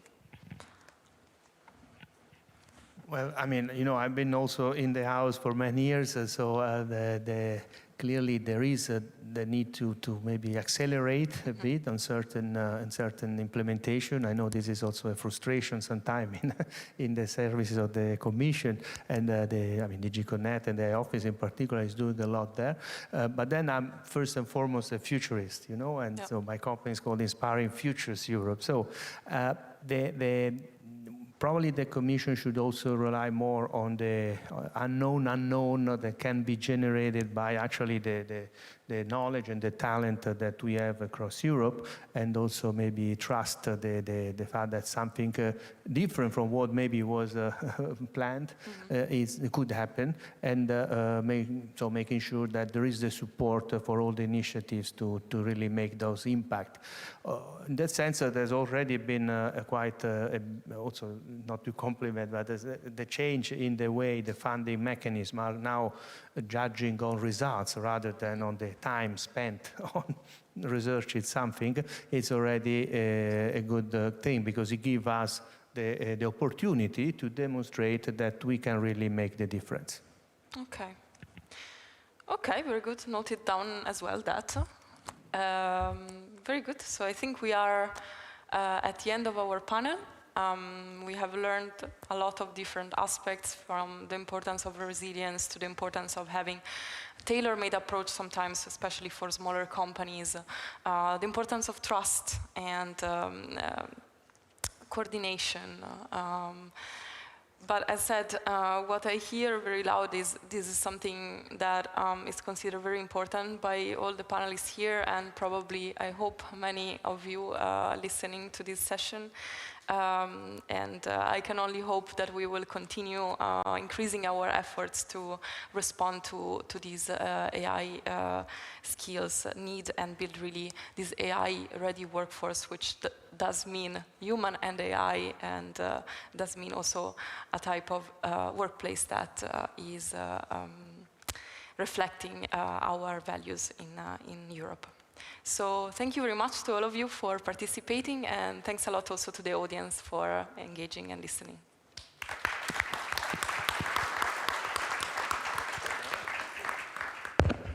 No picture. I think Thomas with us, but we can make a picture. Yes. And there is the coffee break. Sorry, I forgot, Patricia. Coffee break. Coffee break. Yeah, perfect.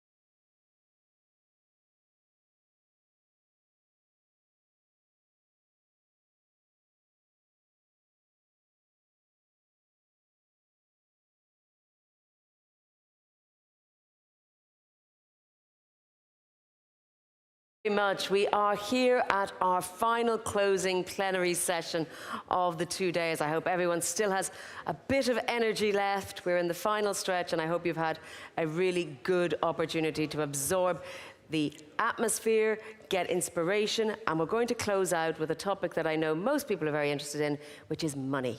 So, the panel discussion is actually entitled From Subsidy to Sustainability, How EDIs Can Attract Paying Clients. So we're going to try and come up with some really positive closing thoughts. We're going to hear from the EDIs that have successfully attracted paying clients and reduced their reliance on public support, and hopefully come up with some tips, some practical suggestions and ideas on how everybody else can replicate their model.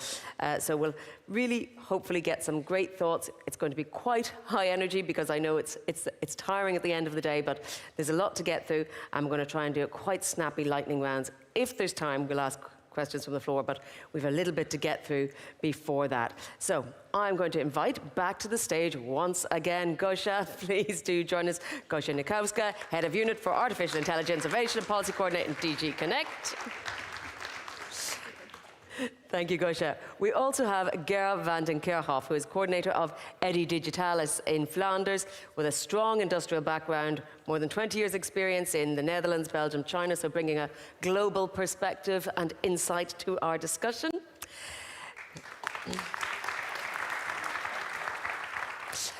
Katja Mohar-Bastar is the coordinator for the Digi Slovenia. She leads the national EU-level digital innovation initiatives for SMEs and is going to give us the insight into what has worked for her. And a round of applause. And finally, Hedi Kawe is the EIC Programme Manager for Artificial Intelligence at the European Innovation Council and Small and Medium-Sized Enterprise Executive Agency, otherwise known as SMEA. So thank you all. I'm going to rattle through the questions and try and get some quick answers, and then we can expand a little bit. So Gosia, let me start with you.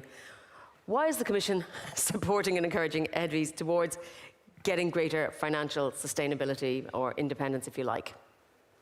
So it's not a surprise to anybody in this room that co-funding, finding the co-funding, and then going through the process of actually signing the right contract, understanding the rules, and then dealing with state aid, VAT, and other rules has been one of the biggest challenges that we had to face as a network. It has caused significant delays for most of our hubs. And once we thought that we have kind of solved it, then the whole RRF drama has exploded. For those of you who don't know what I'm talking about, you're very, very lucky. I will not go into details, but it has been a traumatic experience for all involved. So in that spirit, we are really trying to see how we can overcome these difficulties. And on the one hand, we are looking at how we can simplify the processes. We are trying to see if in the next financial framework, we could have one set of rules even for combined funding. But, you know, the coin is still up in the air on what will happen there. At the same time, we see the enormous value of the services that you are delivering.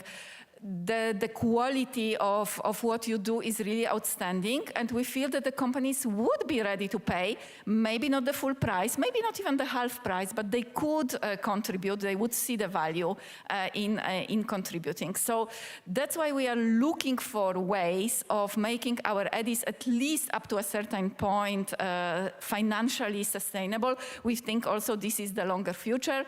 Just to reassure everybody, we still plan to co-fund EDIs from our side in the future. But if we could, at least up to 1%, have other sources of funding, I think that would be great for everybody. Absolutely. I don't think you're going to hear much disagreement in this room. Ger, let's go straight to the heart of it. What are the practical approaches that do work to convince organizations to part with their money for EDI services, be they companies or public bodies? Well, let me start by stating that we are one of the hubs that is not co-funded, so I'm the lucky one of the lucky ones, Gosia. So we do not have any additional funding apart from the EU funding.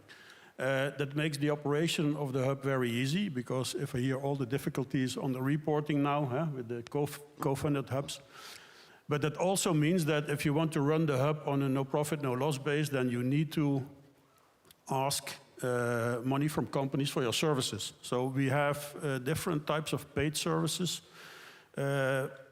Clients that pay for our services are to be found in the Test Before Invest area and also in the skills and training area. So some of our master classes, dedicated trainings are paid, but also all the services in the Test Before Invest work package are paid by customers. And what we do is basically we pass on the European funding to the clients by reducing our daily rate.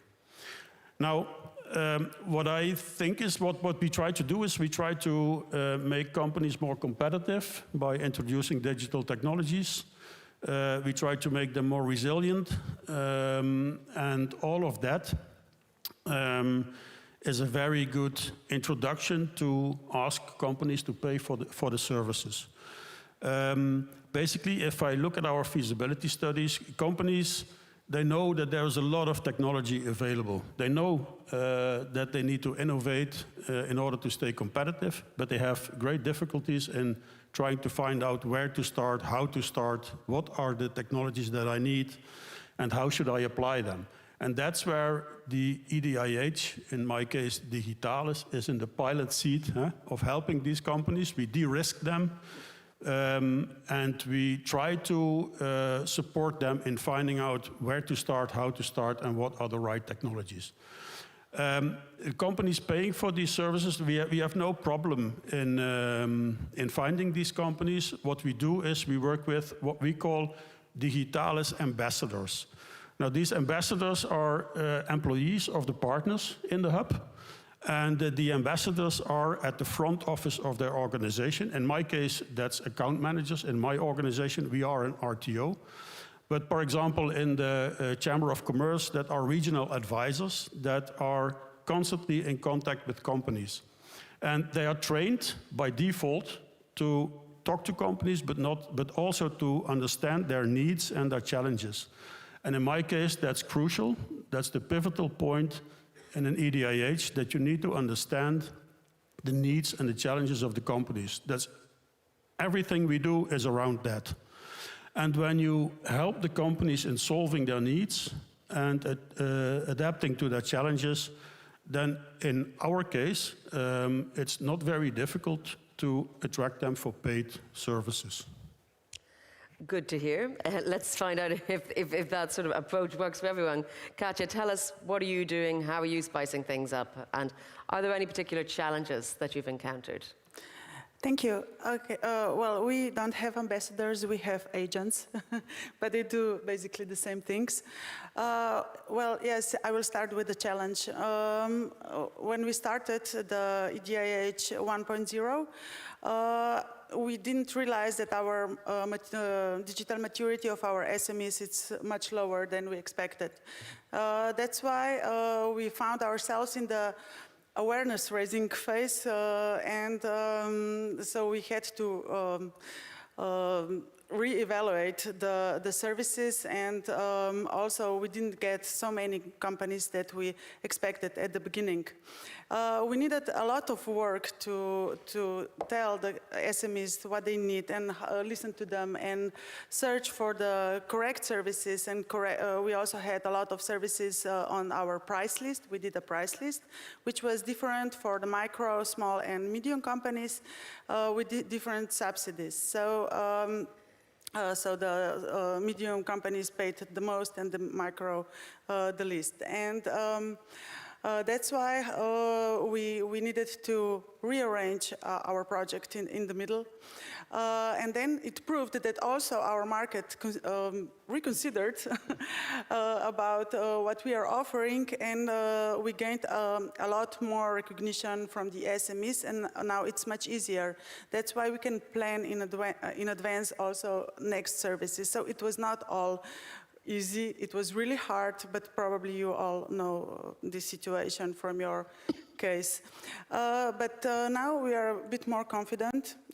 So we are starting to arranging services in a way that we can offer them the wholesome support.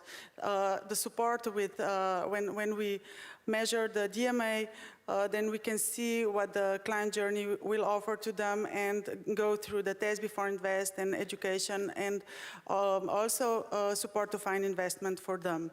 And of course, marketing with networking and sharing the best practices. So we are looking at now in a way that this is much more than one-off project, but it's more like long-term support for the companies. Having that in mind, we are now thinking about the subscription or membership for the next period, but still. That will cover mostly the cost, but probably not all. But we are searching for a lot of possibilities. What can we do in this case? Well, thank you very much indeed. I mean, we're all searching for possibilities, I think, all the time. So, I mean, what I'm going to ask Hedy is, how can the EDIs design viable business models and revenue streams to complement or replace public funding? So, I mean, bearing in mind that is something to be there alongside it. Thank you. So I have the chance to work with innovators, and I do believe that those European digital innovation hubs are facilitators to bring the innovation to the market. And the first thing that I have learned from this innovators ecosystem, including research centers, startups, investors, corporates, and so on, most important thing is the mindset. The business mindset. If we talk about clients, we talk about business. So when we run a business, we are driven by the market, not our product. So that's the first thing. So, and this is what we learned from startups. There is two options. You would like to push a new technology, or for you, for EDIs, will be services. If there is no market pool, it will never fly. This is the first approach. So making services where the market asks for. And then the other side is creating services and prove to the market that it has an added value for them. So that's very important to have this business mindset in terms of how design services that they are needed and required by the market. So because if we would like to ask SMEs, so they are already suffering, from having liquidity. So how to convince them to pay? It's not charity. So there is added value to show, and then return on investment. So that's very important. So have this business jargon that's very important. And from the other side also, how to perceive the public funding.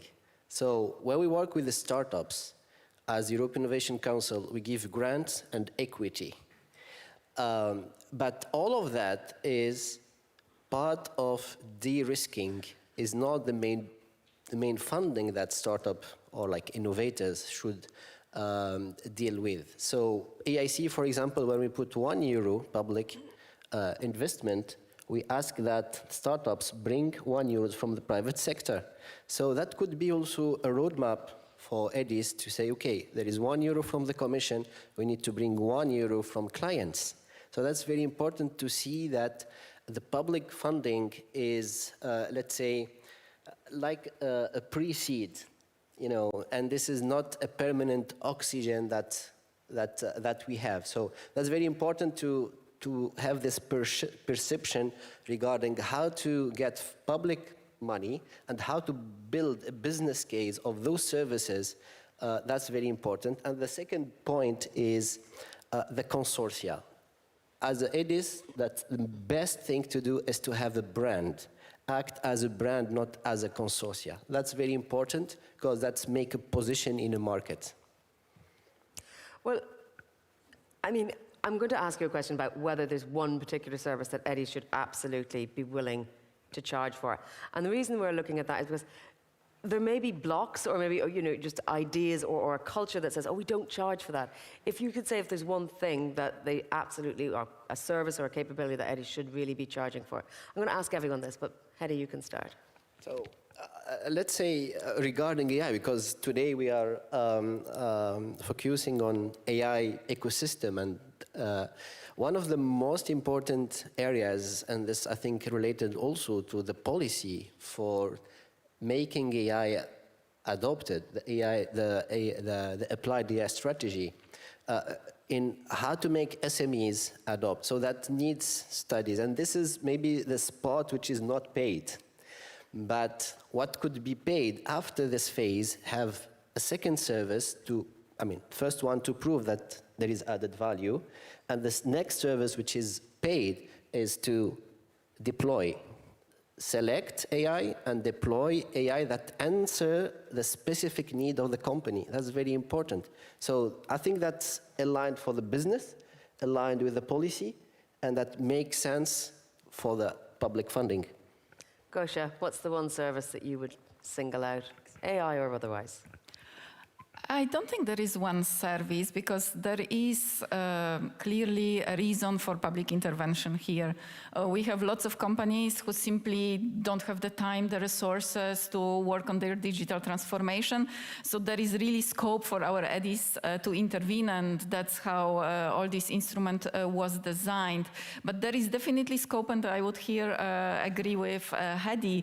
Like the second phase, once they were convinced, when they see the value, that's maybe where they can pay. There could also be some services which really work, for which there is already like a good fame, people know about them and ask for them. Those services also could be like the first ones for which we are asking for money. But I would like to underline that there is definitely place for public intervention here. We still need to make sure we have only 20% of companies who use AI today. So this number has to increase before we are comfortable and say, okay, guys, now you are on your own, because overall we are happy with the level that we achieved. Katja, since you have the microphone in your hand, is there any service that stands out for you, or do you feel like Gosha that it's a package? Well, I agree with both of you. I think that really we need to see what the individual company needs, not the statistical needs are. But I'm sure one of the most valuable things, it's not just a subsidy, a financial one, but it's also money. So we also subsidize with time, because we can solve their problems instead of them. For example, maybe some regulatory issues to help them with some, I don't know, compliance, because in our case, SMEs are really small, and they don't have enough people employed also for dealing with that stuff. But of course, technology and adoption of AI and other technologies is really actual. So we need to see, but in this case, we need to see first their needs. Gar, same question to you.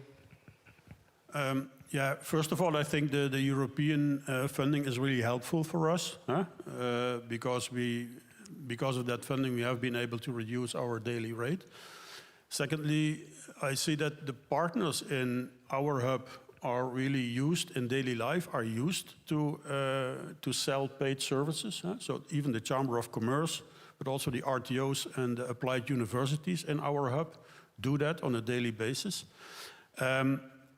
In our hub, we have a big number of services in all the different pillars of the hub.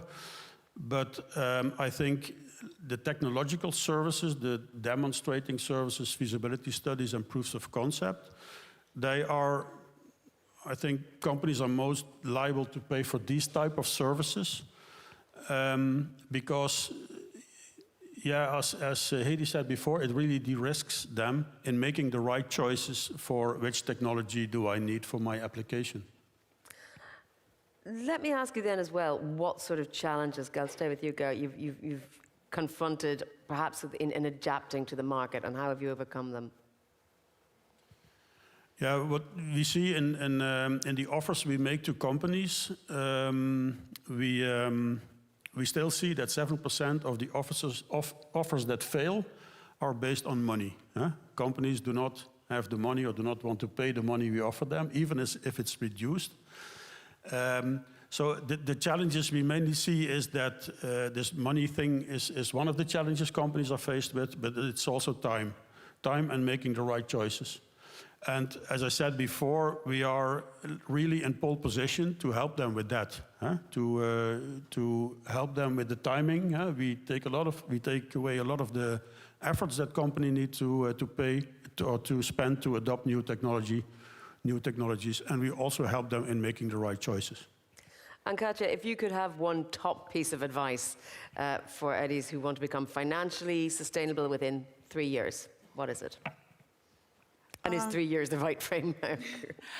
I don't know if 3 years, if this would be totally financially independent without being the competition to other clusters or maybe, I don't know, chambers of commerce and so on. This would be really hard, but at least partially. I think that monetizing of these services, I would agree with Hedy and the statement that we should not put this in the words, it's kind of a charity, whether it is from our side or from their side, give us some money because we are offering you some really high-tech services. No, this is business, and it's good for you to do it. And I think in the next 3 years, as much we saw how market evolved in the past 4 years, I believe that there will be no option not to be digitalized or adopt AI. I think that also the market situation will work for us in this case. And as well, we can see not only AI, but also cybersecurity, how much everything is evolving and differentiating from how it was when we started. I think there will be also a push from the environment itself, hopefully, so we will all be financially, at least partially sustainable. Hedy, I'm going to ask you to interrogate my question itself when I said within 3 years or in 3 years. Are those sorts of targets useful, or is there a better way of thinking that, you know, we do it step by step and we set benchmarks along the way, or is it good to have an aim and a goal? I think having targets, business targets and KPIs, that's very important. That's because that will make, according to those targets and KPIs, roadmap. And this, again, is a business roadmap. That's very important to have this idea, and then you have milestones, evaluate, you can back on your KPIs and so on, but that's having targets and KPIs means like you ought to evaluate during this period, have targets, and then also adapt your roadmap according. So that's, I think, very important to have this milestone of 3 years, but link this to business targets and KPIs. Okay, so for the final round, I'm going to ask you all to complete a sentence, almost like an elevator pitch. And Gosha, I'm going to start with you. So the sentence is, organizations should pay for EDI services because? Because they are worth it. Okay. All right. Ger, organizations should pay for EDI services because? Yeah, I agree with Gosha, but we make you more competitive. Katja? Because you need it, even though you don't know it, you know, like a parent. Okay. Hedy, I'll let you. Because there is an added value. Okay, so there you go. That's all your branding done for you in very short phrases. Can we get a round of applause, please, for our speakers? Thank you.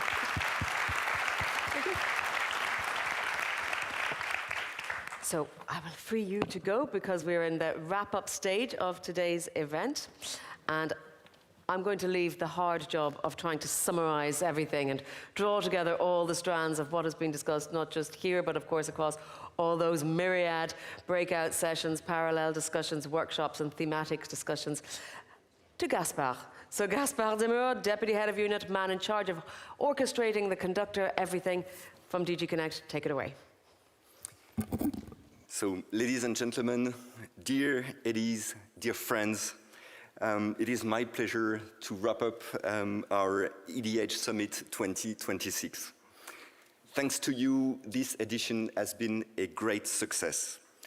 You have been more than 600 here with us in Brussels, but you also have been more than 1,000 online watching the award ceremony and taking part into our discussion.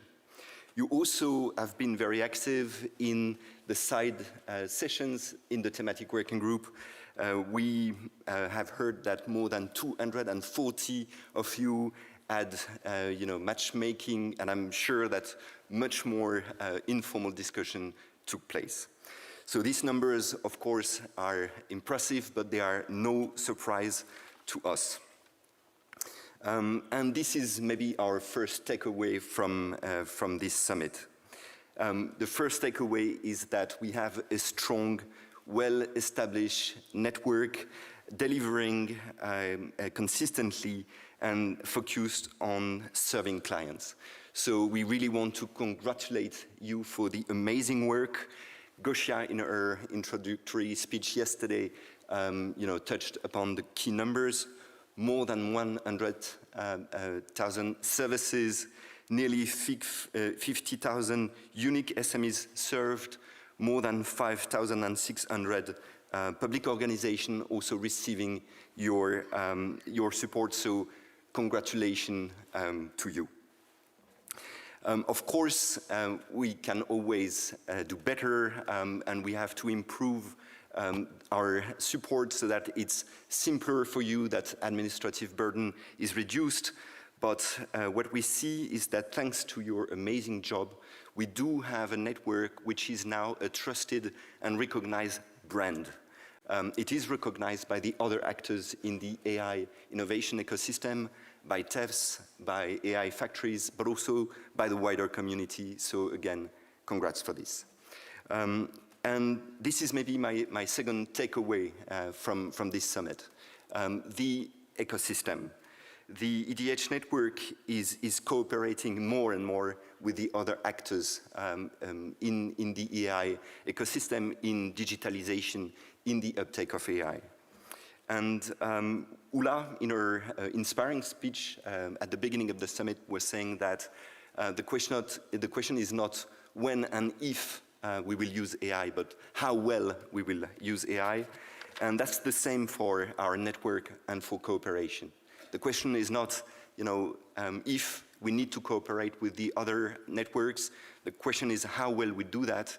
And from the discussion that we had today, we could really see that we are going away from words and entering into real pathways of cooperation, going into the details of the work with AI factories tomorrow, with gigafactories, testing and experimentation facilities. So I also want to warmly thank all our friends in testing and experimentation facilities, in regulatory sandboxes, in experimentation facilities and EEN, because let's face it, alone with the EDIH network, we will not be able to tackle the AI uptake for all the companies in Europe. So we need to team up, and we see extremely great progress in that direction. So this is maybe my third key takeaway from the summit, which is that during the discussion and also in the last panel, we really saw the importance of this discussion among the networks, but also with the companies to really understand the needs of our clients. And I think this is really something that we need to work on even more. This summit has been very useful in getting your feedback in the needs expressed by your clients, in the field of access to finance, in the field of test before invest, in how to access EU-made AI solution. We need to really tailor the services to their needs so that we add value and that we are going in the space where you have market for services. These are my key takeaways, but in reality, these are not the most important message. My last message is that there is a full team behind the organization of this summit. First of all, your work, your involvement in the different sessions, but there is a full team behind the organization of the summit. And I want to start by thanking all the colleagues in the AI office, in Unit A4. They did an amazing job to prepare, populate the different sessions. So thanks a lot to you. And also to colleagues of ADEA that also helped us organizing the summit at the same time as the evaluation process for the selection of the second wave of EDIs. So I would really like to warmly invite colleagues from Unit A4 to come on stage and really to have a huge round of applause to them. But before that, I also want to ask the colleagues from DTA, our support action, to also come on stage. They've been amazing in preparing that summit. So please, A4 colleagues and DTA colleagues, this is not your moment, come on stage.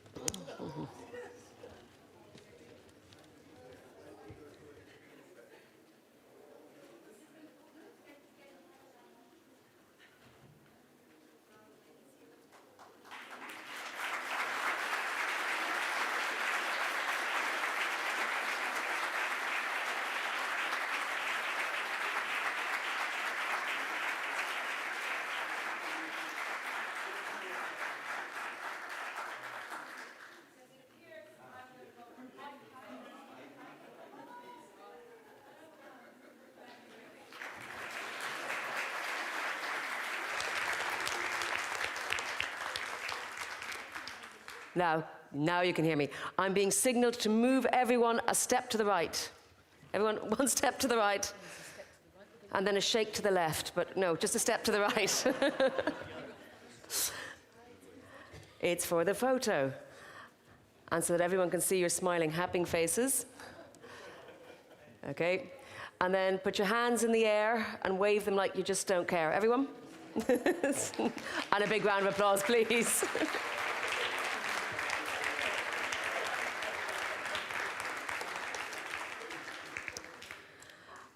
I think that is it. I think we have reached the end. I think everyone here is very pleased and happy up here that we all have a well-earned rest after 2 days of very intense discussions.